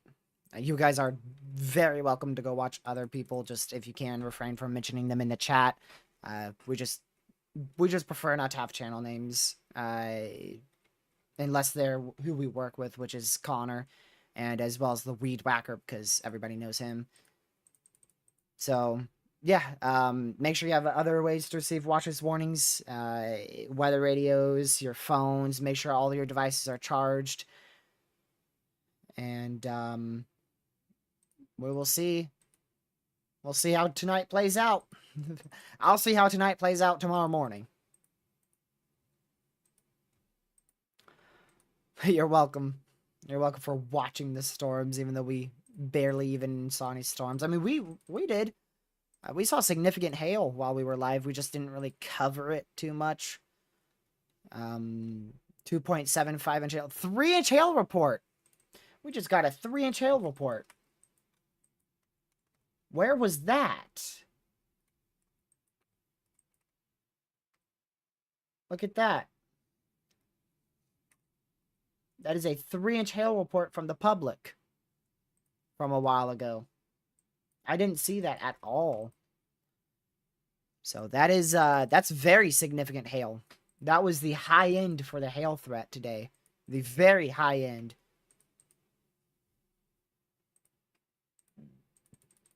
Which I don't know how the wind threat's going to play out. We could have anywhere between 60 to 100 mile an hour winds tonight. I wouldn't be shocked if we see multiple severes for 70 and we manage not to see a destructive, but I feel like it's pretty unlikely for us not to see 80 mile an hour winds tonight. Somewhere in and around that enhanced risk area. Watches have not been issued just yet. We'll see. We'll see. We'll see if they issue that in the next 14 minutes, almost 13 minutes before we close out the stream. They may not. I thought maybe they would because of that severe thunderstorm warning that was just issued. Oh, new meso analysis. It's what 02Z. I think I already looked at that, didn't I? I did, didn't I? Yeah. That's not the worst environment. It's just capped. That's really it. No, we're really just waiting for a good time to end, which is 4.5 hours in. Typically, we only do 3-hour live streams for these enhanced risks. We decide to do it before the main event, just because I'm not staying up. You know, if I was covering this, I would have started at 9:30, and that would mean that I'd have to go until at least 12:30, and I don't plan on staying up that late. Catman, the 28th. I still don't know if they're planning on releasing Outbreak on the night of the 27th, or sometime on the 28th. But whenever that releases, we will be doing a multi-hour live stream on the gaming channel, which you can find if you go to the featured pages or the featured channels on this channel. You just click the profile picture to go to my channel, and you just scroll down just a little bit on the home section, and you can see TRG Gaming, or you could just look up TRG Gaming on YouTube, or click the link in the chat if you want to subscribe to the gaming channel. Which that's not going to work because it's freaking YouTube. There you go. That will work. I love how YouTube always does that, man, to my gaming channel. It's probably because the @ handle is wrong or something, but I don't think so. If it is, it's YouTube's fault. Let me remove that other message. So we're just gonna wait here a bit longer, y'all. I know a few of y'all are leaving. Thank you for tuning in. It was greatly appreciated. Make sure you have other ways, once again, to receive watches and warnings tonight. At minimum, make sure your phone is charged and is on full volume, so that way if you get a warning, you will wake up to it. Unfortunately, I believe most phones won't notify you unless it's like a tornado warning. My phone only notifies me for tornado warnings and no other warnings at all, or like literally nothing else. So I don't know if that's just my phone's issue. Chip, it's not like I'm taking a 500-year break. I'll be back tomorrow. I'm not going anywhere yet. At least I don't plan to. You can always, if you want to talk to me that bad, contact me on Discord. There's a chance I'll respond. There's a chance I won't. Also, July 4th is not looking fun for my area. It looks like I could have up to 105-degree temperatures. Yeah, no thank you. No thank you. Let me see if that's still there. Yep. Still there for up to 105-degree temperatures in Fahrenheit, of course.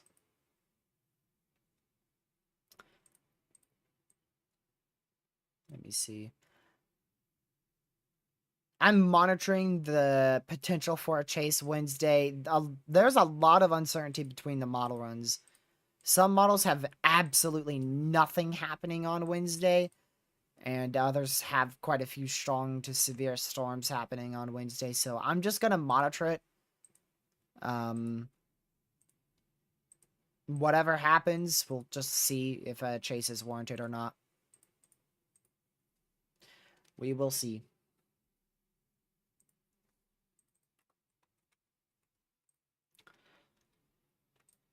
No watch. They may take a little while more to issue that watch.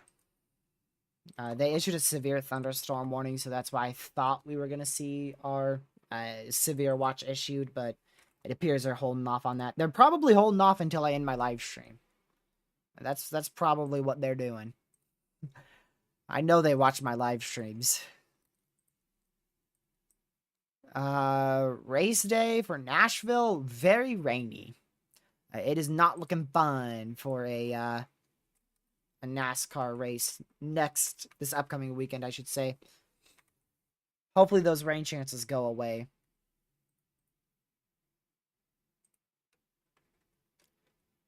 But yeah, most ensembles and model runs are showing rain for Sunday, so it doesn't look the best for racing.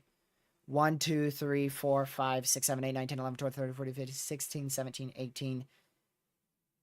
18 out of the 20 ensembles have it raining on Sunday race day, so not looking that favorable for a good chase day.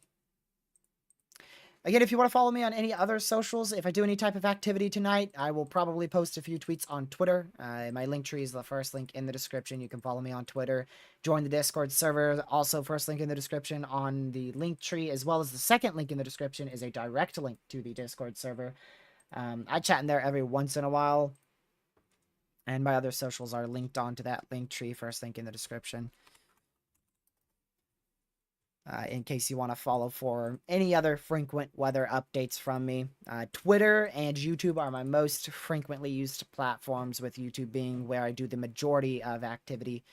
But recently, Twitter has been growing rapidly, very rapidly. I began 2024 with a little under 300 followers, and I'm closing in quickly on 2K there on Twitter. So I appreciate everybody for supporting the live stream today. I really hope that you guys are weather aware. Again, the threat is just going to begin when we end this live stream due to the overnight threat. This was an anticipated, quote, briefing for the potential of severe weather today. 4.5 hours isn't really that brief, in my opinion, but hey, all that matters is that I went live today, and the funny thing is, I really wasn't sure if I was gonna live stream today. I mean, I came home and I was like, you know what? I said if I felt okay, I'd stream. So, boo. Here I am. Here I am, keeping my promise. Which I'm pretty good at keeping those. Unless something crazy happens. But anyways, this is gonna be our subscriber count currently. Again, if you guys haven't already, if you can, share the channel with your family, friends, social media, help spread weather awareness. Hit the like button on today's live stream. Even if you wait until this live stream's done, likes still help this push. It still helps this live stream get pushed out to more people. YouTube typically pushes these live streams out 24 hours after I end as well. So typically they do go out to more people. At least letting people know what weather is heading their way. But always take note of the time and date on these live streams. No matter what live stream you watch on this channel, take note of the date and the time, as well as in the description. Make sure that date matches as well, because there has been a few instances where I just straight up forget to change the date or go one day into the future. So thank you guys for all the support. This is going to go down as the 3rd most viewed live stream on the channel, so I really, really appreciate it. Massive shout out to pretty much all the mods for sticking around and modding chat. Current subscriber count is 6,491. We began with a little over 6,400, so we've had between 85 and 90 people subscribe today. You can see that big jump in subscribers. Thanks to you guys. We started the day at 6,405, and we'll probably end with about 6,400 unless we get a spike of subscribers here. So outro music will begin in approximately 1 minute and 30 seconds once we switch our scenes. Make sure you are just staying weather aware if you are anywhere in the yellow and orange area. Also including if you're in the green area back out here for that potential hail threat to develop. So a few areas to keep an eye on. Make sure you have multiple ways to receive watches, warnings, and advisories tonight. Make sure you have a weather radio. Make sure all your devices are charged. You could, of course, go find more coverage on YouTube. I'm not going to send you guys anywhere because I can't. But yeah. I will definitely see you guys in tomorrow's live stream when I go live. Currently planned for around 6 o'clock. And yeah, we're about to conclude now, Legacy. So there you go. If you guys want to subscribe, last few seconds to subscribe before I pull this on away and we begin ending. I'm going to have a bit of a flash warning in the background there.